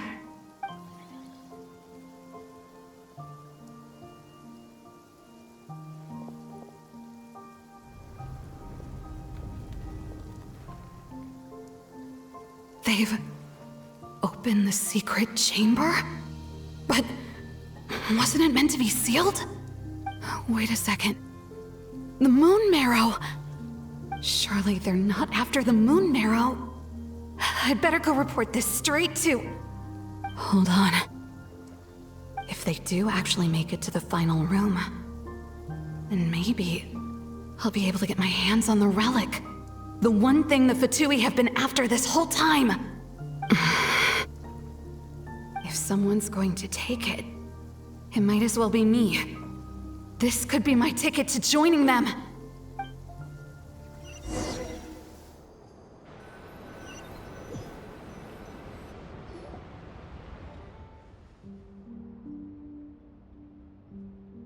Yes. And in your final moment of hesitation, I took the chance. And then you gave it to the Fatui? But When we talked to you before, you seemed so genuinely worried about Lauma. Because I thought she was as fed up with the Frost Moon Scions as I was. We grew up together, Llama. I know you were chosen to be the next Moon Chanter when you were just a child. They never gave you a choice in that. I saw the look in your eyes when you were treating that child. That sense of helplessness. Surely you too must see that this blind, inherited faith of ours is simply holding us back. If our prayers are never answered, then why keep praying? Do they really deserve all of your devotion? Or are you trapped by the responsibilities they imposed on you? So those are your reasons for wanting to leave the Frost Moon Scions? Isn't that reason enough? When we pray to the moon, we do so to show our gratitude for the life it granted us long ago. It reminds us to strive for something higher within ourselves. But I know that's not what you want to hear. You're right, Philomena. I have indeed kept secrets from you.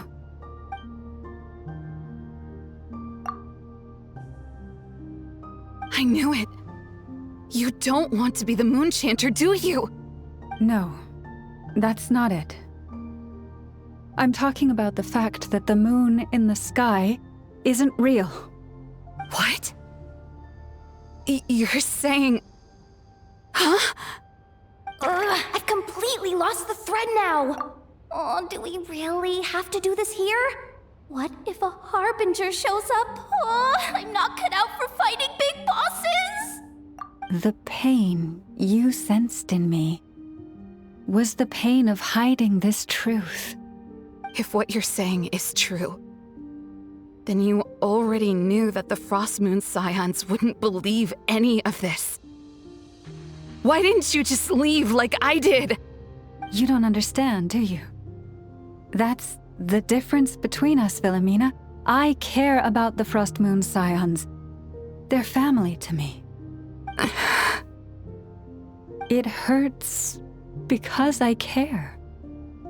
And that's why I chose to hide the truth. But now I understand. That was a mistake. My family deserves to know the truth. I shouldn't have tried to hold it all together with empty prayers. Are you trying to say that I only ever cared about myself? There's nothing wrong with that in itself. No one would have tried to stop you from leaving.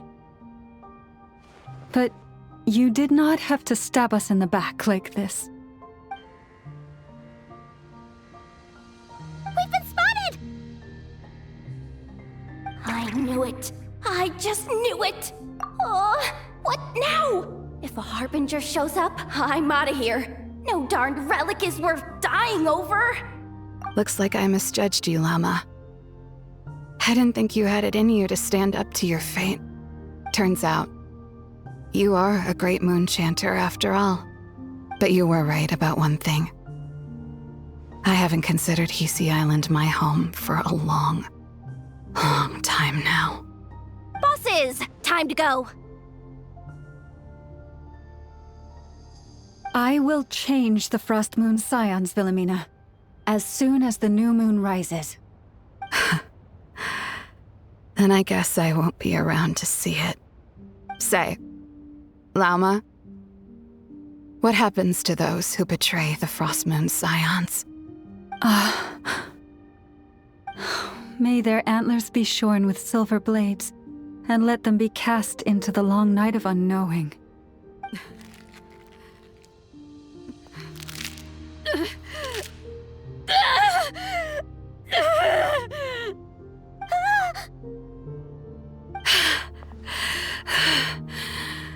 I have honored the ways of the Frost Moon Scions one last time. Think of it as a gesture of respect, Llama. There they are! Lauma! Marionette has the moon marrow. She went to Star Sand Shoal. Don't flatter yourself now. I'm not trying to atone. I just don't believe you'll actually be able to change them.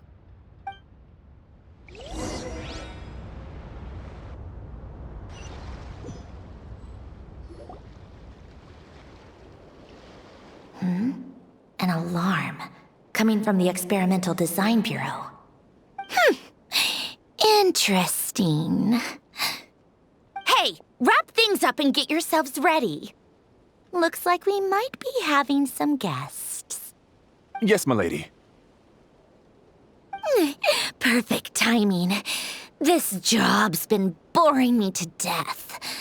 Time to test some hypotheses.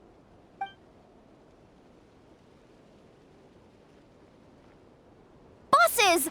I mean, esteemed clients. I mean, generous benefactors. Wait up! Come on! Sure you don't want to consider heading home first and coming back another day? Nasha Town's that way. You are aware that this is the way to...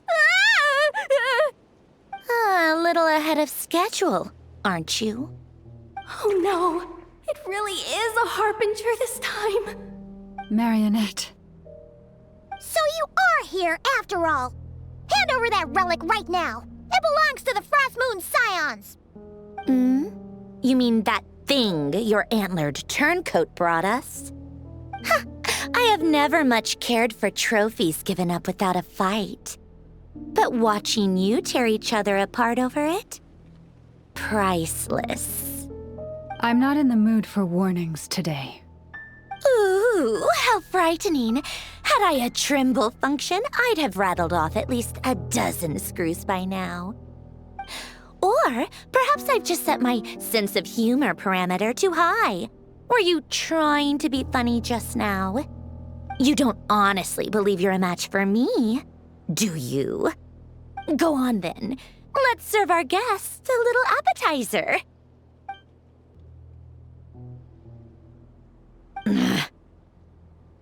Hey, didn't you hear me? I said let's serve our guests a little... What's going on? Oh no. Watch out. It's the Wild Hunt.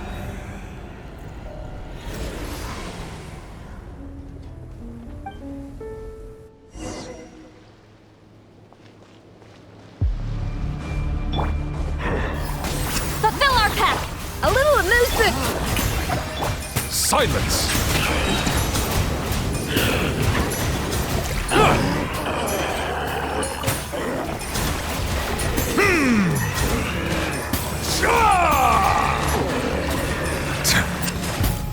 Get to work!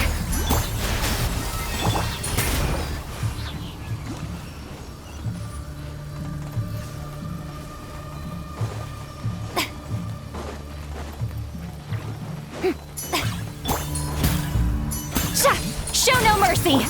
A dash of rough, fulfill our pact! Strike a pose!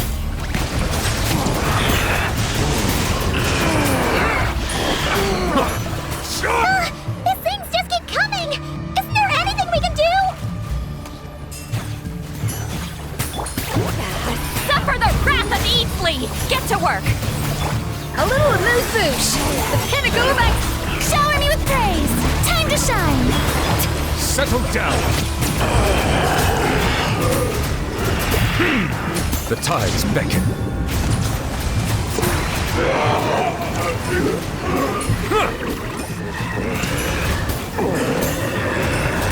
Use that device to seal them away!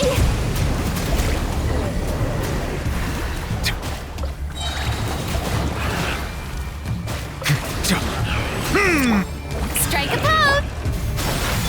Fulfill our pact! Get to work! Settle down!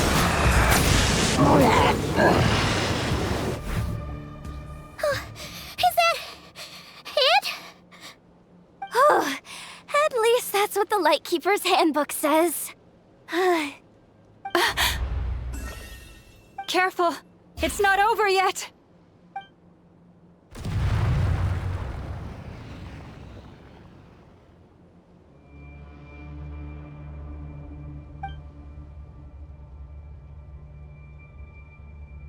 Paimon! Lauma! Yehoda!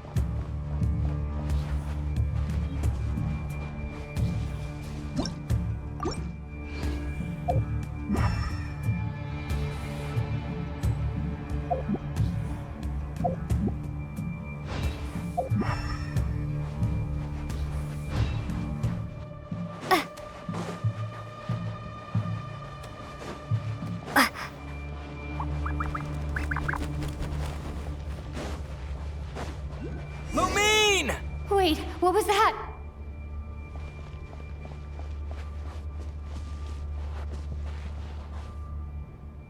Lumine, over here! Ether! Quick, grab my hand!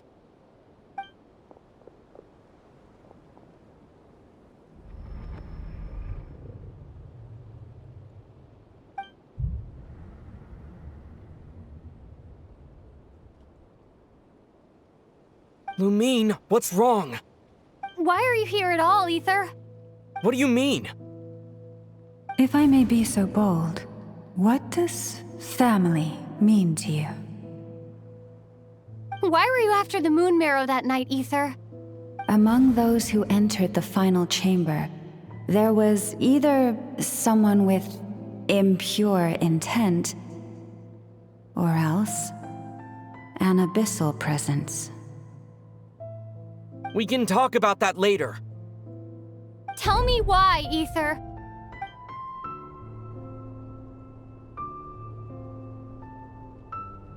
You know, this is only the second time we fought together since the day we both woke up in Teyvat.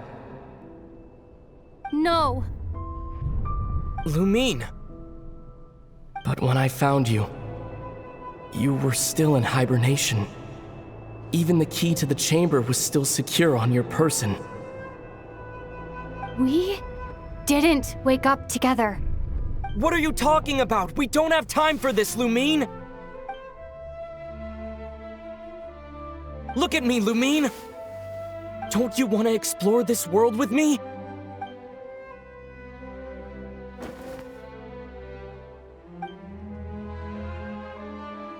You think I'd lie to my little sis?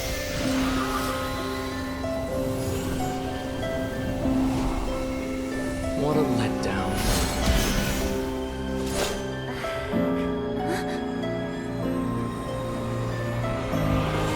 Go get it from me, Lumine! It belongs to me! I never believed it. I didn't want to believe it. That strange feeling that something was off. I wanted it to be real so badly. Even if it only lasted a moment. But you're not my brother.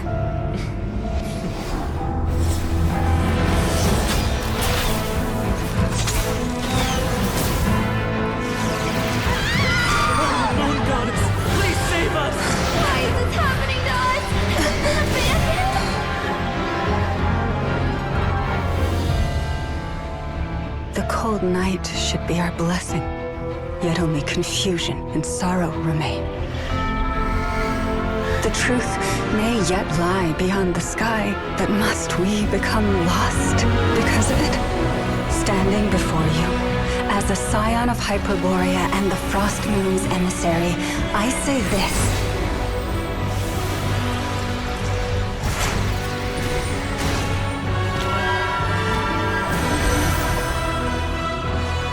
Should the false sky above dim the light of the moon, then from silver blood that flows as rivers, let us weave moonlight anew.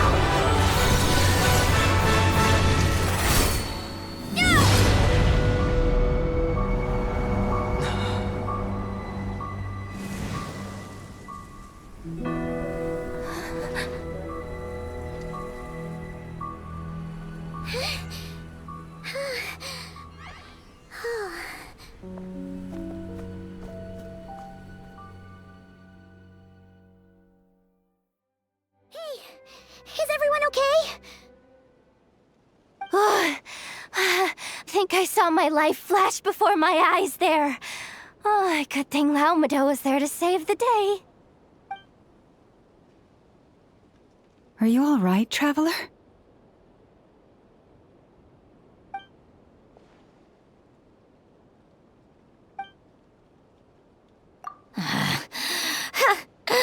Well, that took you long enough. Seriously, how many of you are there? Pathetic. Oh no. Oh, I spoke too soon. Totally forgot we still have a Harbinger to deal with.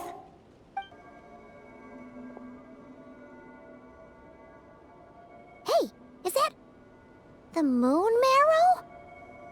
It was hidden inside that big robot of hers all along. But that robot... That's Polonia to you, not just some robot. Take it and get lost. Huh? You're just giving it to us? Well, I wasn't the one who put out the order to find this thing in the first place. So if someone wants it, they can help themselves. Maybe even choke on it. See if I care.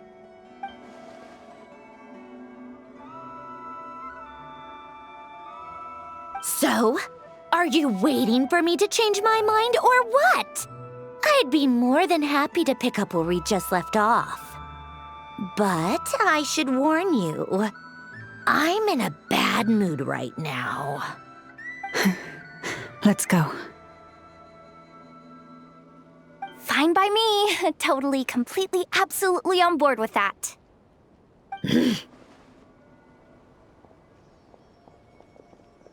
It's finally over. If that doesn't make the most thrilling commission of the year, I don't know what will.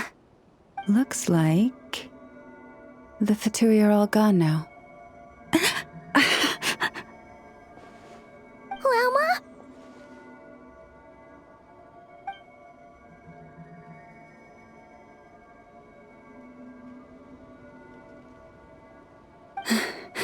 I'm all right. It's just been so long since I truly felt the power of the moon. I thought I sensed the wild hunt nearby. Don't tell me you've already taken care of it. Hey, it's Flint's!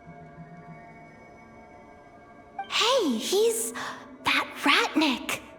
Unless I am mistaken, you are the Moonchanter of the Frost Moon Scions, are you not?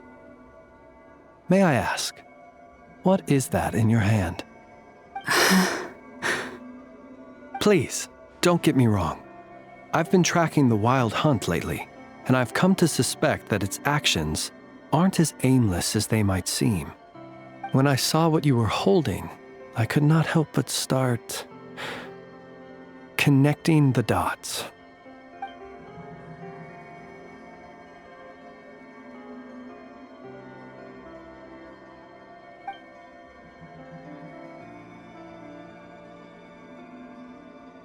You better be extra careful, Flint.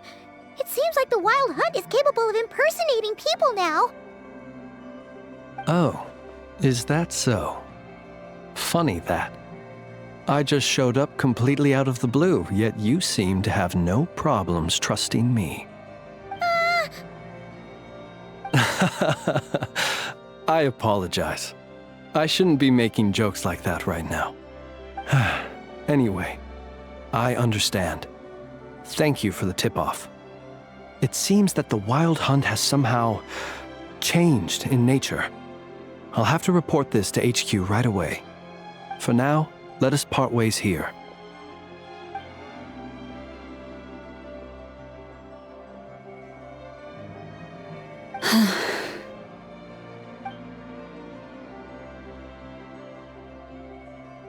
That little joke of his just now sure scared the bejeebies out of Paimon. Are all the Redniki and Nocrai like that? They're usually stationed in remote areas and tend to keep to themselves. So, it's not surprising they end up a little eccentric? No, he's different. Really? How so? The animals. They've told me they're afraid to even go near him.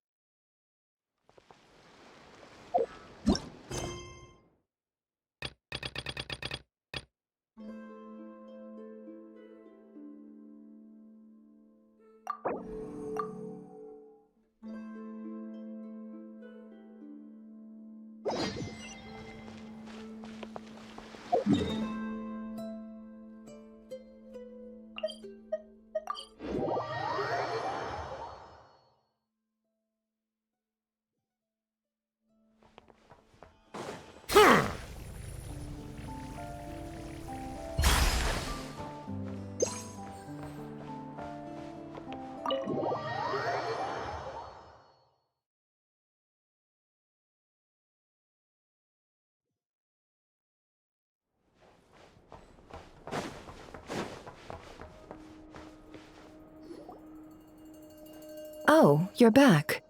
I just made you all a pot of tea. Better drink it while it's hot. Boss Neff, you wouldn't believe how scary our day has been! Seriously, I am never, ever taking random jobs like that ever again! You hear me?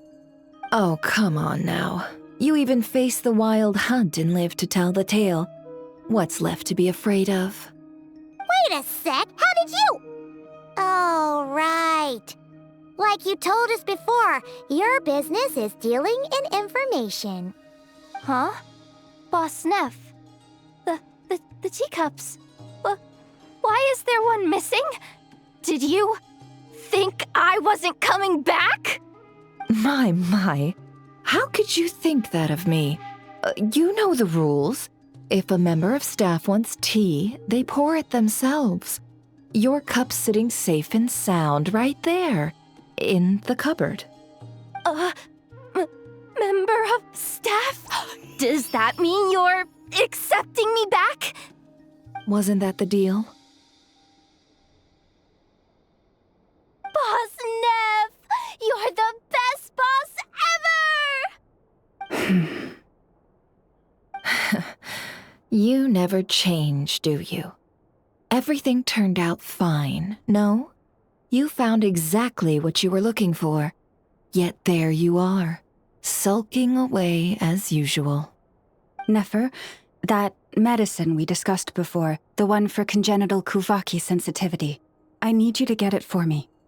And how do you expect me to find something like that for you in the middle of the night? You'll have to wait till morning, at the very least. I need it right now. All right, all right. I'll see what I can do. But you know urgent means extra charge, right? Thank you. You know what?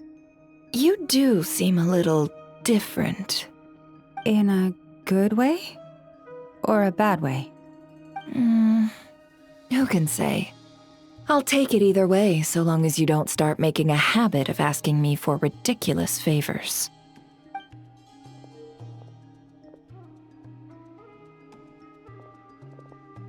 Traveler, Paimon, a lot has happened these past few days. I don't know what I would have done without you. Hey, don't mention it. That's what we're here for.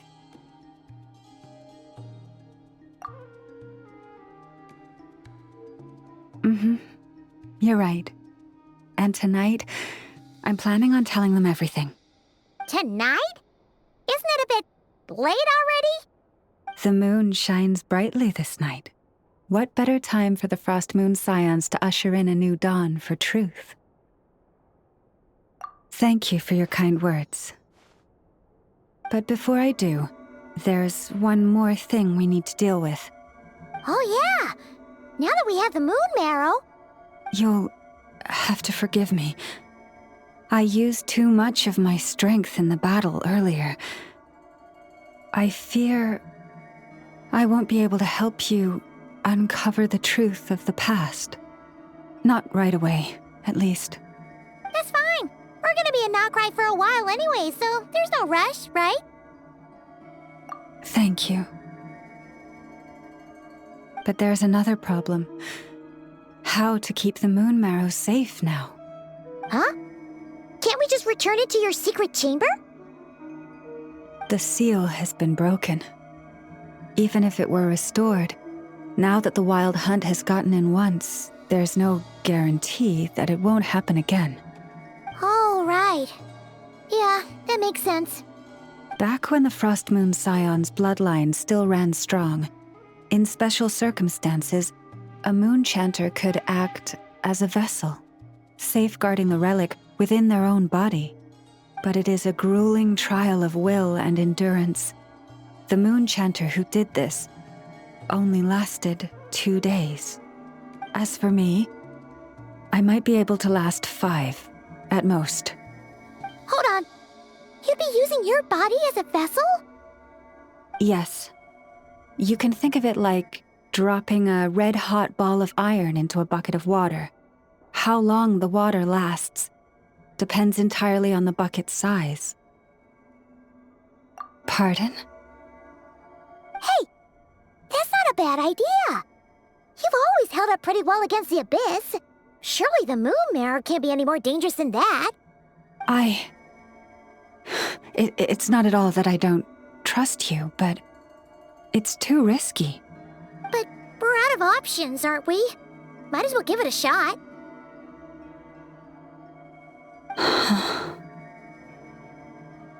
All right. Well, I'll be right by your side. If anything feels off, please tell me immediately.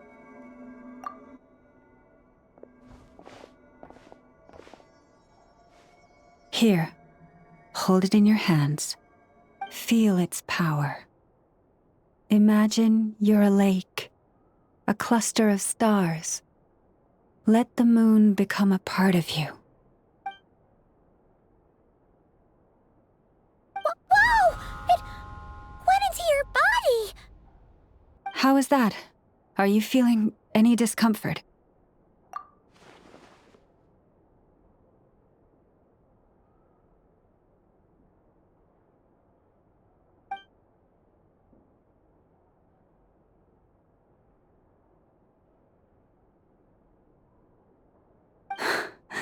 Astonishing.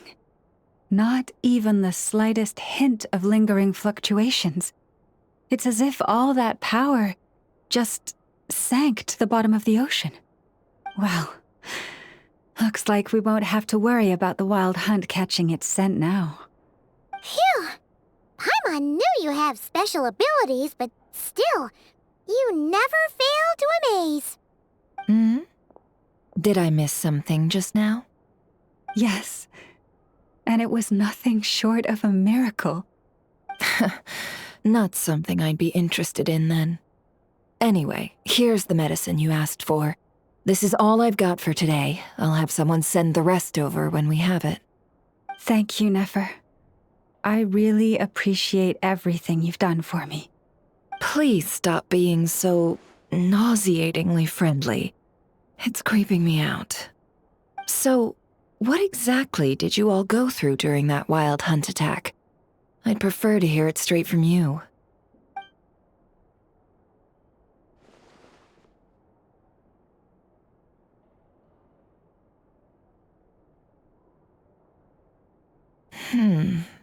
A phantom that can mimic the appearance of others. Quite different from what we've seen before. Yeah, and both times it appeared, its goal was pretty clear. It seems like it was after the moon marrow. And on both occasions, it was accompanied by the wild hunt, too. It appears there must be some close connection between the two. I must say, I don't often see you look this serious, Nefer. Too late in the day for thinking, that's all. We'll pick this up again later. You all feel free to keep chatting, though. Just don't forget to lock up when you leave. On that note, Traveler, please keep the moon marrow stored within your body for the time being. We'll take it back off your hands as soon as the wild hunt's been taken care of. Once and for all. Of course. Anyway, if the two of you will excuse me, I'm heading back to Hisi Island now. It's time I came clean with the Frost Moon Scions. Hey, we're coming with you! Though, guess we won't be able to do much more than cheer you on from the sidelines. That alone means more to me than you could ever know.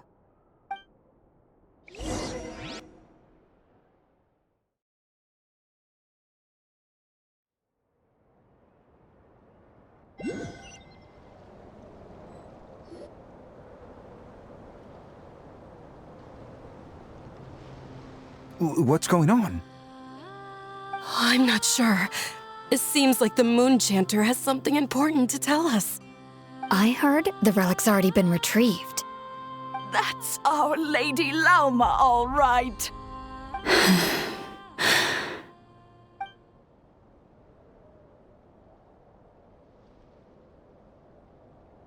Noble scions of the Frost Moon, my kin beneath the moonlight, I hereby declare the truth to you. Long have our ancestors looked up to the Frost Moon, guided by her serene light. Yet now, she lies hidden beyond the limits of the sky. And so, Lauma began to reveal to the Frost Moon Scions a truth long hidden within her heart. A story of a false moon and the death of gods. Kutar was indeed born of the moon. But that does not give us the right to reap without sowing, nor clothe ourselves without the toil of weaving. As she spoke, some who listened were stunned into disbelief, while others seemed to awaken as if from a dream. From this day forth, the road shall be paved with truth, and we shall pave it ourselves.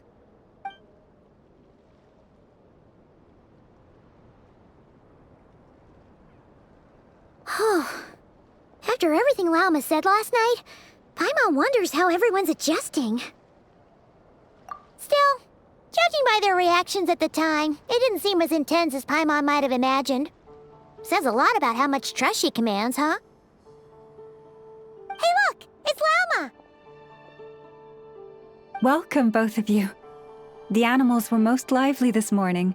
They told me of your coming. Nothing too dramatic happened, did it? No one took it so hard that they went on a binge-eating rampage and ended up cleaning up the whole pantry? Or something? Hey! Paimon's just trying to lighten the mood. Thank you for your concern. Change doesn't happen overnight, and new ideas need time to take root. But nothing as extreme as that has happened, no. Although... Although what? Well, just as I thought might happen, some have chosen to leave the Frost Moon Scions for good. For them, losing their faith was like losing their home. Confusion, frustration, helplessness. I saw it all, reflected in their eyes. Oh. I respect their choice. May they carry the Frost Moon Scions' blessings far and wide, should they be willing to do so. If we meet again someday, perhaps we will be able to sit together and share stories once more. Others sought me out afterward, though, and thanked me profusely for sharing the truth with our people. They said they used to see me as distant, even somewhat unapproachable, whereas now I seemed much closer to them. Like a friend, or even a family member. Sounds like a win overall! Paimon thinks you did the right thing, Lauma. Thank you. Though, I wanted to ask, do I really come across as distant? Well, maybe just a little. To people who don't know you, you are kind of tall, especially if you consider the antlers. I see. That's a bit of a hard one. My antlers tend to grow under the moonlight, so I can't quite help it. It brings me comfort to hear you say that. By the way, how has your body been adjusting to the moon marrow? I'm glad to hear it. I've also suggested to Nefer that we meet within the next few days. We need to figure out how to counter this new manifestation of the Wild Hunt. But for now, let's just relax. I want to enjoy this feeling a little longer of finally living on the bright side of the moon.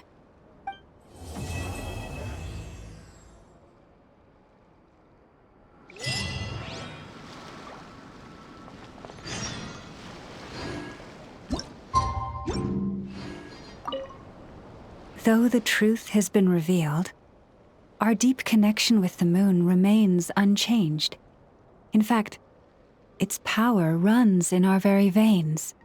What has changed is our understanding of where the true moon lies, and that we must walk our own path in life without relying on a power outside of ourselves. Which is why we now say, come night or day, may the moonlight connect us.